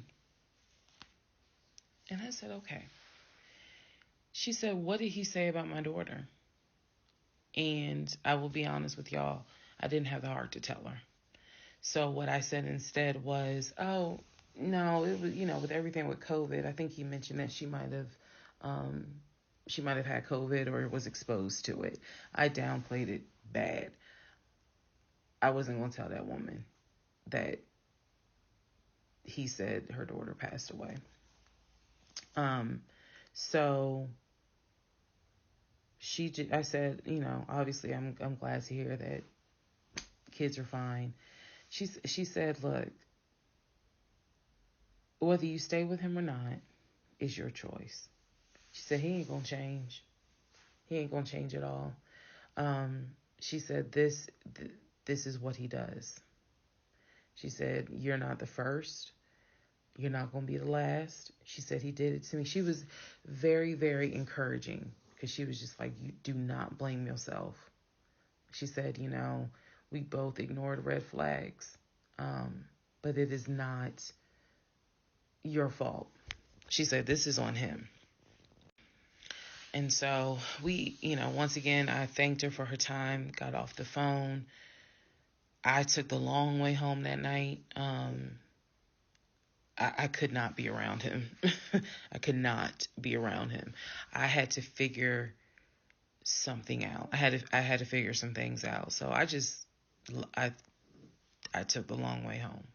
What does that mean? It means that I probably could have taken 75 to 285, but I probably took 20 to 75 to 285 to 675 kind of like I just took the long way home. A couple of days later, because my mind was spinning. A couple of days later, at this point, I'm turning into the FBI, CIA, and Homeland Security all in one. Literally. I'm trying to find everything. And he's carrying on his business as usual. Nothing changed with him. He had no idea that I had spoken to the ex-wife. He had no idea I had gone to the court and saw his divorce documents. He had no idea. So a couple of days later, I decided to look up his mother's obituary. Look up the mother's obituary. And down at the bottom where it talks about, she's preceded in death by, and it lists all the people, the family members that died before. And then it says, leaving behind to cherish her memory. It lists the husband, her husband. Let me start over. It lists her husband, which is Legion's dad. It lists Legion's brother that lives in Philly and his wife, because again, this is she passed away in 2015. So it lists Legion, the brother in Philly, and his wife and daughter, her granddaughter. It lists Legion and his wife think it was like Latoya or Le something. Le something. It did not list the ex-wife I just spoke to. And it clearly said Legion, his wife, Latoya. Then it listed the brother in Nashville, his wife, Jane, or whatever.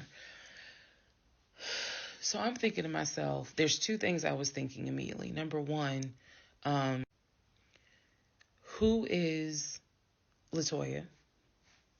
Never heard that name before. Never heard that name before. So I was thinking, who is Latoya? And then number two, where are the two sisters?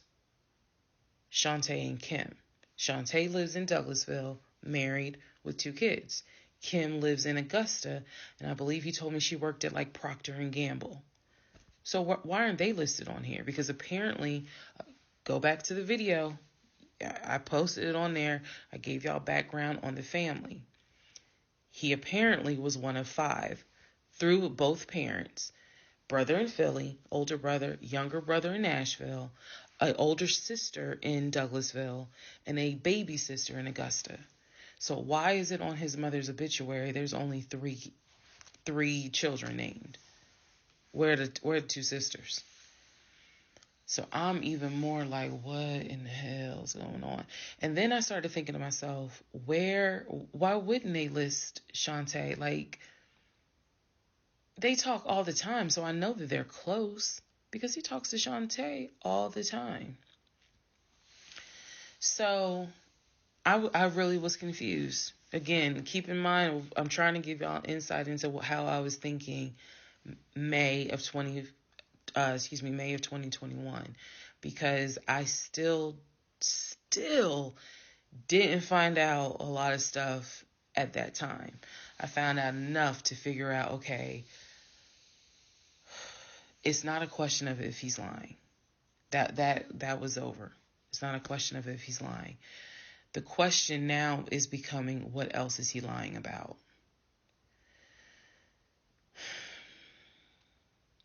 So we had the phone call with the ex-wife. Now I see an obituary that apparently there's another wife. I know on our marriage certificate, it only states he had one previous marriage. I had 0, he had 1. So this is how I'm thinking in my head, which is, okay, what am I missing here? I know we've established that he's lying, but who the fuck is Latoya? Like, I'm really trying to understand who is Latoya. And again, he's hobbling around the house, limping, and I'm in our in the bedroom, I could not get on Google fast enough to try to figure some stuff out. So,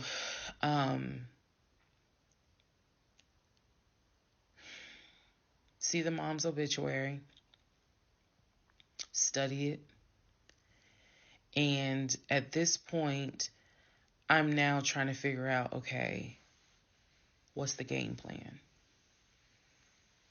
What is the game plan? And that's where we are about to get into the next part. Okay, part 30 of Who the Fuck Did I Marry? So I'm going to use this as a clarification video. So we're going to use part 30 as a stop. Let's clarify some things. I've done that before on a previous set of videos, so I think it's just important to do that so that way I can try to address some of the things that I have seen in the comments, both supportive and just downright mean. But let me clarify some stuff. Number 1, it is important to remember that I am telling this entire story of how I met, dated, married, and divorced my pathologically lying ex-husband. I am going in chronological order of events. So what that means is that, ma'am, sir, whoever you are, if you were coming in at part 30, but you have not seen part 11, some stuff is not going to make sense. I know. It is a long playlist. And don't worry about watching the video as soon as it comes out, because everything, I'm trying to do this responsibly, of telling the story in the order of which things happen. So I say that to say, please, if you're able to, start at the introduction disclaimer video. Start with part 1 and then just watch each video, because a lot of the questions people are having that I'm seeing in the comments, and I say this respectfully, is just because you did not go to the other videos and watch them in order. That's just the first thing I want to say. It is important that I get this story out, but that it's done, like I said, responsibly. To me, responsibly is being honest, even if it makes me look bad, but then also trying to be clear and not ramble all over the place. So I'm trying to take the time to tell you, this is what happened at this time. This is what happened at that time. That's why there's so many parts.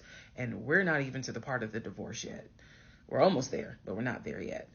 Second thing I want to clarify. I cannot stress this enough. My family and my friends did not know what was going on between Legion and I. They did not know. My family only knew, we've met this guy. He's dating our daughter, our niece, our cousin, our granddaughter.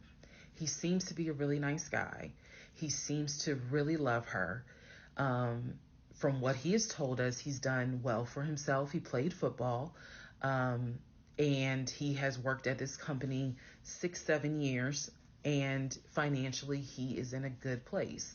From what we understand, he just moved here from California. That is what they knew. They did not know about the red flags I had. They did not know what was going on in my head. They did not know what was going on in my heart, because I did not want to look stupid. I'm fully aware that when I tell this story, I look stupid. I'm aware, and I've made my peace with that. But at the time, I did not want to look stupid. So it was important to me to put on everything's great. We're really happy. We're looking for a house and everything's going well, knowing full well that behind the scenes, I couldn't figure out why he wasn't showing proof of funds. They did not know. So I say that to say, I see the comments about how my aunt gave me horrible advice when I called her about the sexting on Facebook. And I want to clarify something. She did not tell me to stay with him. She did not tell me to leave him. That's not her place, and that's not what she would do. She simply was in shock that any of this had happened and did not know what to give me advice on. The one thing that she did say was, look, he's not your boyfriend. Meaning, it ain't as simple as, oh, we just gonna break up. Pack your shit and go. Because you married him. My aunt is the most ride or die chick I've ever met. You fuck with me, you fuck with her. And she is straight Jersey. So I love her for it. But I needed to, it's not fair for me to leave it out there as if, oh, she just was like, girl, I mean, go home and deal with it. No. Never in a million years. So I want to clarify that. Also want to clarify about my mom. So my mom lives in Arkansas, and when she came to visit in April, we were already married. This is her first time physically meeting Legion. My mom will tell you she had no idea anything was amiss, but there was something that nagged her a little bit. She didn't know what it was, and my mom is the type where she's going to get on her knees in prayer. That's who she is. So for her, it was like, I don't know what it is. He seems like a nice guy. He seems to love my daughter. Because again, there was no arguing in the house. The house was peaceful while she was here, even though behind the scenes, we had just came off of the whole sexting incident with other women. So for her, it was like, I don't know what it is. She did tell me later on that it seemed as if I wasn't as happy as she thought I would have been. But again, she took it to the Lord in prayer. And her prayer was, God, protect my child.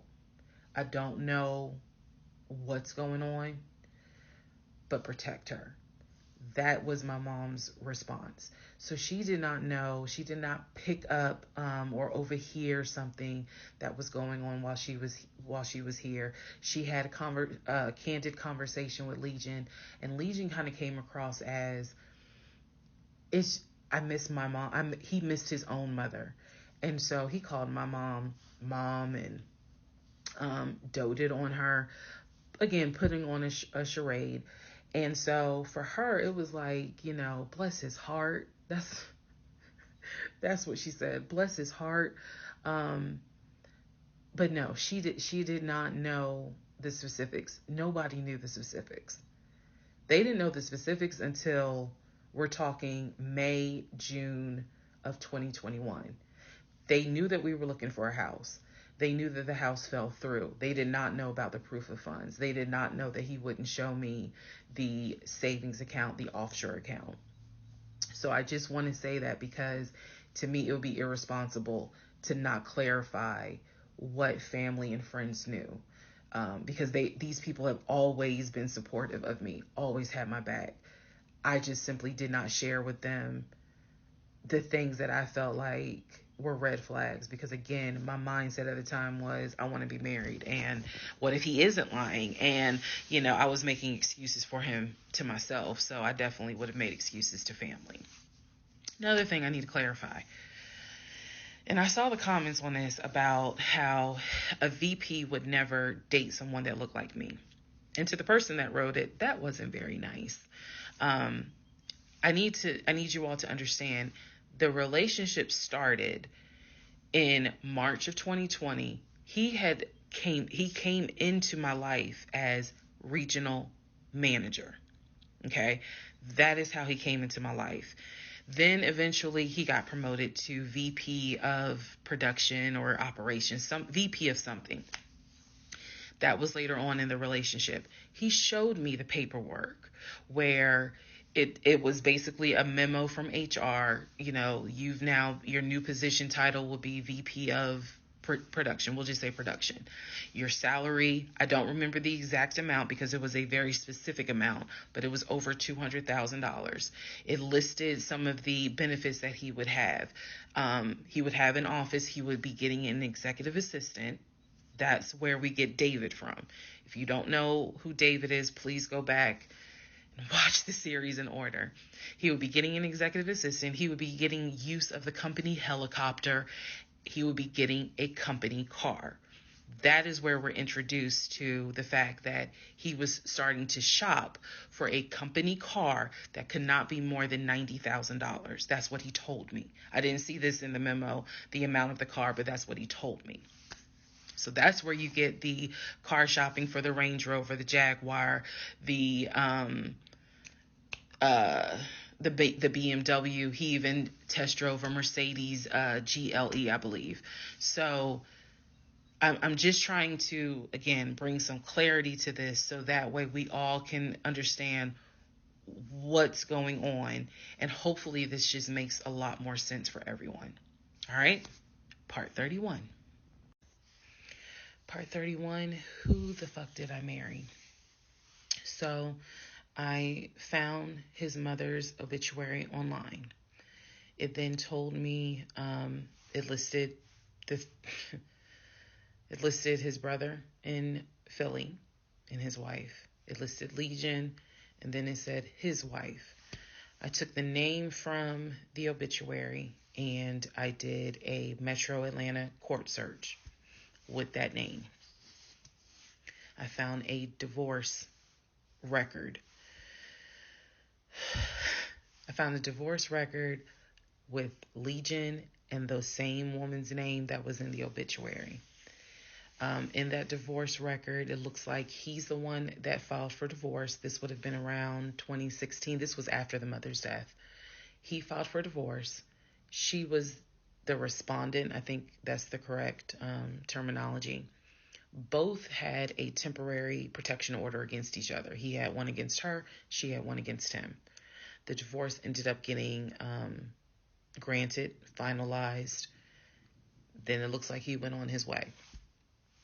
In the course of the search for her name, I discovered that at one point in time, the two of them had lived in Rhode Island.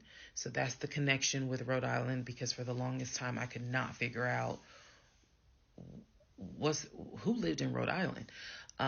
That's where that came from. The two of them, he and this woman, lived in Rhode Island several years prior, or a few years prior. I could not find the obituary for his dad. I searched and I searched. I could not find the obituary for his father. For whatever reason, I knew his grandmother's name. I just randomly decided to do a Google search of the grandmother's name. Initially, nothing came up because I was looking for the grandmother's name in Philly. Nothing came up. I looked for the grandmother's name down here in Georgia. Found a record, but it wasn't quite clear. What was clear was that she had died several years prior. So what I found was a different website where it was like a legacy.com type thing. So I believe legacy.com holds old obituaries. Did a search for her name, found a match. That is when I discovered that she actually had passed away in July of 2008. Read the caption of the obituary and verified that in fact it was his grandmother. Because at the bottom of it, again, obituaries tell you a lot.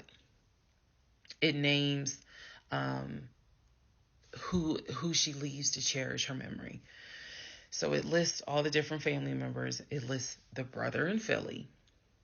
It lists Legion, no spouse, and then a brother in Nashville. Once again, it did not list the two sisters, Shantae and Kim. So I'm even more like, okay, clearly something, is up when it comes to Shantae and Kim.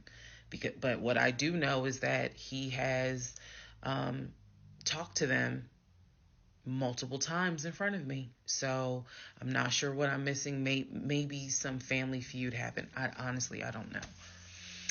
So that is how I discovered that when he told me the grandmother died from COVID and he was crying, boo-hooing and all that shit, she actually had died in July of 2008.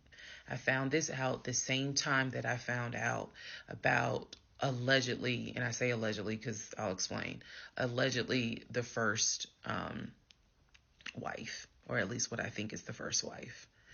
So while all this is going on, Legion is almost bedridden from what happened with his knee. And I need to take a moment to address this issue with the knee. Again, the story started, he hit his knee. Then it turned into, it was an old football injury.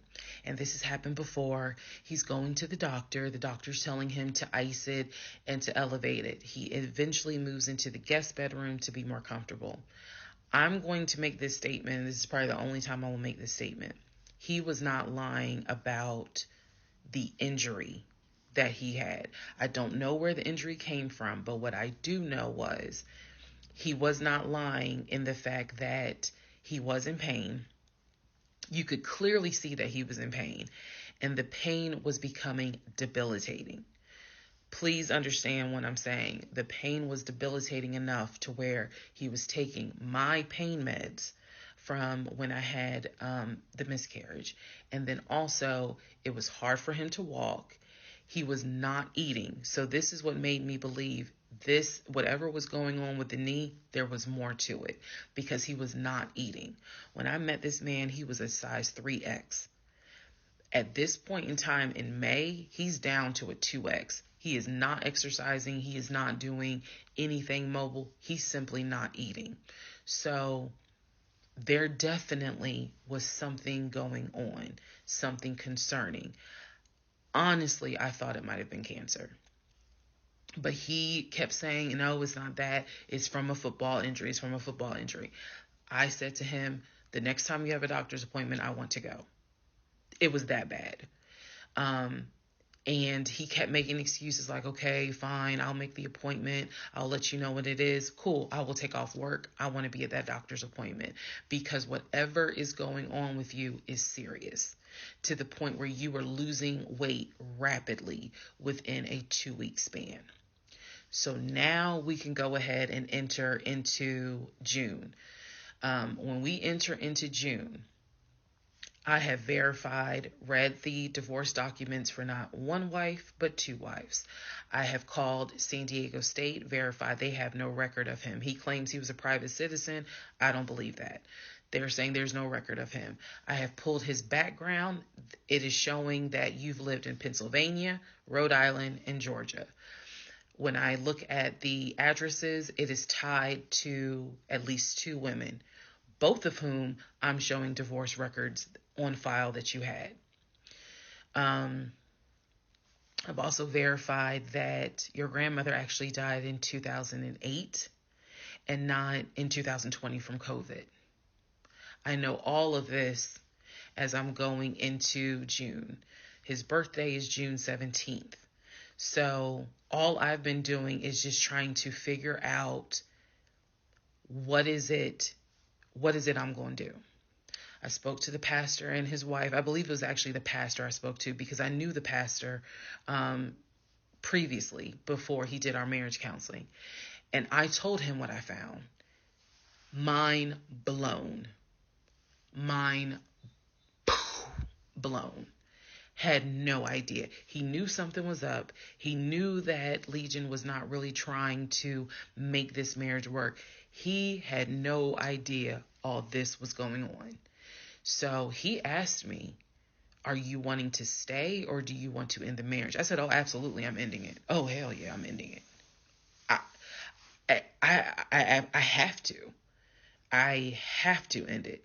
I have no idea who that man is in my guest bedroom. Not to mention, on top of all of this, he had lied about the death of the ex-wife's daughter. Part 32. Part 32. Who the fuck did I marry? All right. So we're now in June. By this point in June, I have been offered the new job, accepted it, put in my 2-week notice at my previous job, and was going to be starting the new job later on in the month.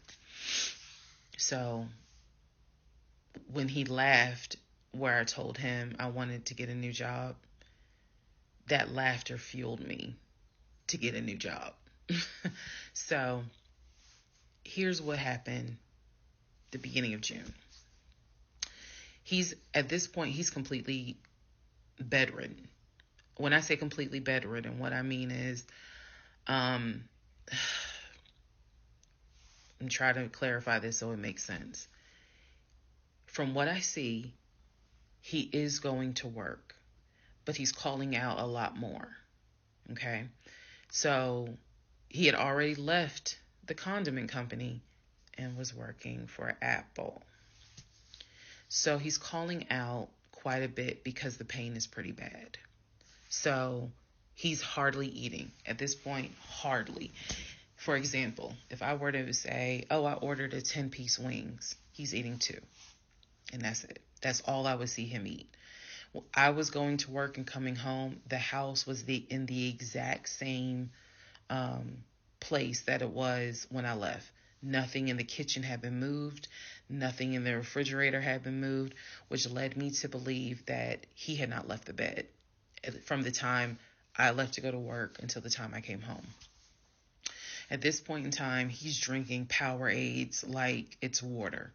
I mean, I'm buying cases of Powerades. And that seemed to be the only thing that he was taking in.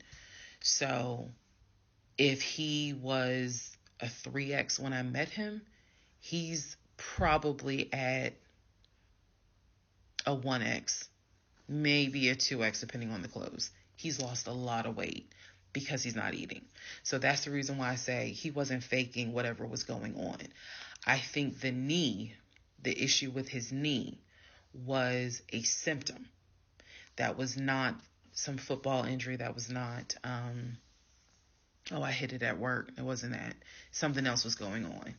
I had kept asking him to, let me know when you have a doctor's appointment. I'm going to go with you. I'm going to go with you. And he just kept saying the doctor, he's calling the doctor, and the doctor told him to just keep icing the knee. But I knew better. What was happening was I didn't care because of all the stuff I was finding out. So, beginning of June, he is in the bed, sleep, and I get his phone. I ain't gonna lie. I got his phone. He had a work phone and he had a personal phone. It was the work phone that he had from the condiment company that apparently was never turned in. Follow me.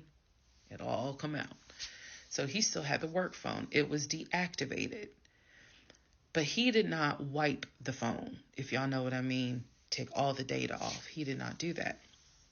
So I look through the phone and I see this would have been text messages. Text messages between him and a woman named Peaches. I go back to the beginning of the text messages. This is on the work phone. This is the beginning of June of 2021. I go back to the text messages the beginning of the text messages between him and Peaches. Yes, that was her name, Peaches. I'm reading the thread because he's knocked out sleep. So I'm in the bathroom with the door locked, reading the thread. And what I can tell is that he met Peaches on POF. If you don't know what POF is, it is Plenty of Fish, a dating website. He met Peaches. I saw the messages in June, so he met Peaches around February. Met Peaches from POF. And apparently Peaches was, there's no nice way to say it. Apparently Peaches was a prostitute. So, and the reason why I say that is because in the text messages, she's listing the prices. So he asked for a hand job. This is in the text messages. She told him it would be like $40. He asked how much would it be for oral. She said it would be $60, because it was $60 and $80. One was the price with a condom, one was the price without one. So no messages after that. She sent a picture, he sent a picture. No messages after that. So in other words, these messages were not back to back every single day. There's breaks in between the messages. So like a message was in March, the next message is in April. A message in April, next message is like 2 weeks later. So he's asking her the prices. Next message I see would have been from a few weeks prior to the date of this. So this was the beginning of June.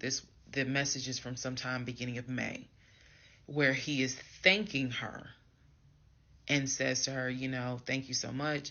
That was really great. I hope I can see you again.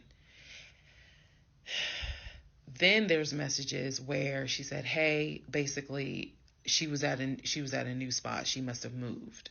So he said, okay, I'm going to come through. I'm going to come see you. He's asking her to confirm the address. He was like, is it the house with the brown trash can with a white car in the front? She says, yes. So I'm thinking he was actually in front of the house when he's texting these messages. Then again, he does whatever he does, and he sends her a message a few hours later saying, thank you. That was great. I'm reading all this.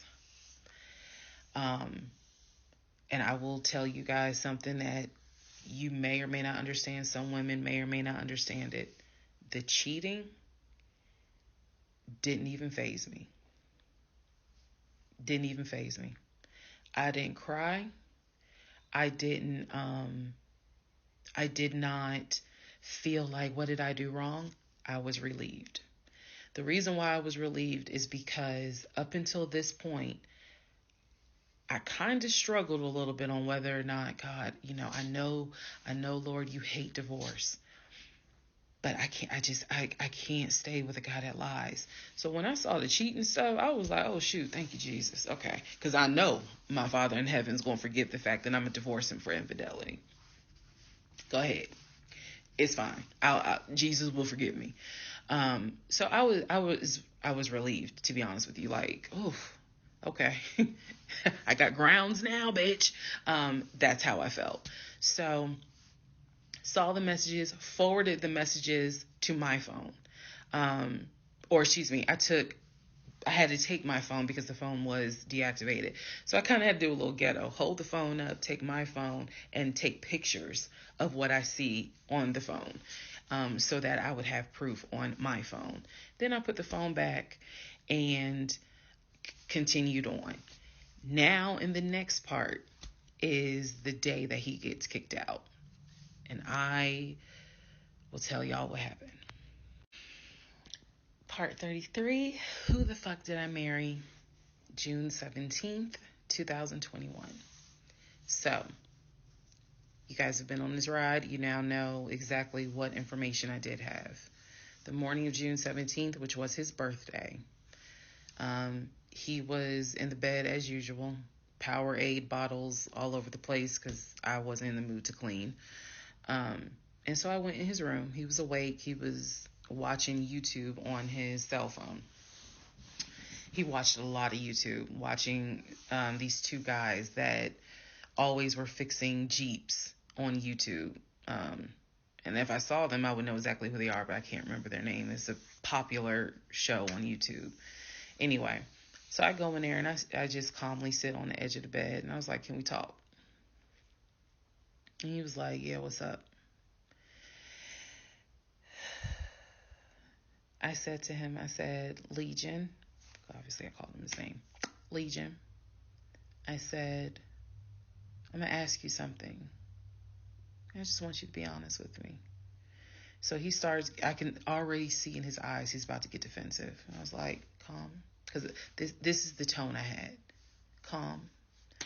I said, you never went to San Diego State, did you? He rolls his eyes and he's like, I said, calm down. Watch your tone. I said, you never went to San Diego State. I said, you never lived in California, did you? And he said, of course I lived in California. He's like, I fucking showed you the house I had in California. He said, and I told you about San Diego State. I was a private citizen. My dad paid for me to be a private citizen. And I said, okay. I said, I called San Diego State. And he looked at me. His eyes were like empty. Like he wasn't shocked. He wasn't like, oh my God. He was just more like, okay. I said, they have no record of you. I said, they have no record because you never went. You never been to California. So at this point, I'm very calm. And I'm just stating, I said, you never been to California. I said, I bet you've only lived in Georgia, Pennsylvania, and Rhode Island. At this point, now there's a little emotion behind the eyes. And I said, I don't think that this is going to work. And he said, what, the marriage? He was like, so what you saying? You don't want to be married to me anymore? And I said, I don't want to be married to you anymore. I said, we need to go our separate ways. We tried, but we need to go our separate ways. The way that I am talking to you all is exactly how I was talking to him. And so he was like, that's not what marriage is. Marriage is, you have to fight for what you want. I said, I don't want this. And I don't want to fight for it. I said, I don't want you, and I don't want this. And so he was like, I'm not giving up on the two of us. I said, you don't have a choice. I said, I think that you should call your brother or your sister now. And I think that you need to pack a bag. And I think you need to get the fuck out my house. And he was like, I don't really have time for this. I don't feel well. I said, I don't care. You need to get out of my house. Again, the way I know y'all are going to be like, she's so dramatic. And I am actually a very dramatic person. But the way that I'm talking to you guys on this video is exactly how I was talking to him in the beginning of how this started. So I said, you need to call your brother, or call your sister, because she's in Douglasville, and you need to go stay there. You need to get out this house today. Basically what happened was, at first, he refused. He wasn't moving fast enough for me. And so he called his aunt. And his aunt was on speakerphone. Let me preface that. She was on speakerphone. And so she was like, what's going on? And he was like, my wife don't want me no more.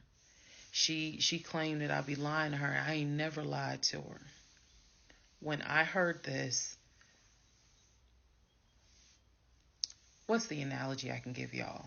When I heard him say to his aunt, I ain't never lied to her before, something in me snapped. The best analogy I can give you, do y'all remember that movie Carrie? When she was at the prom and everyone was laughing at her. The blood had fallen down on her. And there was a moment where her eyes just went wild. And you knew something was about to happen. You just didn't know what. But y'all had pushed her too far. When he said to his aunt, I ain't never lied to her, I snapped. The calmness left. The amount of rage that was in me. I could have fought every member of the Kansas City Chiefs and beat every last one of their asses. I could have fought every member on the Atlanta Falcons and beat every last one of their asses. I'm not a violent person, but I was there. That statement, I ain't never lied to her, took me there. I went off. I went off. I went off so bad that first of all, every part of me was shaking. I called my mom. My mom was on speakerphone, and she's in Arkansas. My mom's a praying woman. I was cussing like a sailor. My mom finally said, put him on the phone. So I gave him the phone, and I'm standing there, and I'm looking around the room. Is the scene that I remember is the Angela Bassett scene in Waiting to Exhale, when her eyes are darting around the room right before she grabs everything to put it in the car to set it on fire. I was more so looking at what weapons were in the room. The lamp, the TV, the dresser. I was looking more, while she was talking to him, my eyes were darting around the room, because if he did not get his ass up and get his shit and get up out of my house, it was going to be bad. If I have never in my life been on TikTok and said had it not been for the blood, y'all, I know this is going to sound dramatic. I know this is going to sound like, girl, you so funny. You don't understand. Had it not been for the Lord on my side, had it not been for the fact that I know I got a praying mother, I know I had a praying aunt, I know I've had a praying grandmother in heaven, because I'm telling you, I clearly saw what was getting ready to happen had he not gotten up, got his shit, and got out of my house. So I'm trying to calmly say this because I'm trying to calmly tell this story because the rage had taken over me. The pure, unadulterated rage that I felt when he said to his aunt, I ain't never lied to her, after I had discovered only 2% of the lies at that point. Just 2%.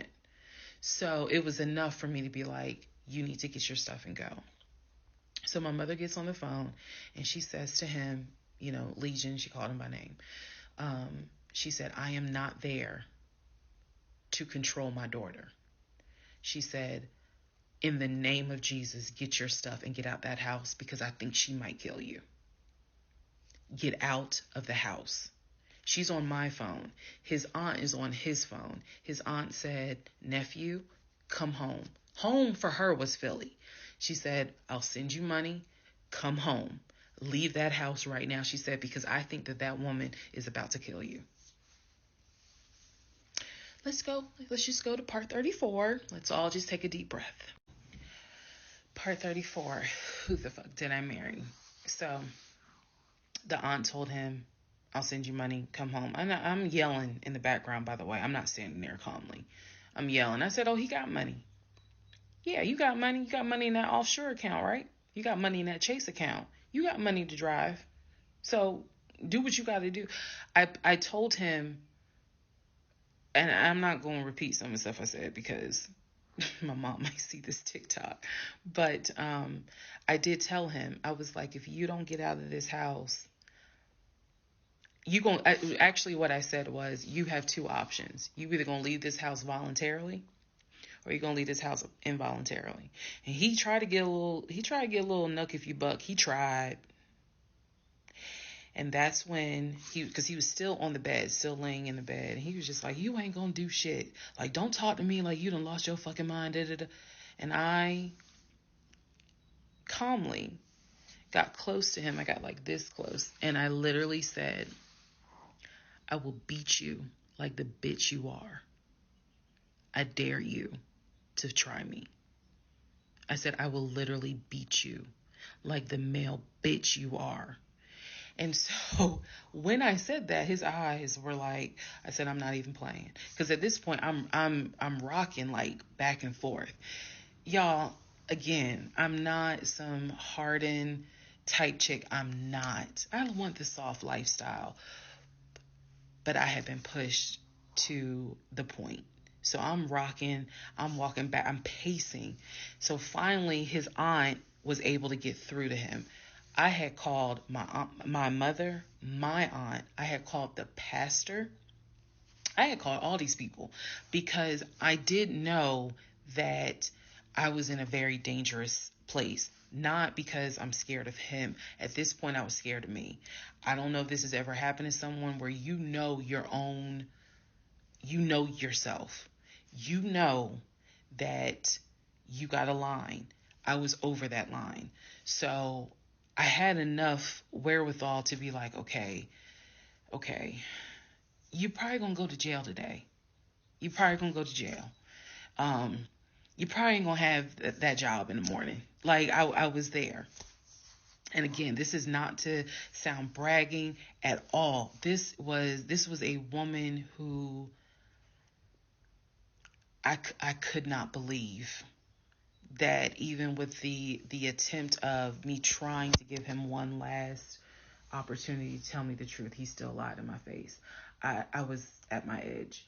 So I yanked the covers back and I told him, I was like, get up, get the fuck out of my house. Again, I'm saying it calmly on here. It was nothing calm in the house when this happened.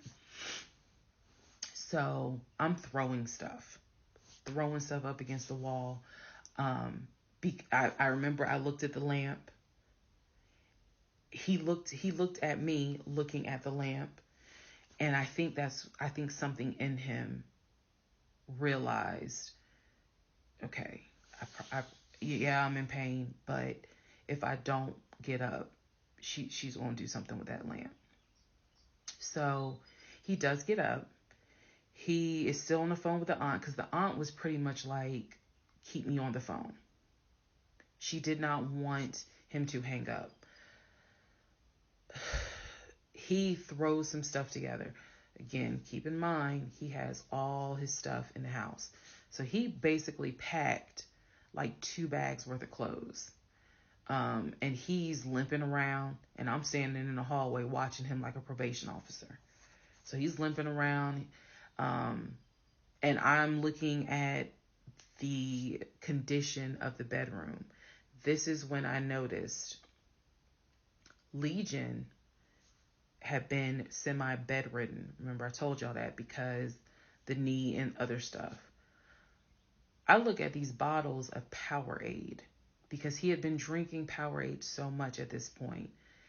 He was not getting up to go to the bathroom. He was drinking the Powerade and then using the empty bottles to pee in. So there was about 6 bottles around the bed. And I was like, what is this? Because again, I hadn't really been going in that room. I was busy being CIA, FBI, and Homeland Security for the past 2 weeks. So I was like, what is this? He was like, I'm going to throw it out. He grabbed a trash bag, put the bottles in there. And I said, what are in those bottles? I said, tell me. And I think I started like twitching. Like, tell me. That is not piss in those bottles.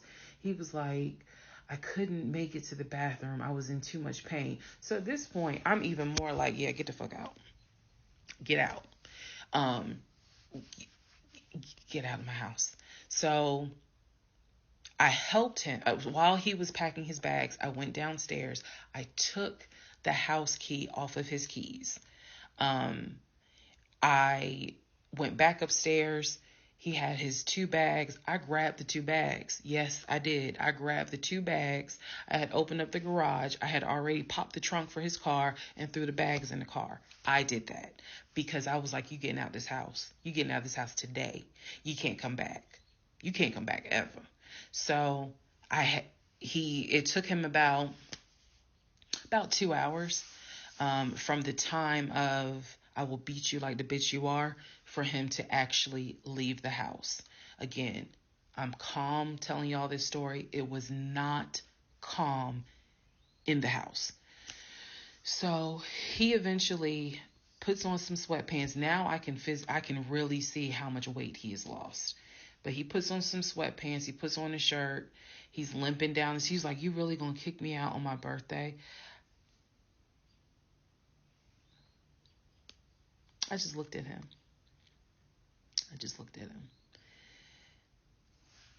Opened the door. He went through the garage, got into his car, called, his aunt was still on the phone, and she was like, I'm going to send you some money. And that's the part I was like, clearly he has the money. Like, you ain't got to send him money. He doesn't even have to go to Philly. He can just go get a hotel for now. I don't care what he does. He just got to leave his house. So he ends up getting in the car, driving off. My mom calls and she's just like, is he still there? I said no. I had not told her what all he had lied about. Even in the midst of me being angry and me going off, I never told him that I spoke to the ex-wife. I never told him I knew he was lying about the stepdaughter, because then he would have asked how, what makes you say that?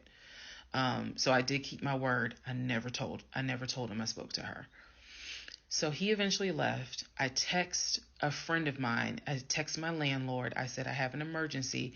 I need to know if it is okay to get the locks changed. Landlord was like, that's fine. My landlord was super cool. Shout out to Mr. Patel. I went to Home Depot, bought brand new locks, text a friend of mine, asked him, when you get off work, can you please come by my house? I need the locks changed today. So he was like, oh, okay, what's going on? I said, I'll explain it later. So to give you a timeline of June 17th, when I asked him about San Diego State and I told him that I know you've never even been to California, that was about 8:30, 9 o'clock in the morning. By the time he left the house, it was maybe going on noon, 1 o'clock. So this happened pretty quickly. If you're wondering, why did you even ask him? I already knew that I wanted out. I knew that. But for some reason, a part of me was like, let's just see if he'll be honest just one last time. And he wasn't. And it sent me into a rage. And then he lied to his aunt, saying, I ain't never lied to her. And that sent me over the edge. So by 1 o'clock, by 1:30, he was gone. By 2:30, I had done a pretty good job of cleaning up the bedroom. He had thrown away the Powerade bottles. So I didn't have to touch those. I stripped the sheets. Anything that he touched in that bedroom, I stripped the sheets, threw them in the trash bag, threw them out in the trash can. And so most of this was adrenaline. Adrenaline was pushed because I hate packing. I hate doing all that stuff. I went on Amazon. I ordered oversized, large tote bags because I was packing up all his shit. Part 35. Who the fuck did I marry? So I packed up all his stuff. Okay. The reason why I packed up all his stuff is because, so I had a 3-bedroom, 2.5-bath townhome. One room was the guest room. Obviously, there was a master bedroom. And then we had a TV room that he had made like his Philadelphia Eagles man cave. I was going to put everything that belonged to him, pack it up, and put it in the TV room, because the plan should have been that he's going to come back and get all his stuff. Okay, so that's why I did it.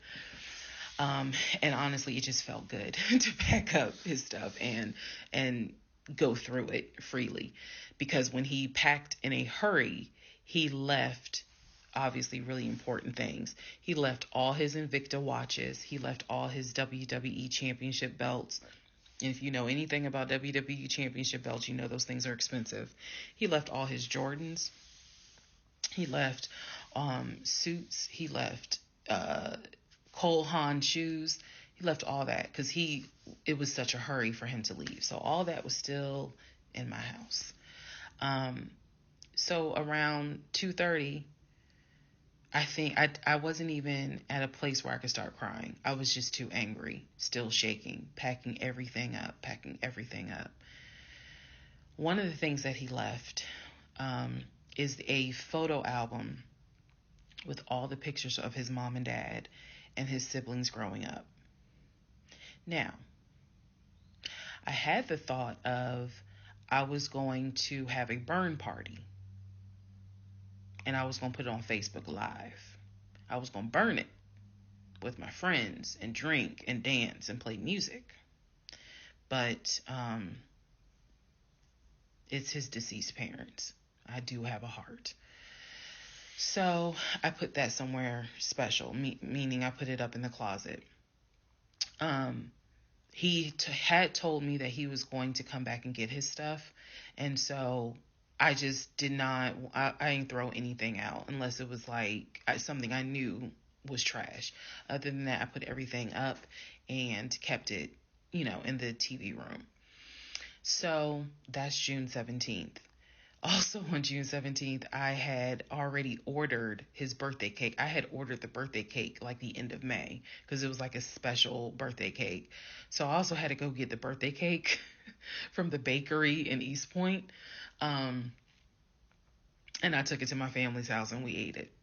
Yes, I had left the house, went to my family's house, filled them in, my aunt, my little cousin, and my grandfather, because my mom was in Arkansas.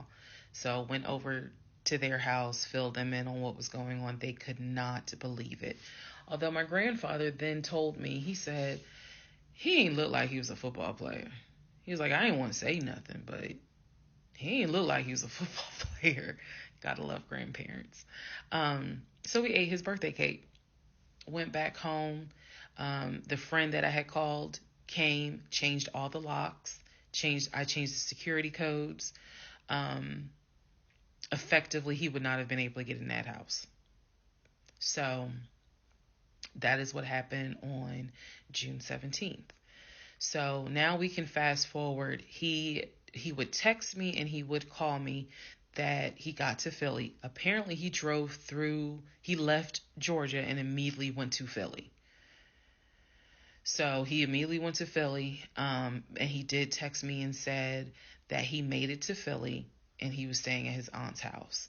I know that this is a short part. That's okay, because what we're doing now is I went through how we met. I went through how we dated. I went through how we got married. Now I'm taking you all to June 17th. The week after June 17th, he's in Philly. He still would call me. He still would text me. The conversations we were having the week after June 17th, so this would be June 18th up to the 24th. The conversations we are having had to do with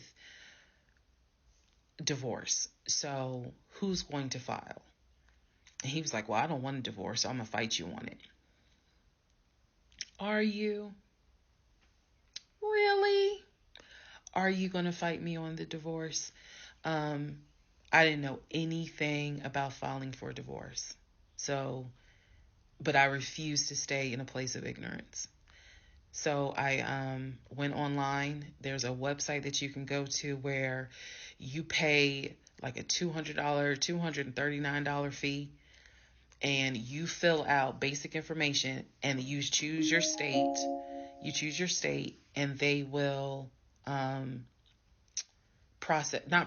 but they will make all your documents. All you got to do is print it out and take it to the court. And it is step-by-step directions. We didn't have any property with each other. We didn't have any kids with each other. So by the state of Georgia's standards, this should be an uncontested divorce. So the conversation that last week, the week of June 18th to the 24th, was about divorce. What stuff do you want to keep? Well, I'm going to come and get all my stuff.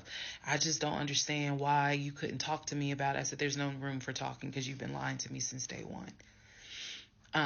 But even still, keep in mind, as of June 17th, June 18th, June 19th, I did not know what I know now. So the lies were really only like 5% of the whole story.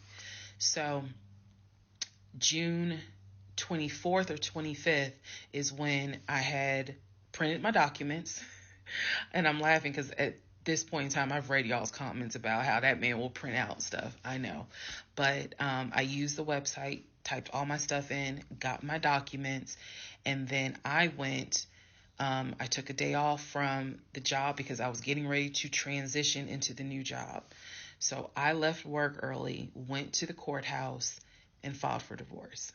I filed. I paid. And then I already had the documents where he would have needed to sign so that it could then be entered into for a divorce settlement agreement. So going into part 36 or 35, I know there's so many parts. Going into the next part is where I can tell you guys what happened with him, because he drove to Philly and he was in Philly for about a week, maybe 3 to 4 days. Then I get a message on Facebook Messenger from a woman claiming to be his cousin. Lord Jesus. So the cousin tells me, actually I can tell y'all. So the cousin tells me that he's there. He's telling the family that I kicked him out. He's telling the family that I kicked him out after he walked in on me having an affair. That I stole his money and I then kicked him out. And the man I was having an affair with, he said was a law enforcement officer who used his duty weapon to threaten him to get out the house. This is what he told his family. And the cousin was reaching out to me. She found me through a search on Facebook and was reaching out to me because she's like, we know he lies. So I'm just trying to figure out is this true? Because he's up here asking us for money, asking to stay on our couches. Like, what's going on? Then she explained to me, we didn't even know he got married. So this is the first time we're hearing about you. What do you mean you didn't know he got married? He talks to his brother every day. She said, who told you that? I said, I've heard him talk to his brother every day. All his brothers. She said, all his brothers? How many brothers do you think he has? I said, he has 4 brothers. I named them. She said, he has 2 brothers. She said, he has the twin and he has the older brother. I said, twin? Who is the twin? Welcome to the next part where we discover the real family tree. Part 36, who the fuck did I marry? The family tree. Please fasten your seatbelts and put the tray tables in the upright position. Let's go. All right. The cousin, I'm not going to name her. The cousin had reached out to me on Facebook, asked me to please give her a call. So this conversation was on the phone. Yes, I was actually speaking to her.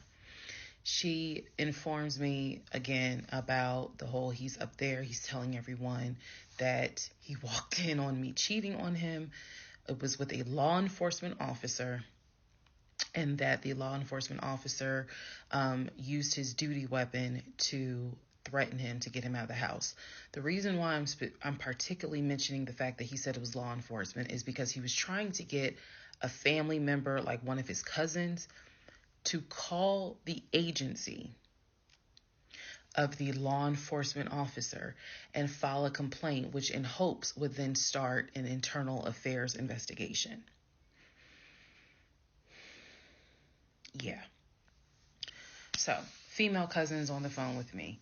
She's telling me everything that he is telling them. She's like, look, we know he a liar. We don't fuck with him. He's been a liar since a kid, but he's also family. She said, we didn't know at all who you are. So I thought that was interesting because I was like, you didn't know who I was, but his brother knew who I was. And so, again, that's when I said to her that I was like, he's talked to his brother every day. So why wouldn't the brother tell y'all that he had gotten married? And so she said, what brother? And so I told her the brother's name. And she said, he told you that? I said, he was having the phone calls in front of me. So at this point, what the cousin said was, she was like, okay, I'm going to confirm that with him. She was like, he lives up the street, so I'm going to just confirm that with him. She was like, because I'm pretty sure that they have been beefing for a while. I was like, I can only tell you what I saw, what I heard. That's all I can say. So then when she asked me about, well, how many brothers do you think he has? And I said, he has 4 brothers. Again, I listed all of them. This woman was like, he has 2 brothers.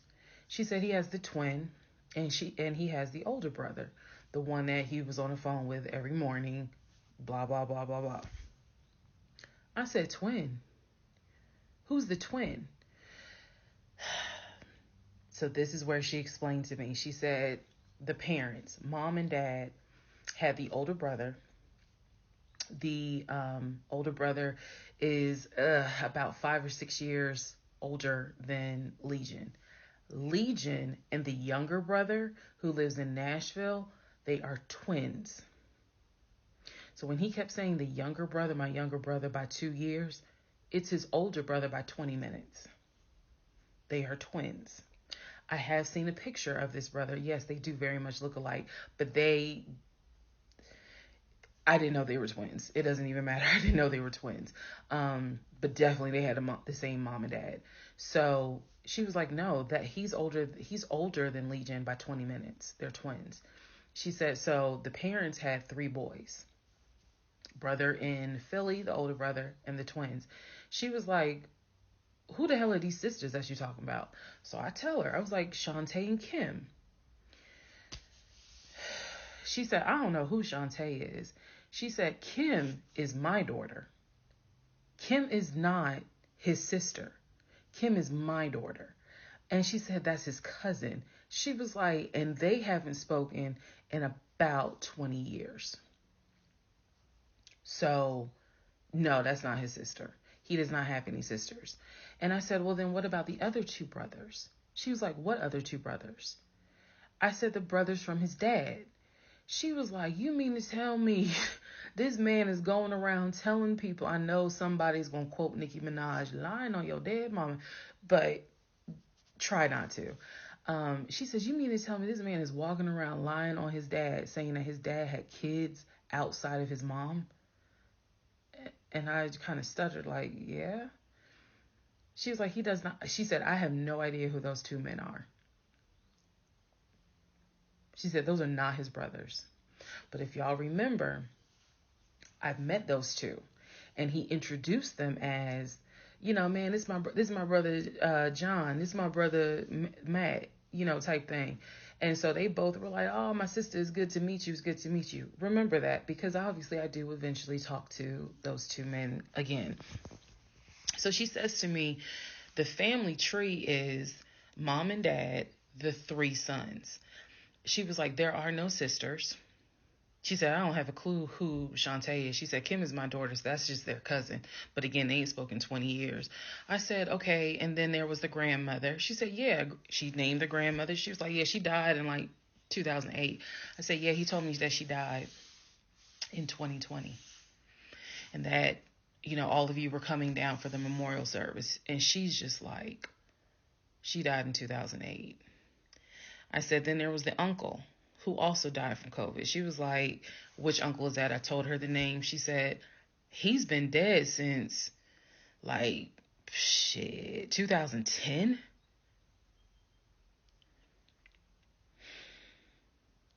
I said, okay, what about the cousin nicknamed Junebug? Everybody got a cut. If you're not African American, we all know a Junebug somewhere. And she just was like, oh yeah, you know, cousin Junebug.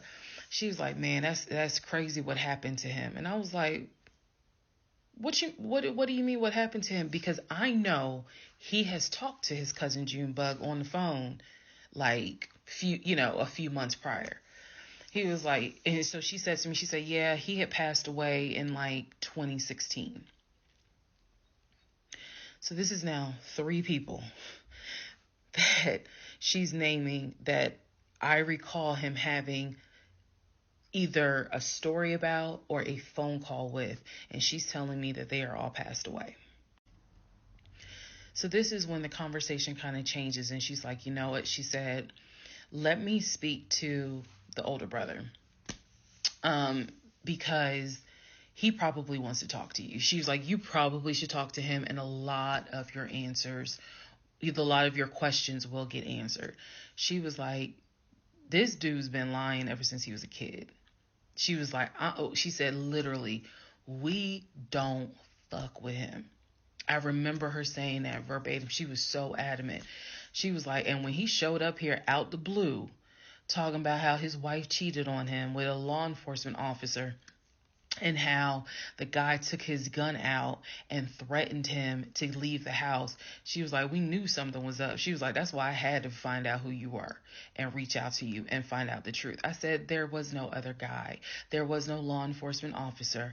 And she was like, yeah, because he was telling us where the dude worked and how we should go ahead and help him file a complaint so that this dude could lose his job. I said, there is no other person. I said, I kicked him out. That was me, all by myself. No gun, just my fist.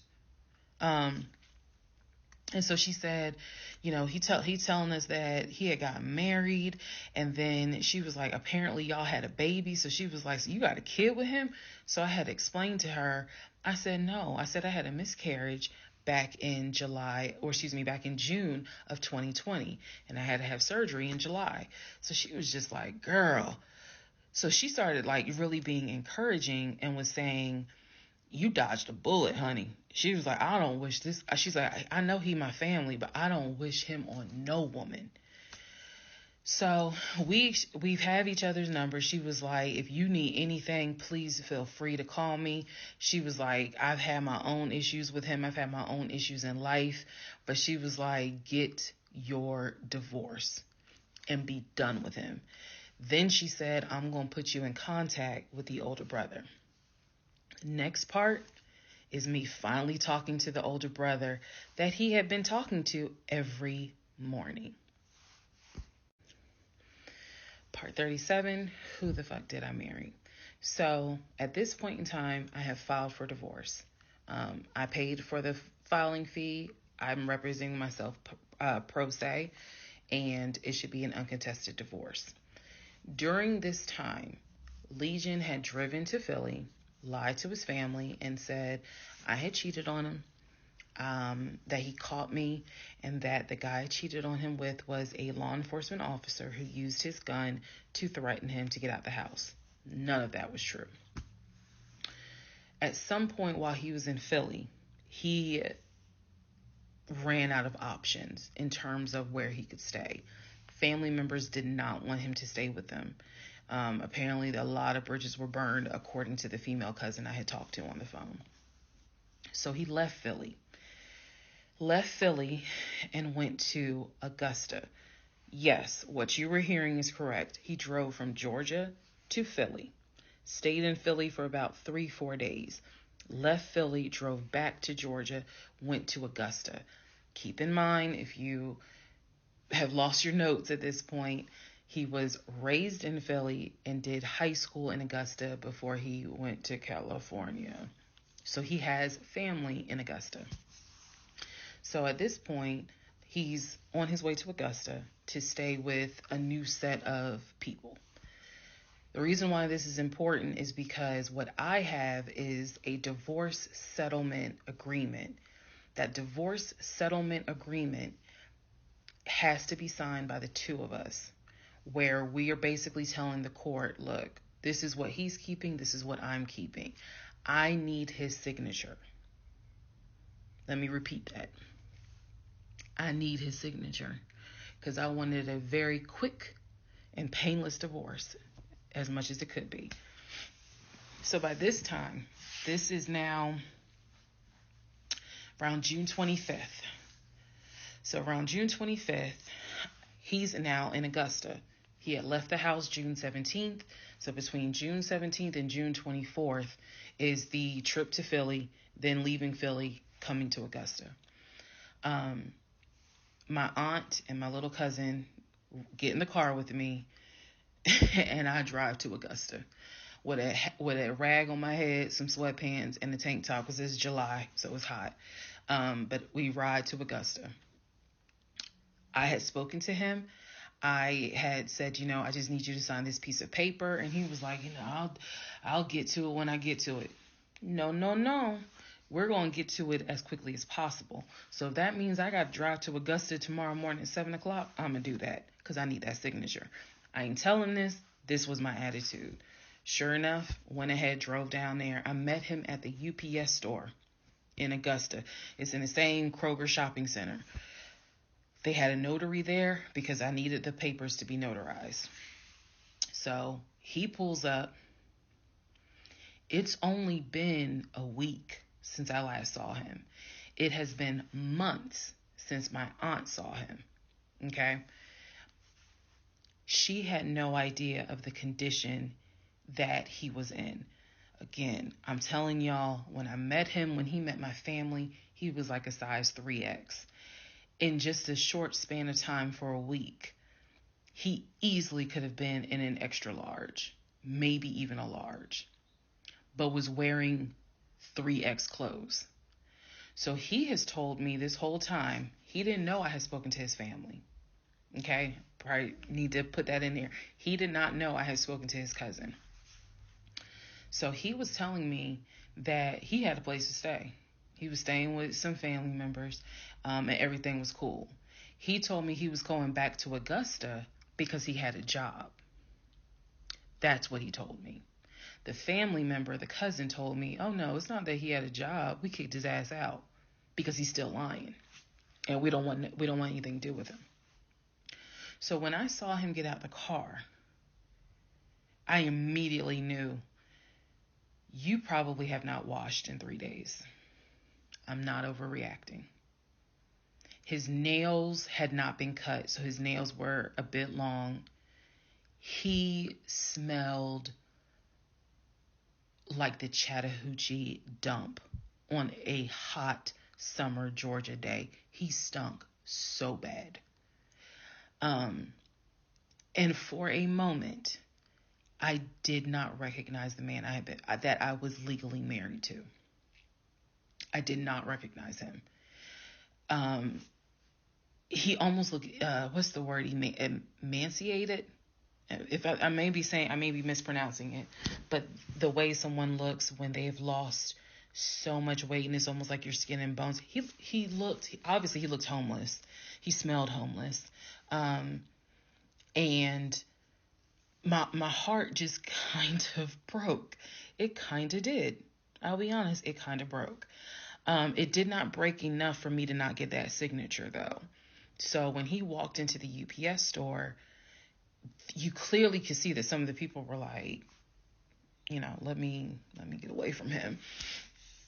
Me, I just was like, okay, so I just need you to sign right here, and I just need you to sign right there. Okay, and then a woman named Lauren came over and notarized the papers, and then we were done because he signed the divorce agreement. He didn't even read it.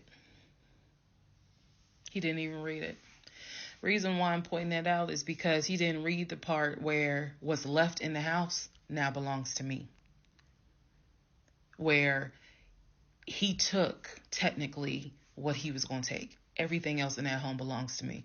Remember, I told y'all he had left all his Invicta watches.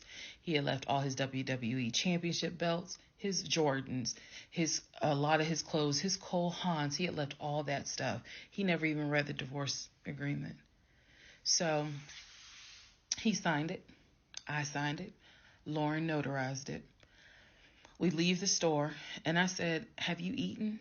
And he was like, "Yeah, I ate. It's just, my knee." So again, he's talking about the knee, but if you saw him, you would know there's way more to it than the knee. So I said to him, "Look, since you met me here, let me give you some money so you can get you some chicken nuggets." Yeah, that's what I said. You can get you some chicken nuggets. So I believe I gave him like $5 or $6. Go get you some chicken. I think I Zelled it to him, actually. Just go get you some food. Then because where he parked was not far. It was like, okay, I'm parked here. He's parked in front of me in the other row. So there's that aisle that you can drive down. So I walked him to the car. And I saw the condition of the inside of the car.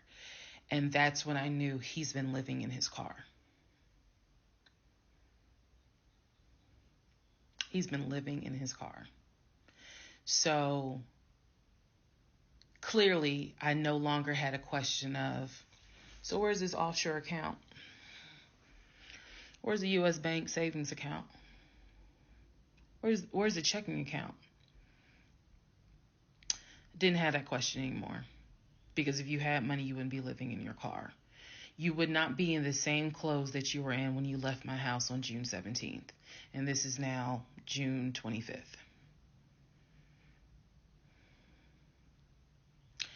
So he was like, "I'm going to be all right. I'm about to start a new job. I'm going to be cool. I got a family member I can stay with. Everything's going to be okay." All right. I said, "I will let you know when the divorce is granted." I said, "I will send you a copy of the divorce decree." And he was like, "Okay." He said, "Well, how long do you think that's going to take?" I said, "I'm not sure."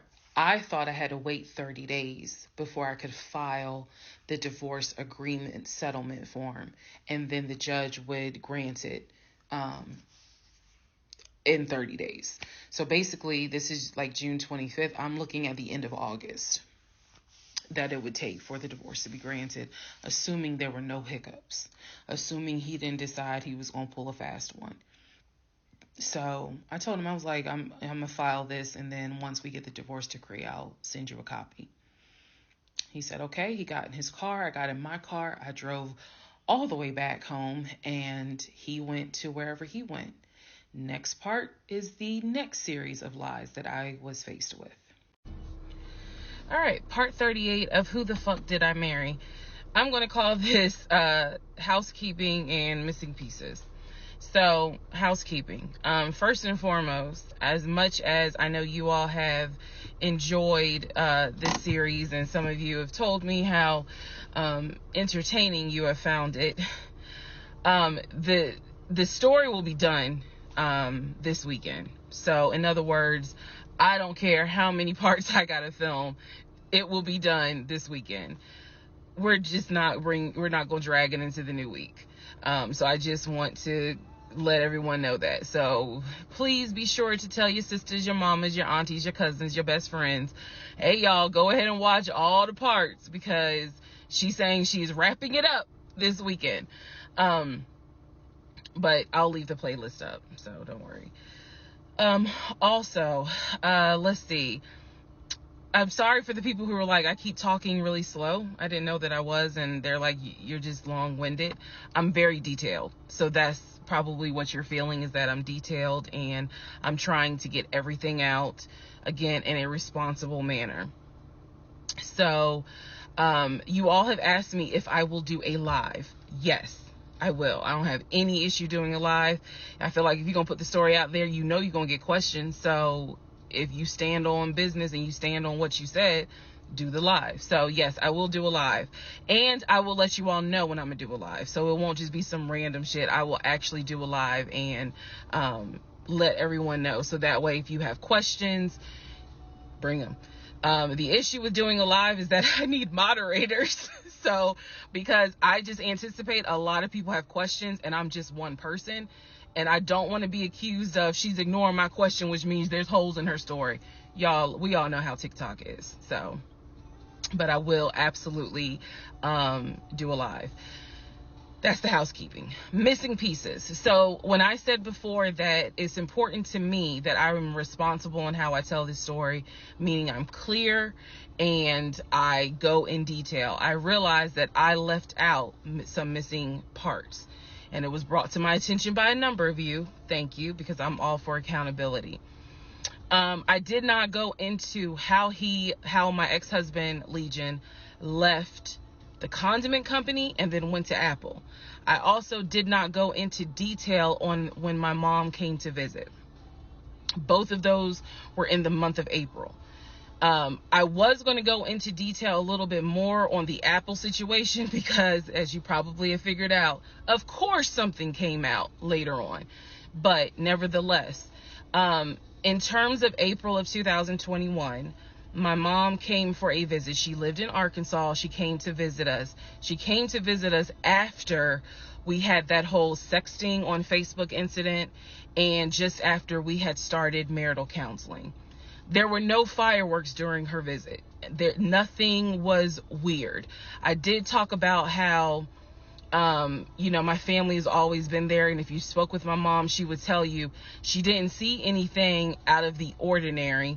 But there was something in her spirit that just didn't sit right. She didn't talk to me about it at the time. She did not raise her concerns. She simply, when she came to visit, we welcomed her with open arms. Legion was excited to meet her. She was excited to meet him. We took my mom out to eat. It was a typical, very quiet, non-active visit. I didn't know what my mother thought until later on. So she didn't share with me during the visit, something don't seem right. She and I sat in the guest room talking. I never told her anything that was going on. Number one, because again, it goes back to that mindset of what happens in my marriage needs to stay in my marriage. And I talk about how I didn't think looking back, it was not a good idea that I told my aunt what had happened. My aunt is not the type that's going to tell my mother. That in other words, if you confide in her, she keeps it between you and her. So my mom never knew that there were any issues. And so there was nothing for her to be on mama bear mode. Had she known, this would have been a very different trip. But she didn't know. So she did come to visit. Everything went fine. He and I put on a united front. Oh, we're so happy. We're so, in love. And yes, behind the scenes was a whole different story.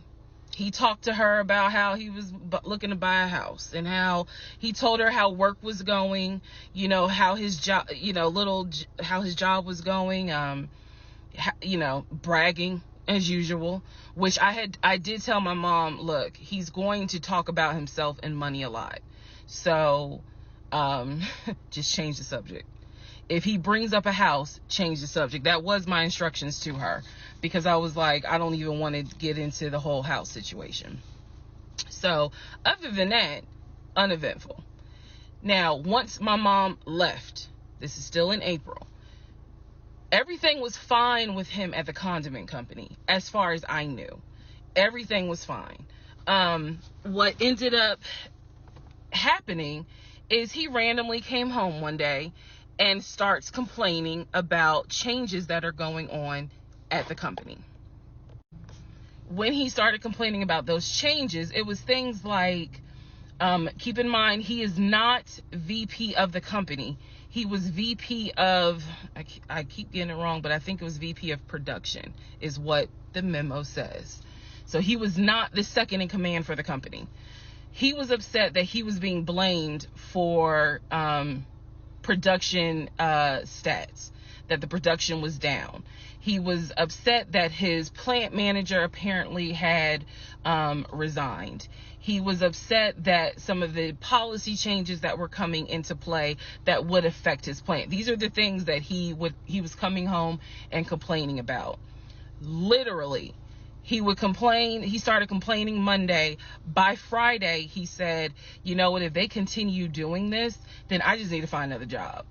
He was like, I think I'm going to call my homeboy that I work with at Apple, and I'm going to see, what they have available. Yes, there were red flags going up. Of course there were. At this point, we're not even dealing with United Nations of red flags. We are dealing with the Olympics. We are dealing with the parade of all nations. Everybody got a red flag. So when he said that, I was kind of like, okay, because I had become numb to all the antics that he did. I was numb to it. So he literally said, I think I'm going to call my homeboy and I'm going to see what's at Apple. My response to him was, well, what about your salary? Would you take a pay cut? He was like, no, I'm not going to take a pay cut. Like, I wouldn't leave unless it's going to be the same amount or more money. Y'all, the next week, last week of April, I'm at work, minding my own business. He calls me and tells me, I've decided to resign. You what? I've decided to resign. Don't worry. Don't get all crazy. I had talked to my homeboy. There is a position at Apple, and I'm on my way there now to go and meet him so that I can get some information on the position. We're married, y'all. We're married. So what I said to him was, well, will you get all this in writing? His words to me were, of course I'm going to get it in writing. I'm not stupid. You know what? I don't even want to talk to you no more. Click. That's the end of April. So that is how I was introduced to this Apple job. Again, if you stick with this series, you will find out exactly what happened. But that's how I was introduced to the Apple job. It literally was in a span of within 2 weeks. And he resigned from the condiment company and immediately said, I'm going to move over to Apple. Just wanted to clarify that. So, we will continue on. Part 39, who the fuck did I marry? Everything you're going to hear, probably in this part and the next part, all of this happens in the month of July, 2021. Divorce has been filed. It was filed the end of June. I got his signature on the divorce settlement agreement. I thought that I had to wait 30 days before I could actually file that with the court. And so this is kind of in the limbo period because I'm still within those 30 days. So he left a book bag at the house, book bag that had all kind of paperwork in there. Inside the book bag, this is the paperwork that I found. Number 1, I found a packet from the condiment company where it showed his 401k contributions. It also stated in there that he had been terminated. So he was terminated from the condiment company according to the paperwork in the packet that I saw in the book bag that he left at my house. Also in the book bag were paycheck stubs from a previous job where he worked at a cemetery. The same cemetery that he took me to show me where his grandmother and grandfather were buried. So let's go ahead. I'll do this video and say this is what he told me. This is what I confirmed. He told me his grandmother and grandfather were buried there. He showed me a headstone with a family name on it. If you go back in previous parts, I talk about it. The truth is they are not buried there. He is of no relation to the people who are buried at that particular gravesite. Only reason why he knew about it is because he had worked there. Also in the book bag, it was a copy of a driver's license that he had. The address on the driver's license, now this I still don't have an answer to, but the address on the driver's license was the same address as the cemetery, because I looked it up on Google. Also in the book bag was paperwork from another construction company job, meaning it was paycheck stubs from another construction company here in Atlanta that he had worked for. It did not have dates on it, so I don't know when he worked for the construction company. Also in the book bag paperwork was unemployment paperwork. So it looked like he had been receiving unemployment just before I met him. I met him in March. It looked like he had been receiving unemployment January and February. So once again, let's confirm. He did not work for the condiment company for 6 to 7 years. Also in there were scraps of paper from a temp agency where it was information on the job that he had been placed at. Where was that job? The condiment company. He would be a forklift /loader is what it said. So I interpret that to mean he can drive a forklift, but he would have been loading up the 18-wheelers for them to go out to their deliveries. Also in this book bag was paperwork from Clayton County courts, I believe, for a weekend, what is it called? A weekender jail. It was like a weekender jail receipt. So I had to do some research. So apparently what that means is that there is an option where if you have a job, let's say you were sentenced to 60 days in jail, but you have a full-time job. Apparently the court can say, okay, you'll go to jail on the weekends. So in other words, you have to report to the jail on Friday at 5 o'clock. And you'll be there Friday, Saturday, Sunday. You will get out Sunday at 6 o'clock. Apparently, that's actually a real thing. So what was in the book bag were multiple yellow receipts for different weekends that he had to report and get out of jail. Last but not least, there were some additional pictures, and then there were some, and when I say pictures, I'm talking about family photos. And then there was another additional copy of his driver's license with the Douglasville address. I looked up that address. The name associated with that address was the same name as the ex-girlfriend that he had in between the ex-wife and me. If you go back to the video where I talk about the conversation I had with the ex-wife, she tells me that the address was going to come back to the ex-girlfriend. I'm simply saying that is correct. So what she told me is true. So because of everything that I found, I decided to go down a new rabbit hole. Again, just recapping what I said in previous videos. Ex-husband was always a stickler about law enforcement. His dad was a retired police officer. I'm just telling y'all the story. His dad was a retired police officer. Mom was a retired teacher. After his dad retired, they moved to Augusta, started a church. He took me to that church in Augusta, the same day that he took me to meet his aunt who lived in Augusta. So these are now things that he actually took me to, just like he took me to the cemetery. So that's what I found in the book bag. The Weekender jail receipts. I went ahead and went online to find out exactly why did he have to go to jail for the weekend. And I'm going to end this part here. The next part has to do with his criminal history. Part 40, who the fuck did I marry? So we are now at the point of July 2021. We are at the point where I've spoken to the female cousin, and she gave me the phone number for the older brother. For the purposes of this video, we're going to call him Chris. Chris was very nice. I called him. He was gracious.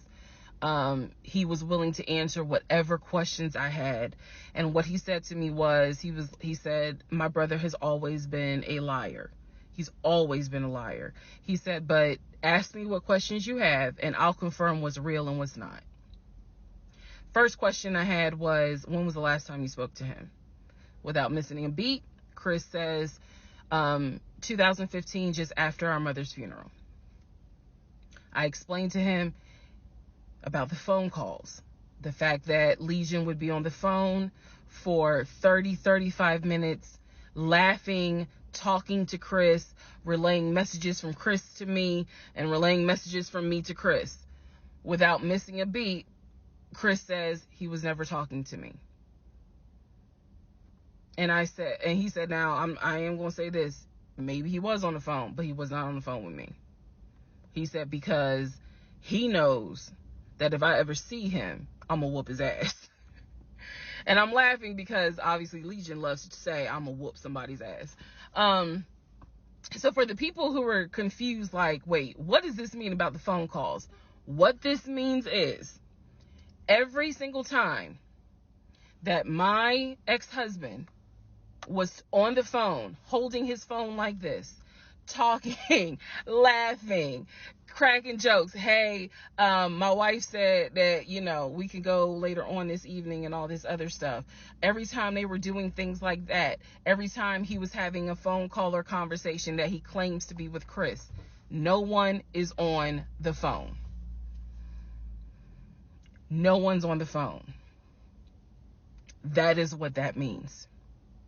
So I'm on the phone with Chris. My mind is spinning. It is blowing up like a volcano. I mean, I'm going crazy. I'm going crazy because what this means is that for the past 4 or 5 months, every morning that he is having a phone call with his brother Chris, I am now understanding in real time that phone call was completely fake. So Chris tells me maybe he was talking to somebody else, but it wasn't me. He said the only family member that Legion actually talks to is the twin. And that's only because, for some reason, I guess it's their twins, he helps him out when he needs it. Legion only calls the twin when he needs money. And the twin, according to Chris, now this is the part that might blow some minds. The twin brother, the one that is older by 20 minutes, is VP of his company, is married, drives a luxury car, and lives in like a 4 or 5 bedroom house in Nashville. So Chris is saying to me, he was like, it sounds like he took the identity of the twin and was trying to act like that's his life. And it's not. He was like, that nigga ain't never had no money, ain't never kept a job a long period of time. And he was like, and you're telling me that he claims he was VP of a company?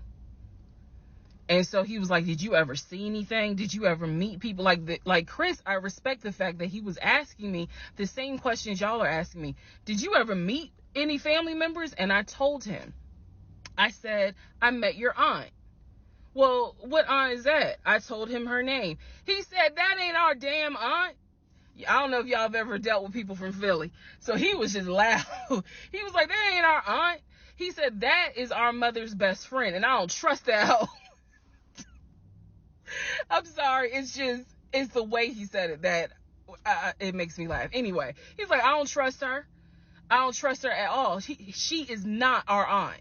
She was our mother's best friend when our mother was living in Augusta. She's not our aunt. So then I explained to him about the other brothers. The brothers, remember, there were 2 half brothers from his dad. One lived in Baltimore, one lived in Augusta. Chris is on the phone saying, I don't know who them niggas are. They ain't related to us. He said, our dad never had other kids. He was like, so you mean to tell me this nigga going around telling people that our dad had kids on our mom? And I said to him, well, the way he actually put it is that the 2 brothers came before y'all. He was like, hell no. No. So then I explained to him about the sisters. He was like, who the hell is Shantae? And I was like, Shantae, again, I'm just telling you what I was told. Shantae is a sister that lives in Douglasville, married with 2 kids. He was like, no, we don't have a sister. Told him about Kim. He was like, Kim's not our sister, she's a cousin. And he said to me, and I know she ain't talked to him in forever in 2 days. He said, so everyone, the only people who are his family members is Chris and the twin. He's like, we got some cousins up here. I told him about Junebug. I told him about the uncle. I told him about the grandmother. And he's just sitting back like, oh my God. He said, he was like, I realize that every relationship my brother gets in, he gets worse. And it sounds like he is actually worse than what he was in the last relationship. And I thought he was talking about the ex-wife that I had spoken to. No, he had no idea there was another wife. Because again, he hasn't spoken to him since 2015. So he was like, the best thing I can say to you is this. He said, thank God you ain't have kids with him. He said, get your divorce and forget you ever met this man. And he was like, and I know how that sounds because he's my brother. He said, but if I didn't have to claim him, I wouldn't. And I said to him something that I should have probably said in this whole TikTok series. This is not someone that you forget. This is not a situation that, man, I don't even remember him. No. What I don't remember is the version of myself before I met him. Because nothing so far has turned out to be true. The only thing that Chris was able to tell me is true is that, number one, yes, there is a brother in Philly, him. Yes, there is a brother in Nashville, the twin. Yes, both parents are deceased. That is what I was told from the beginning. Those pieces of information are true.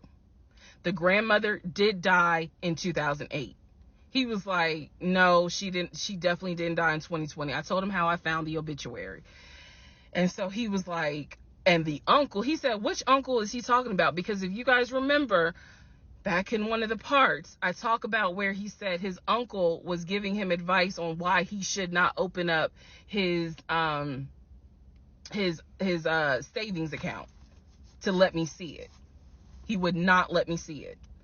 And so I'm telling Chris about the uncle, and he was like, that uncle been dead for years. I told him about Junebug. He said, Junebug been dead for years. And I said, Chris, he was having conversations with Junebug on the phone in front of me. He was like, it wasn't Junebug. He said, it sounds like my brother was making up the conversations. He said, he definitely was making up the conversations with me. He said, hell no, I ain't going to be on the phone at no 6 o'clock in the morning. So the conversation with Chris solidified that this is the actual family tree. And no, there were never any conversations with his brother every morning when I was getting ready to go to work. They had never talked. On to the next part. Part 41, Who the fuck did I marry? So this is a continuation of my conversation with Chris, which will then lead into some other stuff.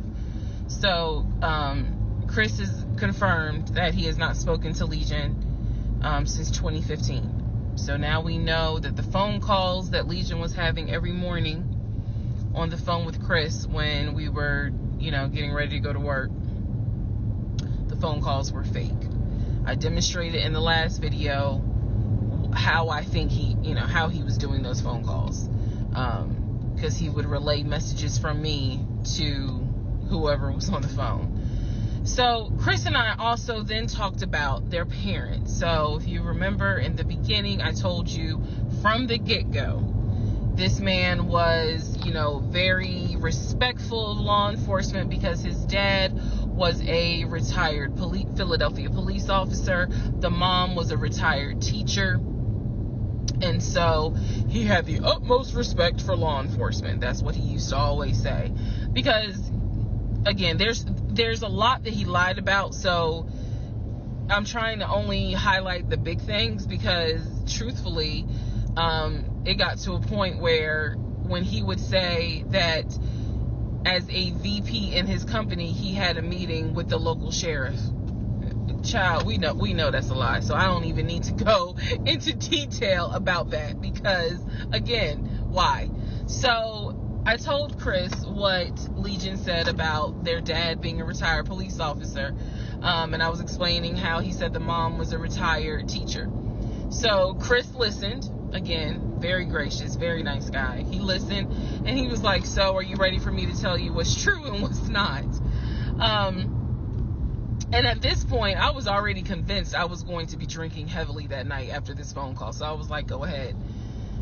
All right. So here's what Legion said. Legion said, my dad was a retired police officer with Philadelphia PD. When he retired, he and my mom moved to Augusta. I was there for high school. And they started a church. He took me to that church in Augusta and showed me where the church that they started. The truth. Dad, according to Chris, their dad was nowhere near the church. That man ain't go to church on Easter. He ain't go to church on Christmas. He was like, my dad he ain't stepped foot in the church since the day he got married. That was the last time he went to church. He didn't have nothing to do with church. He said that their father was the furthest thing from a pastor. And he was like, I love my dad, but that man drank, smoked, and he was not a pastor. The mom was not a retired teacher. She did substitute teach at one point, but she was not a retired teacher. The dad was a truck driver. And not only was the dad a truck driver, at one point, he was a correctional officer. And so I said to Chris, I was like, I said I had no idea, of course. I had no idea. So now we know the truth. The dad was never in law enforcement. And I'm not knocking correction officers. I want to make very clear because I know that sometimes people that work in law enforcement feel like, look, when I'm out there patrolling, that is not the same as being a correction officer. And correction officers may feel the same. So I just want to give the distinction between the two. So the dad at one point was a correction officer. However, his primary career was a truck driver. And so the dad would do long hauls. So Chris is explaining, no, he was like, now that's funny. He said, if you knew our dad, you would understand how funny that is to even insinuate that he was a pastor. And so I told him about the church that we went to. He was like, oh, okay. So he took you to a church in Augusta and told you that was our parents' church. He was like, now, our mom used to go to church, every now and then. But he said, our dad ain't been to church since the day he married mom. So the church that Legion took me to and said that his parents started that church, that was not true. So he just took me on a field trip for nothing, basically. So I told him about the weekend, because I did tell Chris where I worked. And that is when Chris said to me, because at the time I worked in a law enforcement agency. And he said to me, now how does that work? He said, because Legion, you know, he done been in trouble a few times. And I was like, what do you mean? Because I had not yet gone online into the court system to see what type of trouble he's been in. And so he explained to me, he was like, just run his criminal history and you'll see it for yourself.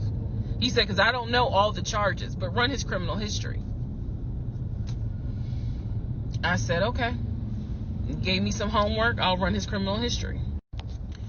So again, he cleared up a lot of stuff in regards to the family dynamics. He did explain to me that yes, he does have a daughter. He and his ex-wife are divorced. And I said, well, Legion would talk about the niece, meaning Chris's daughter, and would send her stuff for her birthday. And he was like, he said, I'm almost positive my brother never sent anything for my daughter's birthday. And I explained to him, I said, isn't your daughter's name Egypt? He said, no. Who the hell is Egypt?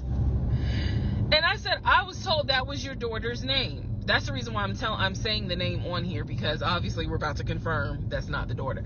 So I said, I was told that's your daughter's name. I said, I went with him to Rack Room Shoes and bought shoes for what I was told was your daughter.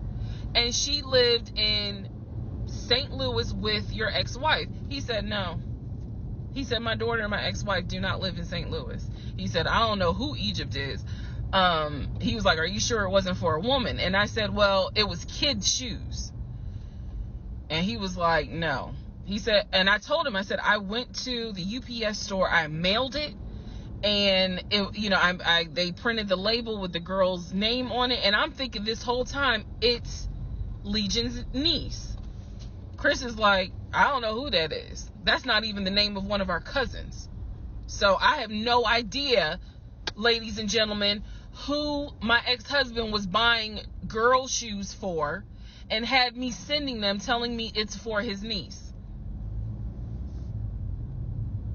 I have no idea. So Chris is like, yeah, he finally said to me the same thing the ex-wife said, which is pretty much whatever he told you is a lie. And I'm being honest with you guys. It is very hard to comprehend that everything is a lie. Like, there has to be something that's true. I'm like, how was he paying? If he wasn't working at the condiment company, or he got fired from the condiment company, how was he still paying the bills? Keep in mind, we never joined our accounts. He wanted to, but we never did, because he wouldn't show me the offshore, the savings account, which of course never existed.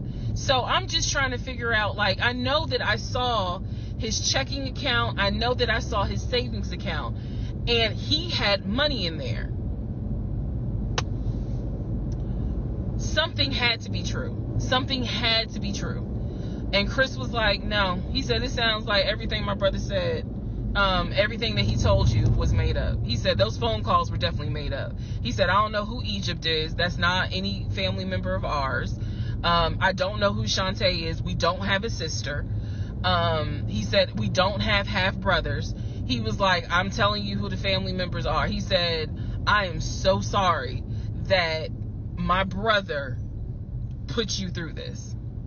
So now let's go into the next part. Part 42.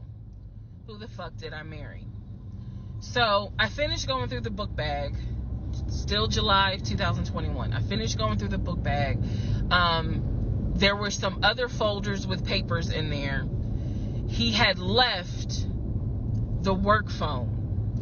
What I actually found out was that it was not a work phone. It was simply a secondary personal phone. He told me it was a work phone.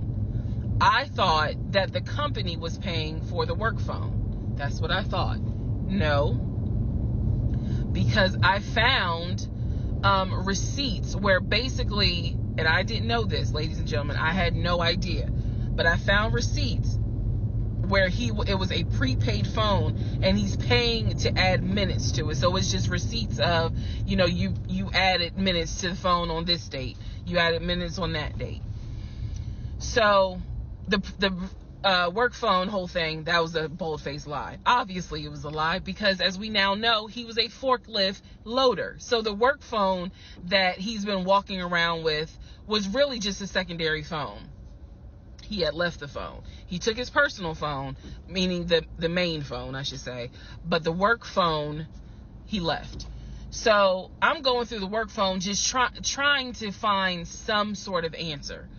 Now what is really burning in my mind is how is it that he had all this money in the accounts, but again, the last time I saw him, he's living in his car. Like, the math is not mathing. I go into not just the photos of the work phone, I go into the deleted folder. So, ladies and gentlemen, if you're going to go through somebody's phone, which I will never do again, but if you're going to go through the phone, don't just go through the text messages and the pictures. Go into the deleted folder, because sometimes you find a gold mine. In this case, I went into the deleted folder of the pictures in the work phone. I keep saying work phones because, again, this is just a secondary phone. It is deactivated. There's no minutes on it. So I go into the deleted pictures, and what I see is what looks like a screenshot of his checking account, the one that I saw with the available balance. Then there's another photo of the screenshot of the savings that he showed me. Now, one of two things it could be. Either one, it's not real and it was pulled offline, or two, he took a screenshot of his own account and saved the photos. So this is when I got introduced to reverse Google image search. I did a reverse Google image search. Sure enough, as you probably have figured out, some of you, because I read it in the comments, what he showed me when he turned his phone around, showing me his available checking account balance, was nothing more than a screenshot that he had found on Google. When he showed me his savings, turned the phone around, because remember, I demonstrated for y'all how he was, and then, turned it around and showed it to me as if he was signing in. When he did that, he was simply showing me a screenshot that he had taken from Google Images. Because when I did a reverse Google image search with those two photos, the checking and the savings, it came right up. It was nothing more than just Google Images. In my phone, I didn't even need this, because again, I already knew that he was not a VP regional manager, but still, for shits and giggles, I did a reverse image search of the charcoal BMW. Remember, I told y'all he had sent me pictures of the company car. Nothing more than a screenshot he had taken off of Google Images. The house that he showed me that he had in San Diego, Google Images. So, what we can now confirm is anything he showed me when he's turning his phone around is nothing more than an image from Google Images at this point. The checking account, the savings account, Google Images. The house, Google Images. The company car, that charcoal gray BMW 5 Series, Google Images. So at this point, I realized, okay, nothing is real. And I wasn't so much in a rage, to be honest with you. I wasn't in a rage then and there, as much as it was, I really truly had a moment where I said to myself, oh my God, what the fuck have I let in my life? Like, this is not even human at this point. That's really how I felt. Like, again, as someone who, I studied psychology, but I didn't graduate with a psychology degree. However, I have never dealt with a pathological liar. I have studied about them, but I have never come into contact with a pathological liar. Because to a compulsive liar, if you ask them, man, why did you lie to me? They probably are going to have a reason. Pathological liars don't have a reason. Like, there's no limit to the lie. So I have now confirmed that at least 70% of everything that I thought I knew is now absolutely not true. Absolutely not true. So in between all of this, I get a phone call from the aunt in Augusta. The aunt in Augusta, who Chris has confirmed is the mother's best friend. She is not their mother's sister or dad's sister. She's the best friend of the deceased mom. She calls me, and this is the one I have met. This is the one that Chris was like, I don't trust that hoe, anyway. So she called because she wanted to know what happened. She wasn't trying to be nosy or messy or anything like that. She's just trying to find out what happened because apparently Legion is trying to come stay with her. So she asked me, sweet lady, but she said, what happened with you guys? And I told her we're getting a divorce. I said, because he lied to me a lot. He lied to me a lot. And so what breaks my heart about the conversation with her is that she said, so whatever happened to the baby? Mind you, we went to Augusta, told her I was pregnant. I thought he told her that I had a miscarriage. He didn't. He never told this woman I had a miscarriage. So she informs me, this is what she tells me. So now we're confirming something else. She tells me that on at least 5 times while I'm at work, Legion was driving to Augusta and telling her that he was going to visit the church of where the parents allegedly the church that the parents started. And I was like, what do you mean he went to Augusta? She said, I've seen him like 4 or 5 times. He's come down here, and each time I've asked him to bring the baby. And I said, what baby? And she said, the baby that y'all had. He told me that y'all had a baby boy. And I said, no, ma'am. I said I had a miscarriage in June of 2020. And she said, oh my God. Oh, she was doing that whole thing. She said, this whole time he told me that y'all had a son in January. And I have been asking him for pictures. I have been asking him to bring both of you down here so I could meet him. And he always had an excuse as to why he wouldn't bring the baby. And the last time he was in Augusta, he said that he was leaving you and he was taking the baby with him and that you were at work. I am not making this up. That is what that woman told me. And I just was like, no, ma'am, none of that is true. There is no baby. I said I had no idea he was going to Augusta. Next part. Part 43, who the fuck did I marry? So after the conversation with the aunt, again, she's telling me that Legion has been keeping up this lie that we had a son. I have let her know, no ma'am, there was no baby. We did not have a baby. And I said, I thought that he told you.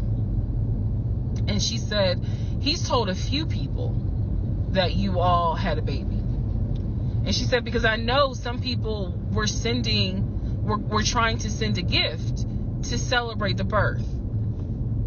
I didn't know anything about that. Didn't know anything about that. So she said, he's trying to come stay with me. She said, but I don't think I want him to, again, she's an older lady. She's like, I don't think I want him to come here because I don't really want to get involved with his divorce again. And I said, what do you mean again? I said, are you talking about the previous wife? And I said the previous ex-wife's name. She said, I don't know who that is. I'm talking about LaTanya, that one, the first one. And I said, well, what happened? Do y'all remember I said in my previous video that I read their divorce records. He had filed for divorce and they had a temporary protection order against each other. I said that. So now the aunt is on the phone saying that she had to go to court and testify on Legion's behalf in regards to the temporary protective order. And I was like, well, what happened? She said they got into a fight with each other. And she slapped him. And I said, well, do you know why they got into a fight? And she said, yeah, apparently he had lied to the wife and it was something major and they got into a physical fight. And she said that woman almost beat his behind. And so he asked the court for a temporary protective order. So now I'm just getting the backstory on how that TPO was even came into play. So I told her, I said, you know, Miss Christy, we'll call her. I said, you don't have to worry about that. I said, we're not, he's already signed the paperwork. We're not fighting. I don't have it in me. I don't. So I said, I'm not going to tell you not to have certain people in your home, but I am going to tell you that I'm just barely kind of discovering exactly what the lies are in regards to Legion. So if you feel comfortable having him in your home, then do it. I said, but I am going forward with this divorce, and once the divorce is final, I will have nothing to do with him. And I said, and I'm so sorry, you know, that he lied to you and kind of pulled at your heartstrings in regards to a baby. I said, there is no baby. So she said, so y'all are really getting a divorce? I said, and I didn't want to cuss to the older ladies, but I said, yes, ma'am, we are. And so we get off the phone. Also during this time, Legion would call me every now and then. Legion had no idea. I've spoken to his ex-wife. I've spoken to his brother. I've spoken to his female cousin. He had no idea. I have now, if we want to go through real quick and talk about what we can confirm. We can confirm that there is no sister. We already knew there was no baby. There was no VP job. Again, he was a temp, and apparently he was making decent money. So what I believe, and this is just what I think off of putting pieces together, I think that he made enough money to pay the household bills, because it wasn't as if the household bills were so expensive. He made enough money to live on his own. But instead of him living on his own, he's living with me. So we can also confirm that when he told me that he was paying his car off and he called the dealership and paid his car off, we can confirm that that's a lie. That story will come up later on. So pretty much at this point, the only thing I know to be true, his name, his date of birth, the secondary social security number that was on my background check, and that he has 2 brothers and the parents are deceased. At this point in time of July 2021, that's all that I was able to confirm that to be true. So later on, Legion calls me. He calls me because he wants some money. He just needs a little bit of money to hold him over till payday. And so we're on the phone. The call, again, I was recording all my calls at the time. We're on the phone, and I finally kind of confronted him, number one, about having a twin. That's when he tells me, you know, I don't know why I lied, but I don't really talk about him. Number 2, I asked him why did he get fired from the condiment company. His story is that he got fired because he had helped a truck driver and he was not supposed to. I know it's a lie. Y'all don't even have to tell me. I know it's a lie. Number 3, I asked him, why did you tell your aunt that we had a baby? He claims he never told her that, and that she's old and she didn't know what she was talking about. So then I asked him if he was ever in trouble where he's been arrested. And he said, yeah, I've been arrested as a juvenile, but my father had my record expunged. I said, were you ever arrested as an adult? He said, nah, I ain't never been arrested as an adult. I said, so you never went to weekend jail? He said, no, I don't even know what that is.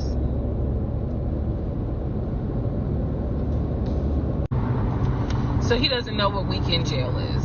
That's his story. And so he was still standing by the lies he told me. So finally, I just asked him, and this is where let me just say it. I asked him, why the hell did you even marry me?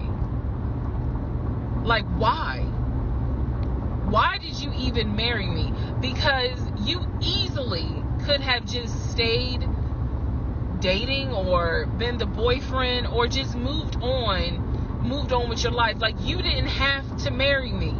You didn't have to pull me into a marriage and make me think that this is what you wanted. This is what he said to me on that phone call. He said, I had to marry you. And I was like, no, you didn't. He said, yes, I did. He said, I knew full well from day one that there was no way you were going to stay my girlfriend for longer than a year. He said, I knew it. He said, I knew in order to keep you, I was going to have to marry you. Y'all, my jaw hit the ground. I could not believe he said that. And he said it so matter of fact. And I was like, that is the most fucked up thing you could ever say. Part 44. Who the fuck did I marry? The videos that you saw earlier were filmed earlier today. And yes, I'm aware. It was brought to my attention. I had to make a decision whether or not to finish, keep my word, or stop, disappear. I mean, disappear. Okay.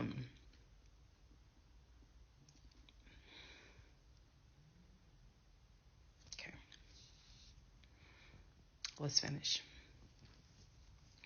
So, first of all, let me say this. It is not easy telling this story. It's entertaining. I know it's gone viral.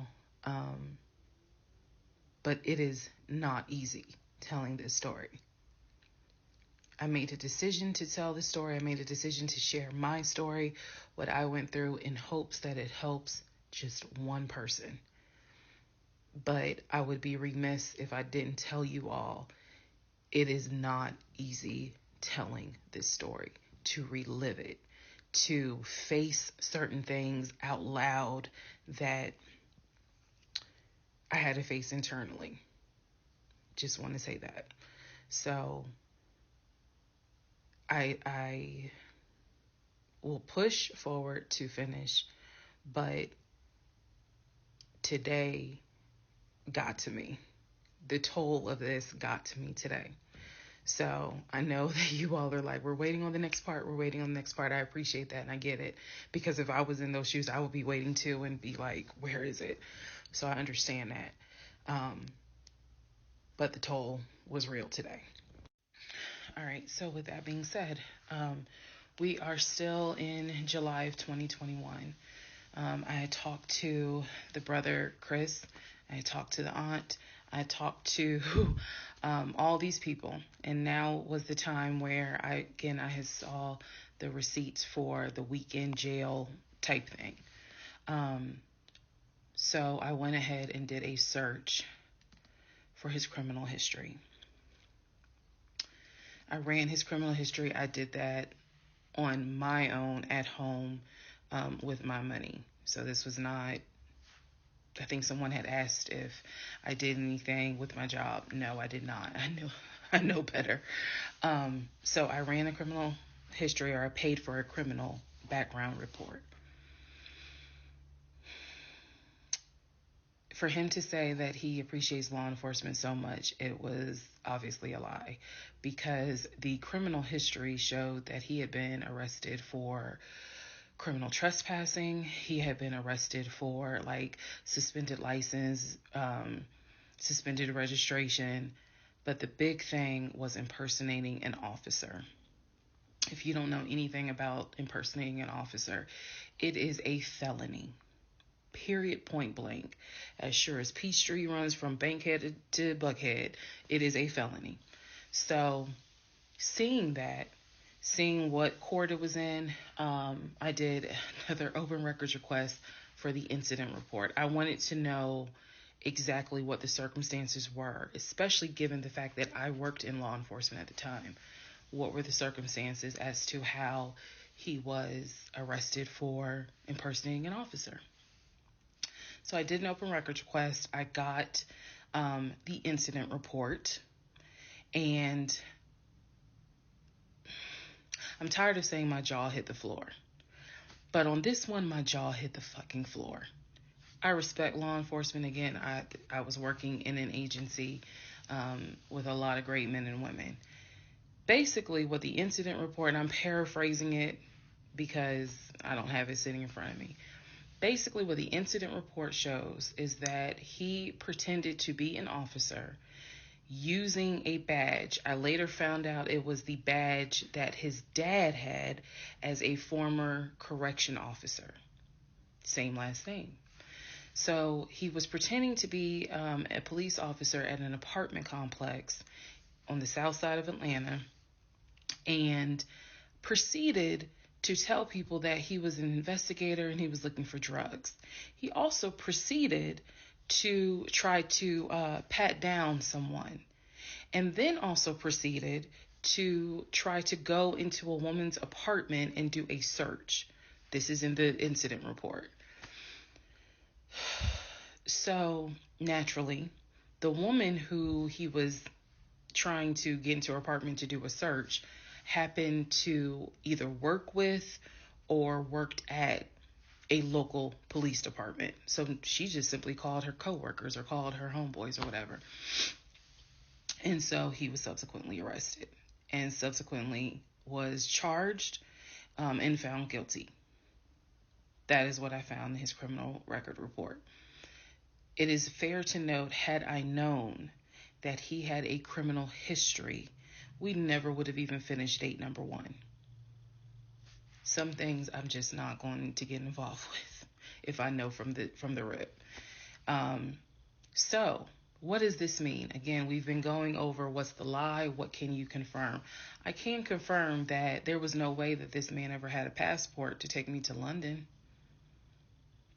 When he claimed that he was voting in the election, there's no way that he did, because he tried to tell me that he was still a registered voter in California and that he did it online.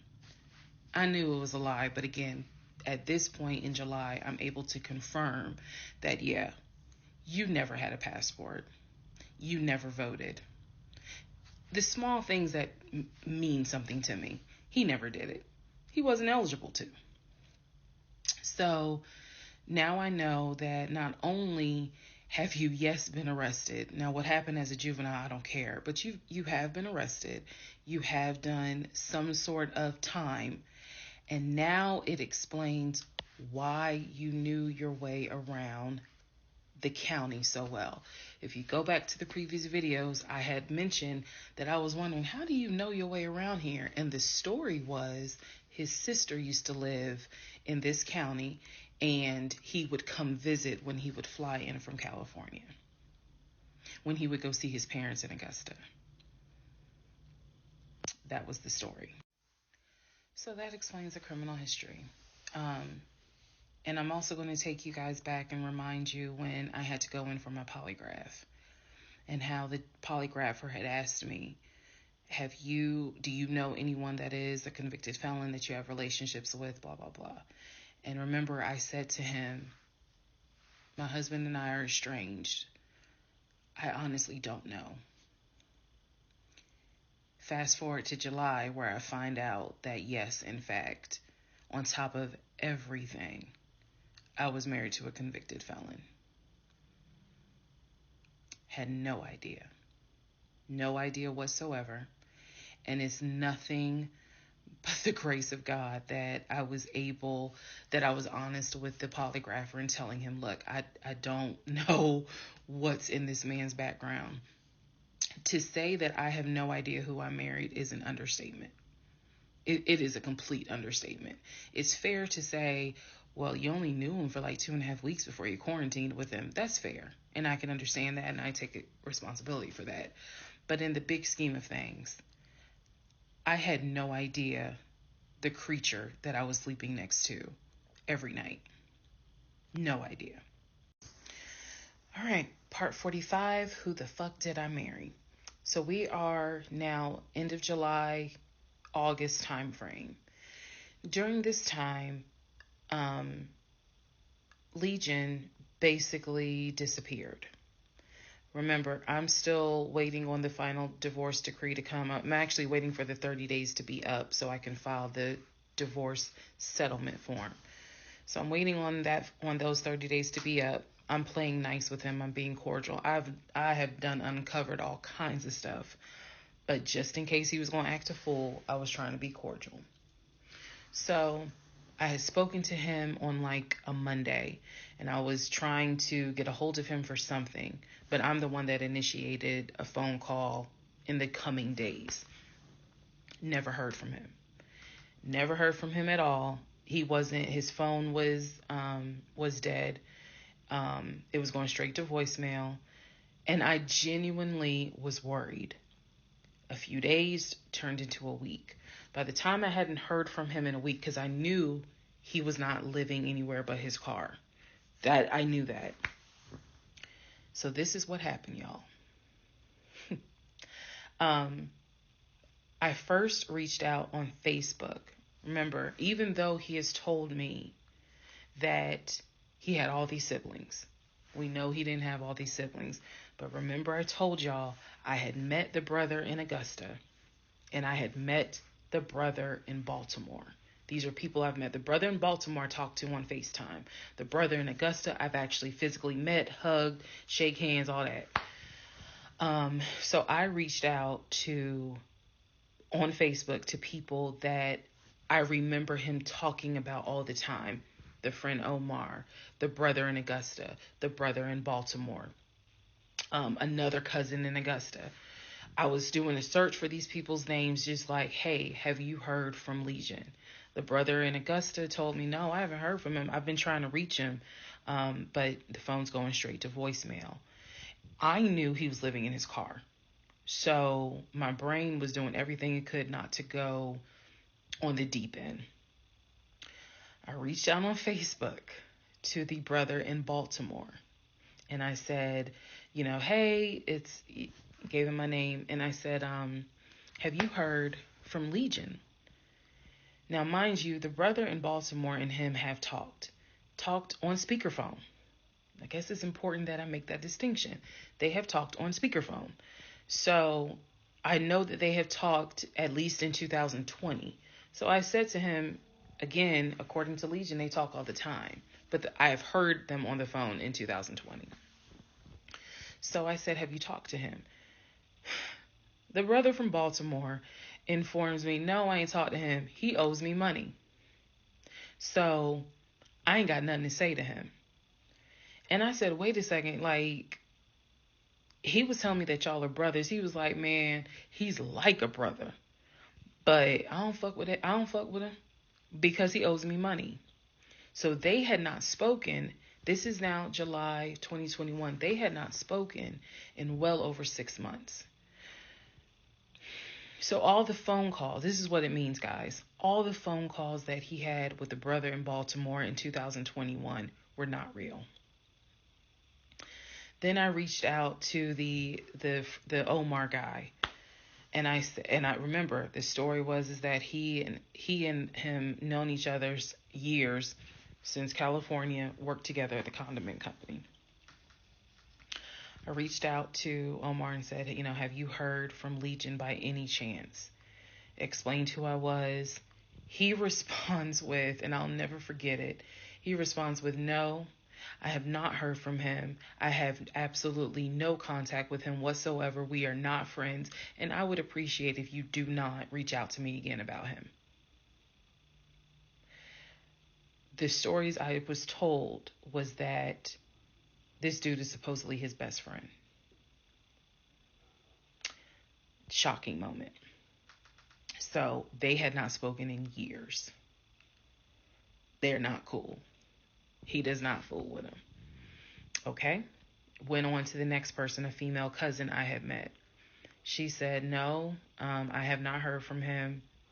Why would I hear from him?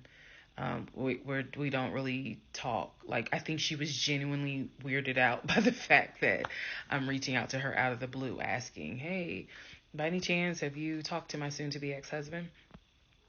So what I discovered because he ended up being gone for 2 weeks. What I discovered in those 2 weeks, let me be very clear with the statement I'm getting ready to make.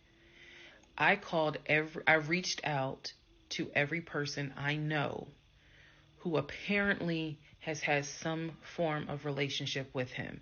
Either he said that they were friends, they talked on the phone, he said they hung out. The brother in Baltimore, I was told, had been to the house while I was at work. Brother in Baltimore said, no, that never happened. I've never been to your house. All these people knew that Legion was a liar. And I think that they all felt bad, with the exception of the Omar guy, felt bad that I was kind of just discovering what they've known for years. In those 2 weeks, I found out every single person I reached out to, not a single one of them gave a shit if that man was dead or alive. All of them had the attitude, some even said it, no, I haven't heard from him. I don't care to hear from him.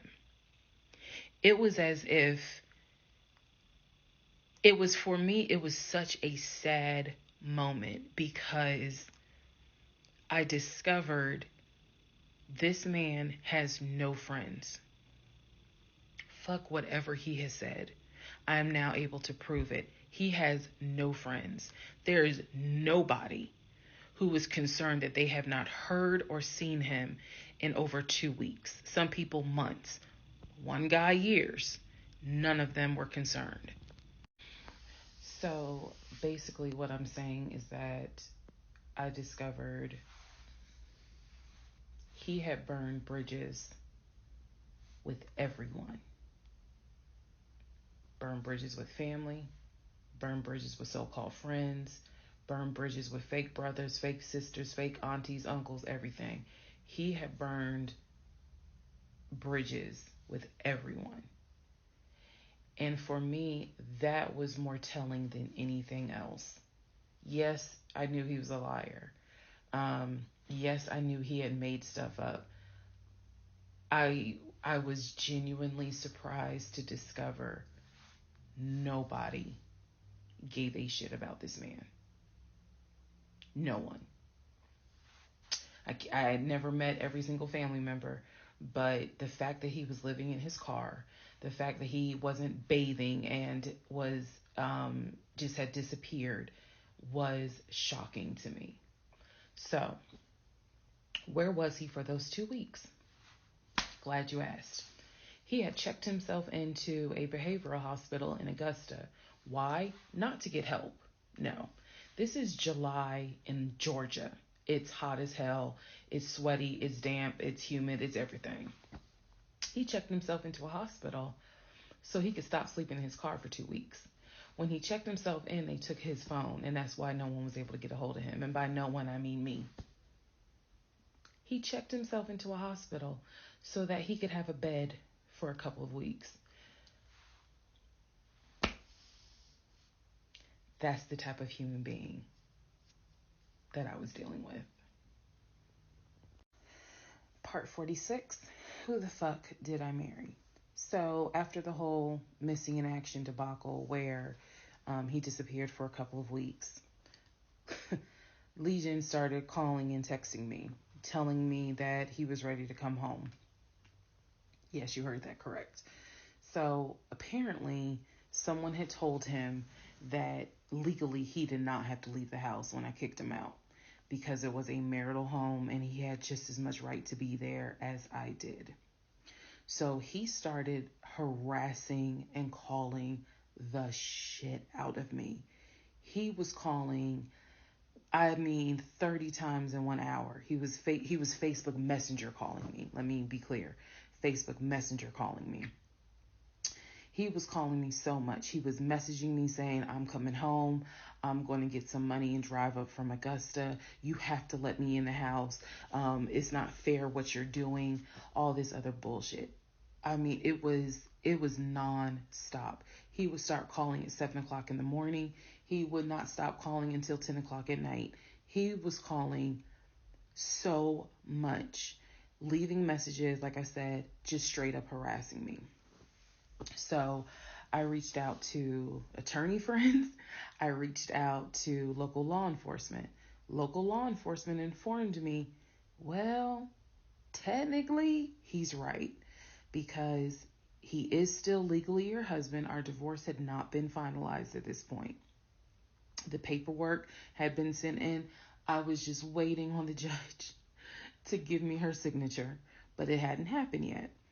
So the local law enforcement did tell me if he comes back, our officers would have to let him in the house. You don't have to stay there. They gave me different options. I was trying everything in the book, because he is saying I'm coming back to the house. I told him, do not come. You were not welcome. I'm not letting you in the house. Again, the locks had been changed. The code had been changed. So I told him, if you come to this house, step foot on this property, I'm calling the police and getting you arrested for trespassing. You should know about that. He was adamant. He was adamant that he was allowed back in the home. He didn't know the conversations I had with local law enforcement, but somebody was in his ear telling him, nah, you can go home because she's not allowed to kick you out. Okay. So I didn't know when he was scheduled to come, because he was trying to get the money for the gas to get back to Clayton County. I tried everything I could. Basically, what my options were simple. Let him in the home, and I can stay in the home, put him in a room, just have no dealings with him. But again, I don't want to be under the same roof with him. This is what the local police told me. I could have an officer go room to room and let his body cam film the room to see the condition of the house. And if Legion showed up, I would leave the house. I can go to a family member's home and stay there. This is literally in August, right before my lease is up. So I was already moving. I had already secured another home, did exactly what I said I was going to do, moving to Cobb County. So I just needed a couple of weeks before I vacate the home. So the other option was, again, have the officer film the home with the body camera. That way it shows what the condition of the home is at the time that he moved in. So if anything gets messed up, I can sue him. What am I going to sue him for? But nevertheless, or the third option is I can stay there with him, make life miserable. So my plan was the option of have them film the home. I was not staying in the same house with him. I didn't care. Also, there was no guarantee, and I told the officer this, look, if y'all allow him to stay in this house, I am telling you, by tomorrow morning, every utility in this house will be off. He will have no running water. He will have no air condition. This place will feel like a sauna. Officer kind of chuckled and was like, again, ma'am, this is one of those domestic situations. He is allowed in the home. Okay. So again, I had no idea when he was coming. I was on pins and needles. every day. I'm seeing the phone ring, like I said, about 30 times every hour. I'm seeing the messages. I'm seeing this. I had reached out to a police captain. I had reached out to the chief of police. I was trying to get all kinds of help. Like, it ain't what you know, it's who you know. So he eventually tells me I'm going to be there on Wednesday. This is just an example. I'm going to be there on Wednesday. I had been calling a police captain who was really gracious, really kind, and was trying to help me, because I was like, bro, I just need 2 weeks and I'm out of this house. And we already knew he legally could not go to the new house. I was trying to see if I could move in early to the new place. The landlord was like, I really can't let you. So I felt like I was running out of options. He's saying he's coming. He's saying he's coming. He's adamant he's coming. I guess somebody felt sorry and gave him some gas money so he could drive from Augusta up to Clayton County. So the day before all this goes down, the police captain called me, and he informs me that they ran his name through GCIC, which is a database that law enforcement agencies use. Turns out, he has a warrant for his arrest. So the police captain says this changes everything. If he shows up to the house, don't do anything, call us. I will have officers to your home, and they will simply arrest him. So I know that this is a short part, but I'm going to dedicate the next part to what happened when he showed up to my house. Part 47, who the fuck did I marry? So here's what happened. This was mid-August. Went to work as usual. It actually happened on a Friday. I had to look at the dates. It happened on a Friday. Went to work. Still, he was calling me, texting me, messaging me that he was on his way. And so I was a bit on pins and needles all day. I was dreading going home, and that is a horrible feeling, to dread to go home. So he had called me and said that he was at the house in the driveway. I guess he had to use the restroom, so he decided to go to the Walmart up the street to go use the bathroom. I wasn't answering phone calls. I wasn't answering text messages. I simply called the police captain. I said, hey, he's saying that he's at the house. The police captain himself drove by the house, but I believe he drove by the house when Legion went to Walmart to use the bathroom. So the police captain was like, I don't see anyone there, but again, when you get home, if he is there, do not engage, call us. Okay, no problem, because I got you on speed dial. So I go home. I'm on the phone with both my mother and my aunt on a 3-way call. They're both like, oh my God, you know, what do we need to do? I drive into my subdivision. What he did not know was that he had backed into the driveway up against the garage. Normally I park my car in the garage. But what he didn't know was that at the time I was driving a fleet car. So I wasn't even in my normal car. And I know that he was waiting to see my car, the Nissan Altima that he helped get, pull in to the subdivision and then pull in towards my townhome. That didn't happen.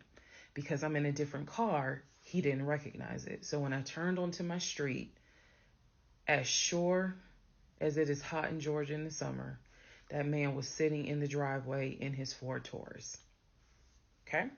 So I live at the time not far from a cul-de-sac. So when you go straight down, you just turn around the cul-de-sac to come back up. So that's exactly what I did. I went to the corner, turned off so that I can see the house, but he would not have been able to see me. I went ahead and called 911. I was very calm, told them exactly what the captain had told me to say. I was like, my name is, the address is, I need police here because my ex-husband is here. He is not supposed to be here. And I feel as though I am in danger. She said, okay. She, again, regular phone call. She said, we're dispatching police to your home. As soon as I hang up, I then call the police captain. He immediately answers the phone. He says, we just got the call. I'm sending 4 officers your way. Okay, good. Get off the phone. Call my mom and my aunt back because they were both like, call us back. Call them back on 3-way. I continue to sit there until I see 4 officers, 4 cars pull in and stop just in front of my house. So then I ease up. He gets out the car, I guess trying to see what's going on. I explain to the officer that walks to my window. I say, this is what's going on.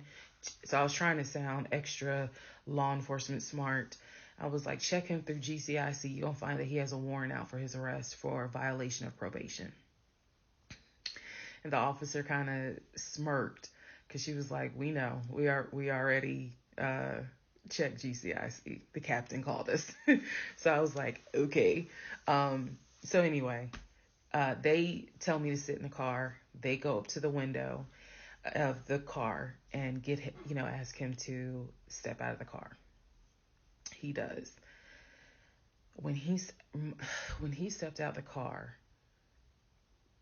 I was like, oh my God. I hadn't seen him since the end of June when I met him at the UPS store. And he looked bad then. He was still in the same clothes. When I told you guys when I met him, he was like a size 3X. What got out of the car was easily a medium or large. Easily. That is how, and it makes sense because, he probably wasn't eating, except for somebody gave him $6 for chicken nuggets. But what got out of the car was something I didn't even recognize. So he gets out of the car, they arrest him. There was no incident or anything like that. He was arrested peacefully. They put him in the back seat. My neighbors are all looking like, what is going on? And so the officer comes up to me and she said, he's asking to speak to you. Do you want to speak to him? I said, yeah. So she walks with me. Keep in mind, she's wearing a body cam. So she walks with me to the window. They put the window down. And I remember looking at him. I was like, I told you not to come. And he said, I just wanted to get my stuff. I just wanted to get the TV. I said, what TV? The TV that you gave me in the divorce? And he was like, yeah, that TV. And I said, it's mine. You gave it to me. I have the fucking text messages proving that you gave me the TV. And I'm trying not to scream because the neighbors are all watching. And he was like, I know. I just needed my stuff. I'm sorry. I'll never bother you again. I'm sorry. And so I look at the officer and I was like, you have me out here with 4 fucking police cars. You have embarrassed me to no end. You have made a fool of me. And you got the audacity to now be like, I'm sorry. I'm like, fuck, you're sorry. So the officer was kind of like, okay. I said, I never want to see you again. He was like, you won't. I'm sorry. I'm so sorry. So I walk off. The officer is like going through the stuff that was in his wallet. They took it out and put it on the roof of the car. So the stuff that was in his pants, like his wallet, his keys, they put it on the roof of the car when they had him get out the car. And so she's just like, I said, did you catch all that on body cam? And she said, yeah. I said, he gave me the TV. And she said, yeah. She's like, we're going to take him in and we'll have somebody look at him, because in her words, she said he's definitely having a mental episode right now in the back seat. And I just shrugged and I was just like, my God, I just said, I just want to be done with him. I just want to be done. And so she was like, I understand. I totally get it. So his car is in my driveway. The keys and everything are They took it with them because I guess since it was on him, they took it with them for processing at the jail. I think that's how that works, because I didn't see the wallet or the keys afterwards. So at this point, 4 officers leave. I go into the house. Everything's peaceful and calm. A few minutes later, I go outside to check the mail. What's in the mail but a letter from the court? I open it up. I go into the house because, again, it's hot. I had my wig on. My head is all sweaty and stuff. I'm just angry and just angry. That raised my blood pressure. So I go in the house. I sit on the steps inside the house, and I open up the mail from the judge, and it's my final divorce decree. And I'm smiling right now, but y'all, when I got that divorce decree sitting on the stairs, I broke down into ugly Oprah tears. I broke down. It was as if a year worth of weight came off of me. I broke down, and I mean, I wailed. I broke down. I broke down so bad. Next part. All right, part 48. Who the fuck did I marry? So after I finished breaking down, wiped my tears, and his car is still in the driveway. I couldn't park in the driveway, so I called the car company. I had called the car company once before, when he went missing for those 2 weeks, to ask them if they maybe had a tracker on the car and could track it. And the nice gentleman informed me that the tracker had not been giving a signal off for about 5 months. So he wouldn't really give me details on the car, but obviously the car payment was not being made on that car. It had not been made on that car for quite some time.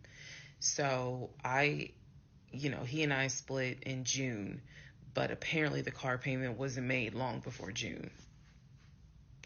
Can't speak to that, but he still had the car. So, called the car company. I told them, I understand that y'all are looking for this Ford Taurus. And the lady said, yes, or you can make a payment. I said, no, y'all can come get it. Here's the address. When do y'all want to get it? And she said, well, I can have a driver come get it tomorrow morning. I said, no problem. That car will be ready for you to get it tomorrow morning.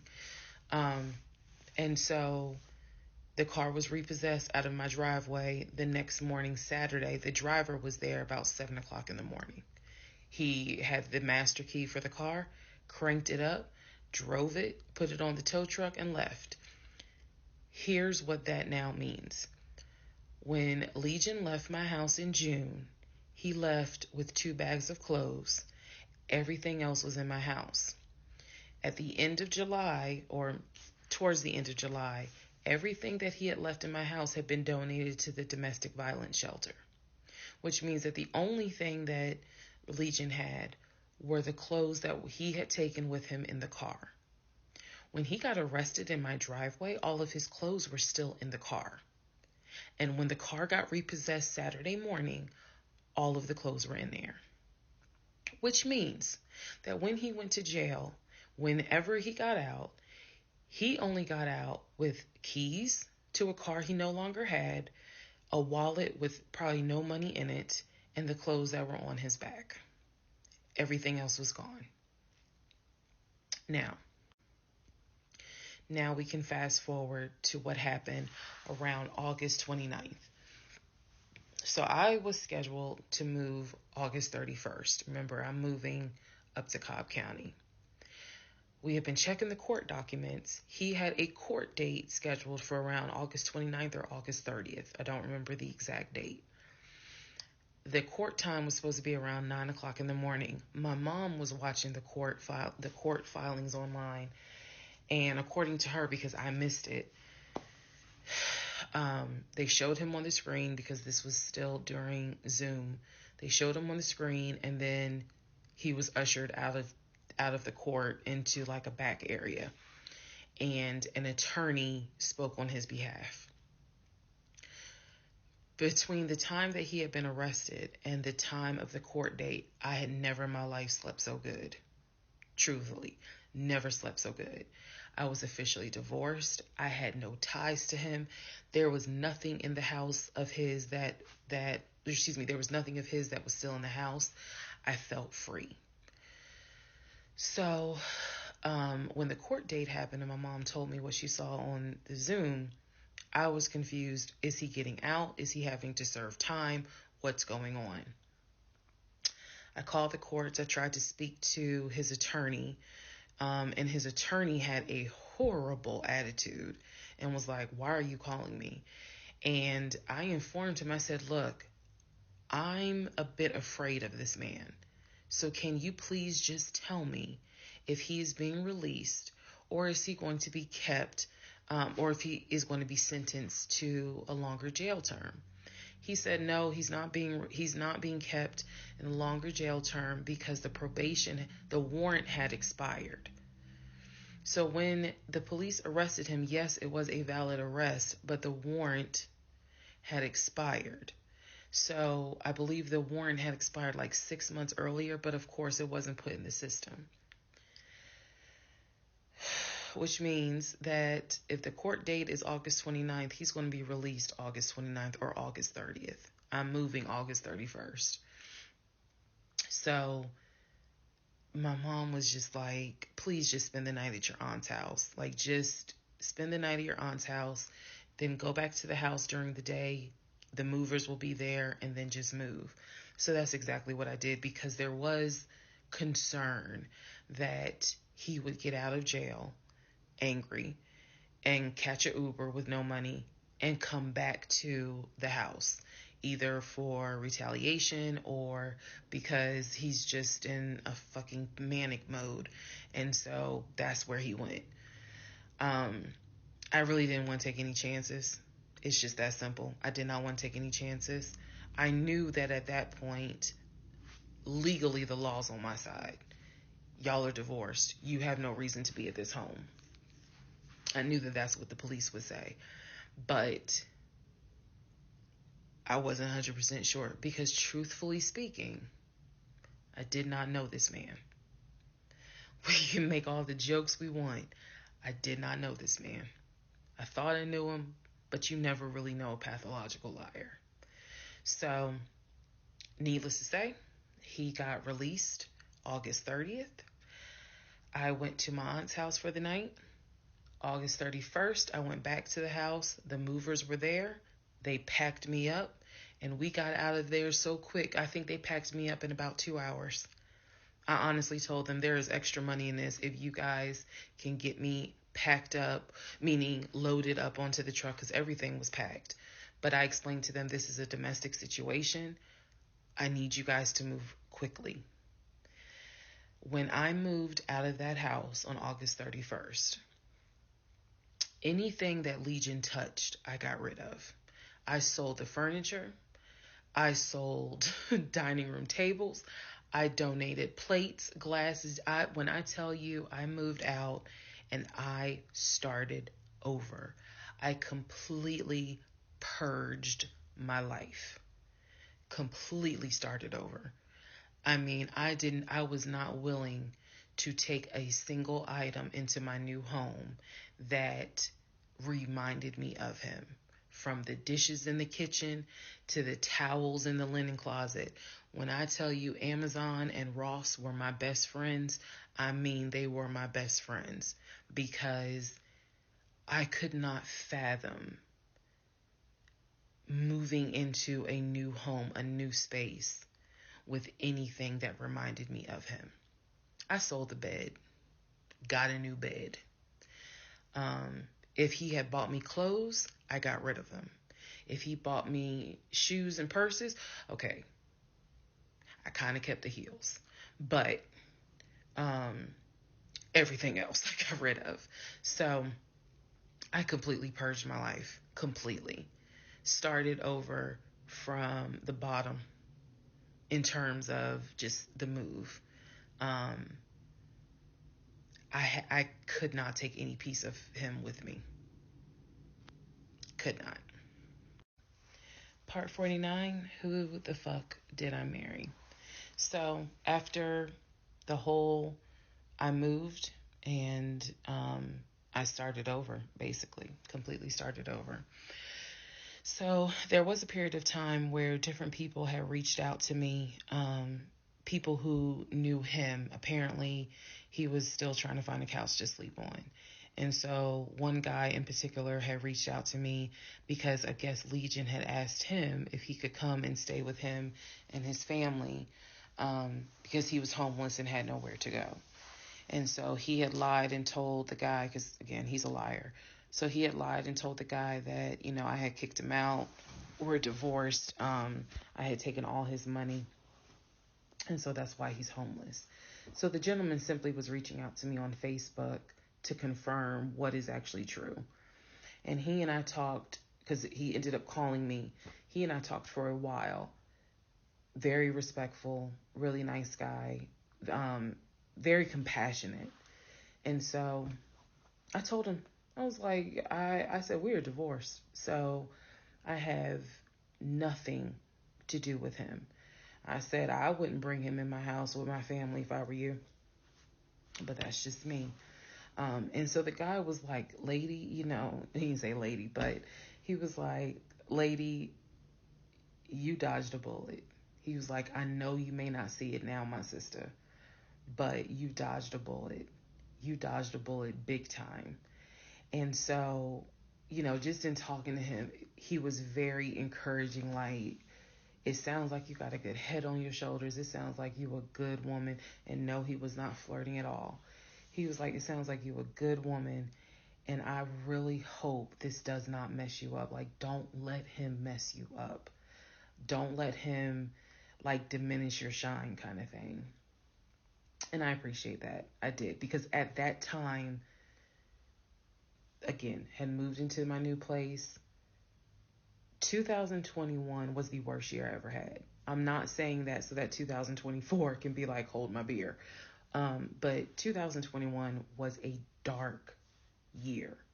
Started out married, end of the year divorced, end of the year with COVID and divorced. And that period of time, that August, September time, I felt like I was just walking around like a numb woman. I didn't know if I was coming or going. I didn't know what to do, because I felt like I had just been through hell. And it was a period of time where I had to sit down and I had to really, really deal with some stuff that I just simply was not ready to deal with. Things that I had to come to grips with that I really wasn't ready to come to grips with. So fast forward all this time, get to December of 2021. Yes, this is where the story does end. Get to December of 2021. I am out sick with COVID. I'm not at work. I get a phone call from my coworker telling me that Legion has called our job looking for me and was trying to get information on how to reach me. Yes, I had already changed my number. Again, I had already moved, but he knew where I worked. So apparently he had called trying to find me, and the person that answered the phone was like, we're not going to give you that information. So he said, well, can you ask her to give me a call? I'm just trying to get a hold of her so I can get my stuff. The stuff he's talking about are those tote bags from July. So he was calling. And it was a problem. He was trying to reach out to me on Facebook. He was trying to reach out to family members on Facebook, trying to get me to call him so that he could make arrangements to come get his stuff. The devil is a lie. So my friend Tracy, who came to my rescue again, my friend Tracy was like, okay, here's what you're going to do. She said, you're going to send him a message and you are going to say these exact words. I sent him a text message. She said, and she told me, you're going to send a text message because it's going to be time stamped. And basically the text message says, I do not have your stuff. I did not have your stuff. I have nothing that belongs to you. If you continue you are disrupting the work of my job by calling and asking for me. We have no contact with each other. I will send you a copy of the divorce decree that shows whatever is in your possession you own and whatever is in my possession I own. If you contact me directly or indirectly ever again, I will get a restraining order on you. Now, for those of you who are watching this in 2024, and you're probably like, wow, she's dramatic. Please understand that what I just said, I meant. I mean that. If you ever try to contact me directly or indirectly, I will get a restraining order. I have it in writing. I've always had it in writing. And if I need to rewrite it again in 2024, I will, because the boundaries still stand. And that, ladies and gentlemen, is the last time I had any contact whatsoever with my pathologically lying ex-husband. Part 50. Who the fuck did I marry? So, the aftermath. There are some realizations I had to come to after the divorce and everything had passed. One, Legion never loved me. He never loved me. He doesn't love himself, so I know he didn't love me. Number two, he didn't even like me. He watched me get excited about things that he knew I was not going to get. And not even just the possession stuff. Like, of course, we know I was excited to be the woman whose husband is like, I'm taking my wife to London. I was excited to be the woman whose husband was like, yeah, I bought my wife a brand new BMW X5. You have to understand, as all the jokes that we make about the BMW, it was the time and effort that he spent in taking me to dealerships and being sure to put me in the car and test drive the car and, you know, oh, I can see you in this. I like this for you. It seems safe. It was the effort to really make me believe that he was going to get this just for him to fuck with me. The effort in taking me to all these homes to see my face light up as a woman who grew up on welfare, to be able to walk into these 4 and 5 bedroom homes knowing that he didn't have any money to buy it. Imagine if he had just been honest and said, hey, I like in my free time to go to open houses and just see how the other people live. Imagine if he had just said that versus wasting not only my time, but the wasting the time of the realtors who did nothing wrong. There's a level of cruelty to my ex-husband that I had never experienced before, and God knows I pray I never experience it again. That's the word that comes to mind when I think of him. He is cruel to, and it wasn't just me. He did it to the ex-wife. So, do I trust? No. I trust the people who were in my life before him. If we were friends or if we were in a relationship or whatever and I knew you before him, I trust you explicitly. But if you're somebody I just met, I don't trust you. I don't. There's no point in me getting on here and saying and making it seem like, oh, I'm so strong, I'm so brave. I struggle big time Because on one hand, I want to like someone. On the other hand, I'm immediately thinking, what if it's a repeat? And I'm going to be honest with y'all, I can't go through that again. I can't. Every single thing in our relationship was a lie. It took me a while to realize every single day this man lied to me. Every single day he lied to me. Every conversation he had was a lie. I will never know how much he lied to me.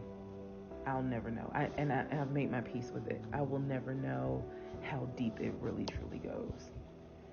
I only know what I experienced, and I only know what God allowed me to see. But I'm willing to bet that there's a lot I still don't know.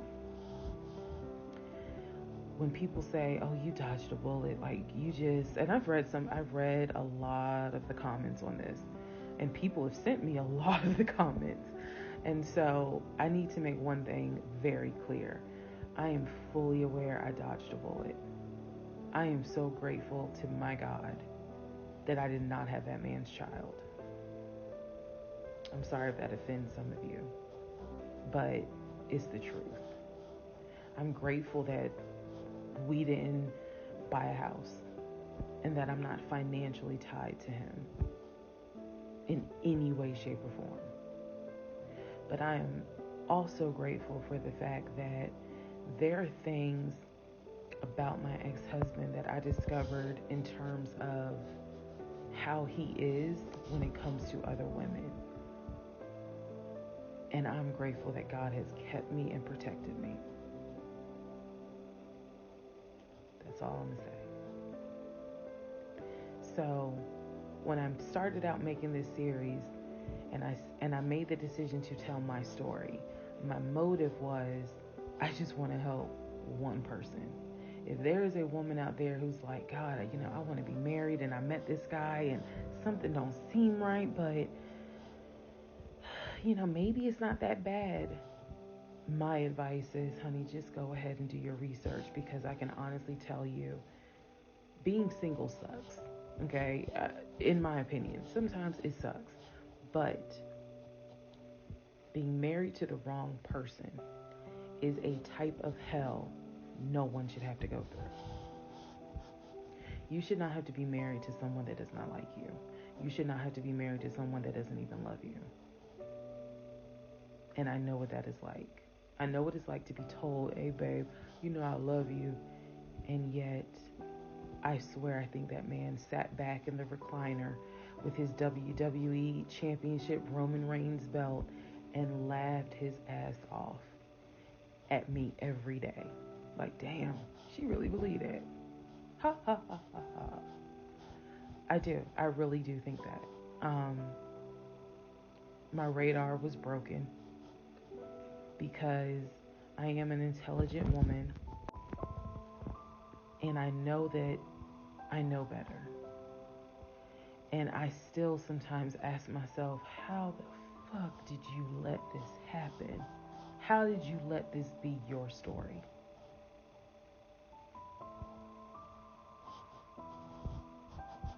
All because at the time I wanted it to be my turn.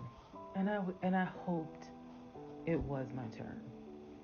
And when people say, well, what do you mean by that? I just meant, we all see it, whether it's social media or real life, we all see where the woman she done been through some stuff, and she finally met someone who appreciates, loves, and respects her. And it is a beautiful thing.